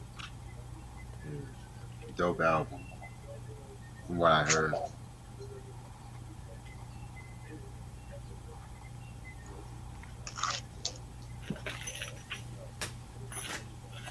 The Great I heard. Malenko, Purple Case. When this shit came out, they took it off the shelves so quick, fucking with Disney. They already know what the fuck that was already about, so why would you take the album off the shelves, knowing They, damn well motherfuckers wanted to get it like crazy? I mean, if you listen to their discography, you already knew what the Dark Carnival was about. Like each Joker's card represented something different. And especially like with the Great Malenko, like this Joker's card represented, like something being mysterious, sort of like a wizard, with magical powers, just take you on a journey and stuff. I mean, you got songs like The Great Malenko, How Many Times, Southwest Voodoo, Under the Moon, What is a Juggalo, House of Horrors. Definitely reminds me something of The Ringmaster from '94. But overall, classic album in my opinion. Definitely had a major impact on hip hop when it comes to like that wicked shit. Legends from like Esham. Like Anybody Killer Twisted. Their discography of Most Tasteless, Freak Show, which came out in 2000. But yeah, Great Malenko, Purple Case. mm, okay, I see you. I see you. I'm not the biggest Insane Clown Posse fan, but I do respect the fact that they've been independent all throughout their career and shit. For the Yeah. most, yeah, man. If y'all would recommend me one album to listen to, what would it be? Just do they have like grimy beats or like Like if I you don't want like if you want something real dark, I think that Darkest album from that first deck. I'm not an expert on like the wicked shit like the other OGs like throughout the times coming up with like the Insane Clown Posse. But I think that Darkest album is either between Ringmaster from the first deck or Riddlebox from '95. So I suggest you check those both two out if you want to hear like some wicked evil shit and stuff. okay. Because I like I said, I'm just to see what I'm missing. You know what I'm saying? Because Right. yeah. All right. Damn, man, I'm so bad with time. It's 1 o'clock in the morning, and I still got like 4 hours. 20. I think 15 or 20. But I'm like I said, I'm gonna run by these motherfuckers. Van Halen, Diver Down, 1982. This album was like a covers album and stuff like that. You know what I'm saying? This was known for the cover of Pretty Woman, Dancing in the Street, shit like that. Right. Pretty solid album. All my Van Halen fans should know about this one. We did a review on Chino XL, Here to Save You All. Classic Classic. in my opinion. Yes. Rolling Stones, Steel Wheels. This album came out in 1989. This was the comeback album after they were beefing. They like making Keith and shit like that. A lot of people like this album, but I felt like the album kind of got overshadowed by the tour Right. because the tour was very successful and stuff like that. This album was known for songs like Mixed Emotions, Rockin' a Hard Place. Love that track. Definitely a must-have in your collection. Yeah, man. Mary J. Blige, The Breakthrough. Classic. Yes, her That's best. that's my last good. I think that's the last good Mary album. Yeah. Um, that's like I mean she had some good albums after. Yeah. I did like Growing Pains and shit That was like good. that, That was cool. but I don't really listen to her later 2000s work like that. shit. But yeah, The Breakthrough. I remember when this album came out. This was actually what introduced me to Mary J. Blige too. Right. Be Without You. I mean, that song alone was classic. Oh yeah. Terrence Howard. They used to play that all the time on BT, VH1. That was a big song back in '06, '05. Right. Yeah, Enough Crying. She did a version of U2's One, which that was a very dope version. Um, I think, and this album too was very successful. It got her some Grammys, if I'm not mistaken. Yep. Yeah, got her some Grammys too. Yeah. She won 3 awards. Yeah, she won 3 awards in the Grammys too. She won like hella BET awards. and stuff like that. This came out after the horrible Love and Life album, in my opinion. That's and I like Yeah, that one. but yeah, Breakthrough. Definitely want to talk about this one day. Yeah. All right, now we're gonna go back into rock. We're gonna go into U2 with Pop. Oh Jesus, where do I begin with this album? This album came out in 1997. Um, this was like I said, I like weird U2, but I have my limits. It's not a bad. A lot of people say this was like their worst album, but Mhm. how can I put this? They didn't know what the fuck they were doing on this album. I'm just gonna be real. I mean, yeah, songs like "Staring at the Sun," "Last Night on Earth," "Please," those were singles and stuff like that. Um, Jesus Christ, I mean, this was a lot more techno and stuff like that too. You know what I'm saying? Even the band, even the band does not really care for this album like that. I mean, I'm more of a Zooropa when it comes to YouTube. I like weird YouTube, like the Zooropa, Right. like when they go out the box, unconventional, like what's the fucking album called? Rattle and Hum, Yeah. shit like that. You know what I'm saying? This album to me, just stay tuned when I have to say about this one. That's what I'm gonna say. Then we're gonna get into Black Eyed Peas with Bridging the Gap. Dope. Fucking dope album. This came out in 2000. This was the second album that they came out with. Um, Back when they were still, how can I put, they were still in their element, in my opinion. Pre Fergie, that's the best way to put it. Right. I mean, they still had the hip hop track. They had songs like Cali to New York with De La Soul, very dope one track. Weekends and shit like that. Very very dope album in my opinion. Yeah, man. Knee Boy's asking, did you like the Mary Think Like a Man album? It was alright. I mean, I it was forgot you alright did and that. shit. And I know Sam asked me about No More Drama. No More Drama, I love. I love No More Drama. That was So, good. yeah. Next is Van Halen 2, 1979. I'm gonna be real with you guys. It's actually my least favorite Van Halen album from their golden period.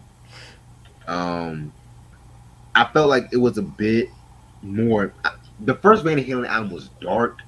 This one they try to go for. I mean, it had its dark moments, but they were kind of going for like a more radio airplay and shit. Right. But compared to the latter Sammy Hagar albums and the Van Halen 3, this is a masterpiece and shit like that. So, yes, yes. Very, very, very, very, very, very, very good album. Not great, but good. Right. Oh, this album. I'm so glad I finally got this one in my collection. It's Tevin Campbell, Back to the World. Nice. This came out in 1996. And I kind of feel like this is better than I'm Ready in after we listened to this album and shit. Wow. I mean, this is pretty much, if I had to pick underrated R&B albums, this is definitely top 3. Okay. I know he looks like the old dog on this album cover. I know, but it's still a very good. It's probably one of his most soulful albums and shit. This album was known for songs like "Back to the World," "I Got It Bad," "Could You Learn to Love." The song "Could It Be." All my Wiz Khalifa fans should know about that song because the song upsampled that track. Right. I mean, this whole album is like a lot more smoother. Vocally, he was still in his element and stuff like that. I've not heard a self-titled album as of yet, That was good. but yeah, man, this album to me, classic in my personal opinion. I like it way better than the fucking I'm Ready, and I love I'm Ready. I'm Ready was very good too. Mhm. All right. We're gonna plan on doing a review on this album this week with another EP, which I'm just gonna announce right now. It's Ice Cube, with Kill at Will. This came out in 1990.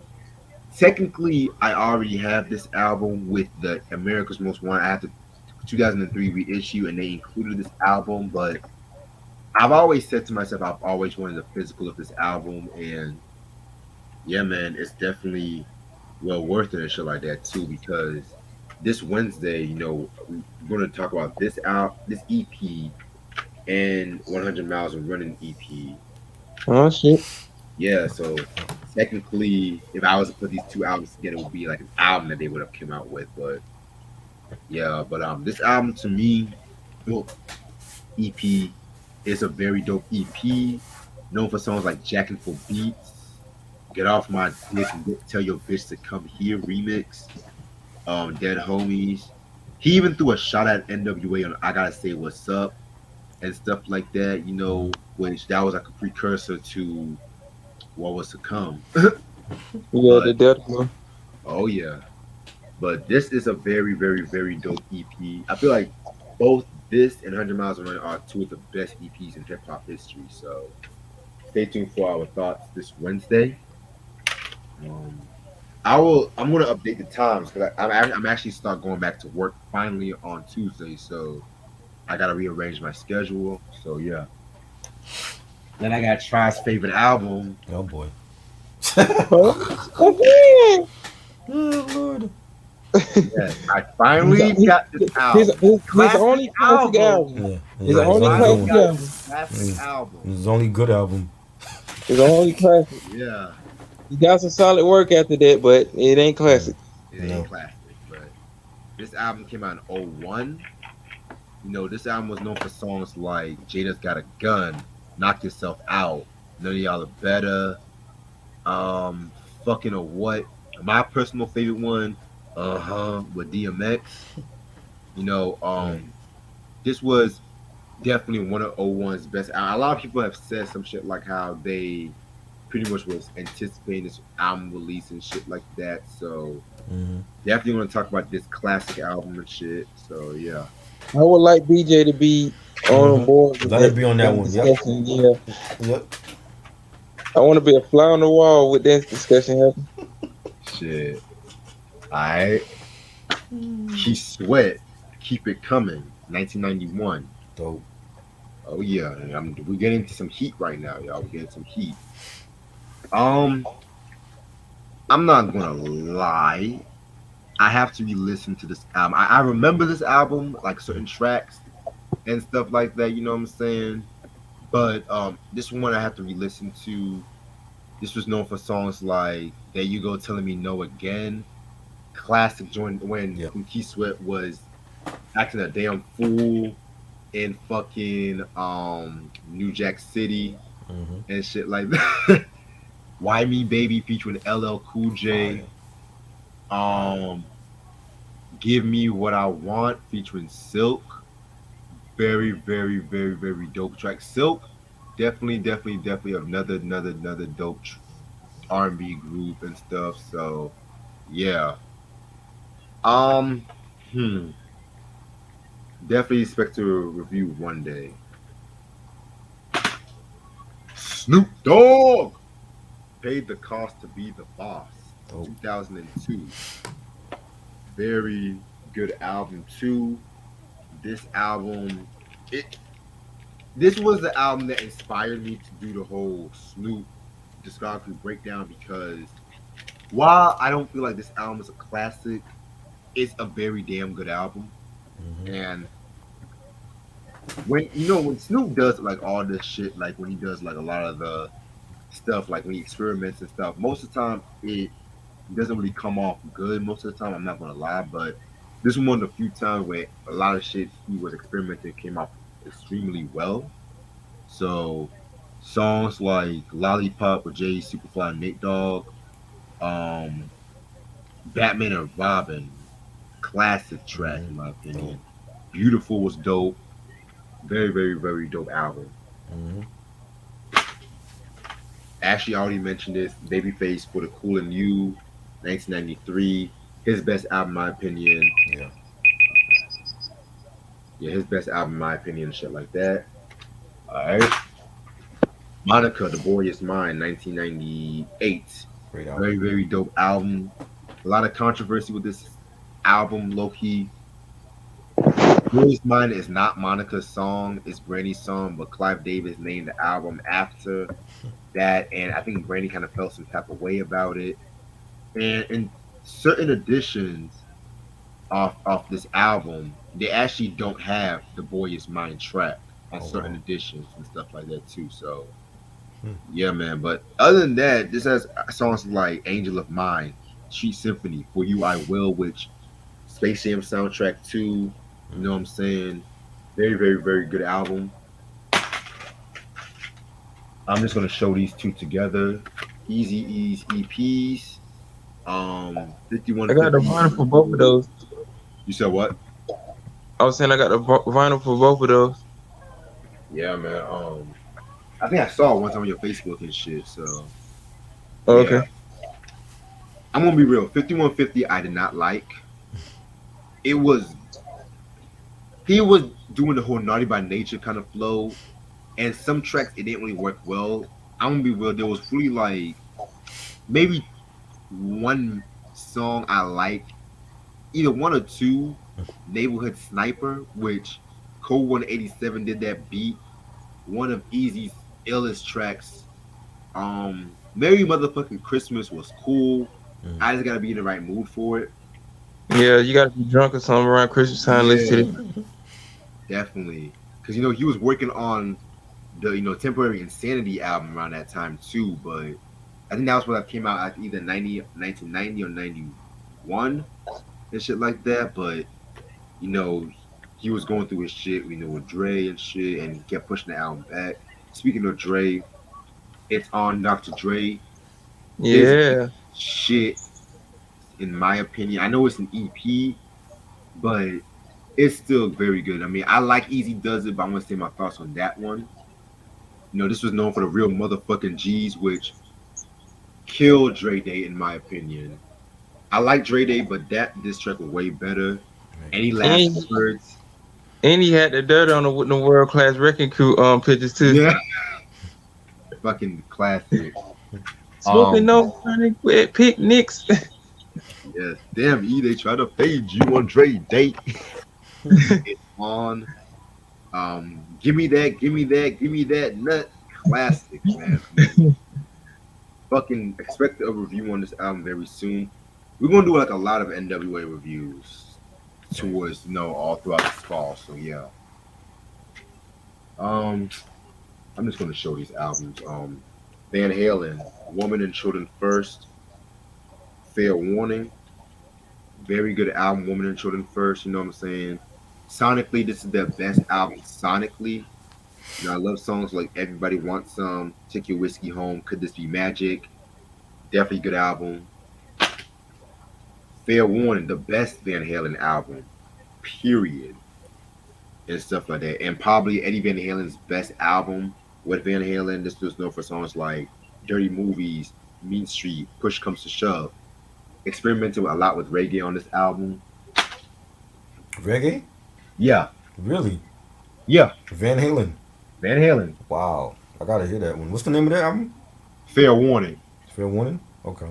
I need to check that out too. I don't got no Van Halen working my Interesting. discography. Yeah. These are not albums, but it's the Honeymooners Complete Classic 39. Great, great. So, Yes. You know how much I love the Honeymooners and Mhm. shit Yeah. and stuff like that. This is, when they had the sitcom and shit like that. Cause originally started off as a sketch comedy series and stuff too. And Right. good luck finding most of those sketches, because if you just go to the lost episodes in Tubi TV, you'll be able to watch most of them. I got the MC8 source issue. Nice. All Very right, dope. fire. This one I think was around the time when he came out with All for the Money. 94. Yeah, Yeah. this came out in February '95, so we come strapped and shit, but still killing it in the charts. Alright, the Holy Grail. Yeah, that's it. Batman the animated series. Oh, wow. Sound. Oh, score. shit. Soundtrack. I never seen the soundtrack before. Yeah, they have like 12 volumes of this Wow. shit. And this score right here was featured on some certain episodes and stuff like that.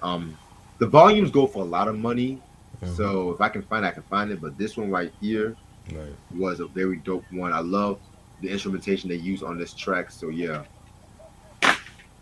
Nice. I-20, self-explanatory. Finally got my hands on this album, his only album, even though Disturbing the Peace was too chinky. But you know what? I'm gonna say my thoughts on that. I'm gonna stick with China. Right. Shauna looking Definitely good. got a man. review coming October 5th on the anniversary of the album and stuff like that too. So I'm gonna save most of my thoughts on that. Yeah, we got our DVD. I got a DVD collection and Blu-ray, 4K stuff. Yeah, I got that stuff too. Yeah. All right, then we got Neil Young, Harvest. Wow. Yeah. This came out in 1972. No, very very dope album. A lot of people say this is his best album. I tend to disagree. I'm more of a tonight person and shit like that. Right.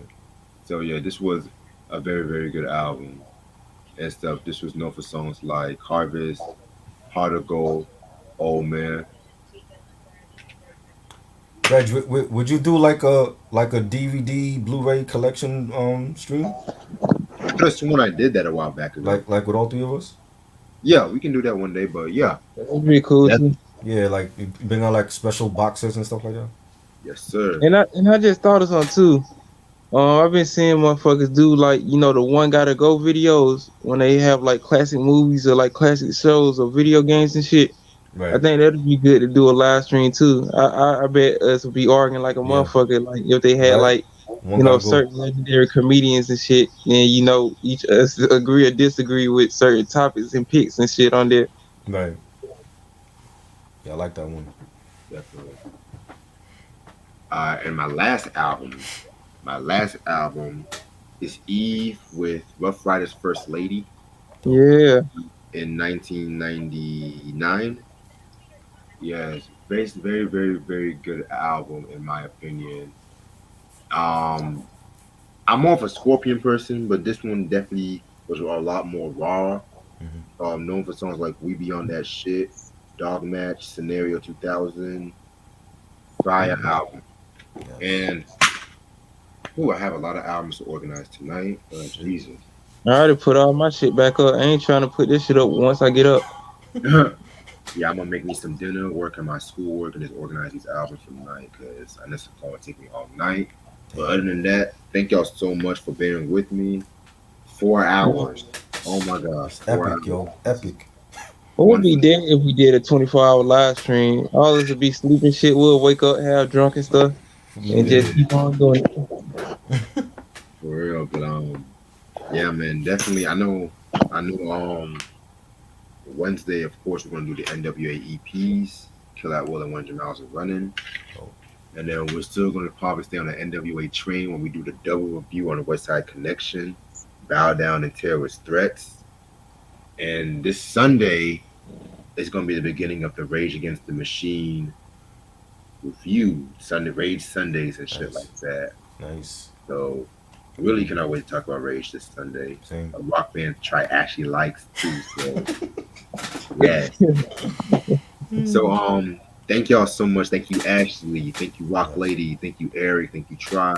No Thank you doubt. guys all so much Thanks, for bearing with me. This might be like the biggest collection I've had to date and stuff like that too. So We need to do stuff like this. Cause a lot of motherfuckers on their channels ain't gonna do shit like this. They think they too big to show off their collection and stuff.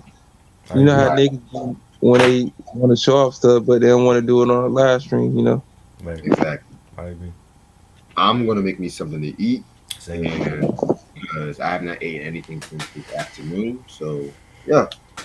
I will see you guys on Wednesday. Hope everyone has a good night and stay safe All right. and whatnot. Peace. Peace. All right, peace, man. Peace out, y'all. Peace, peace.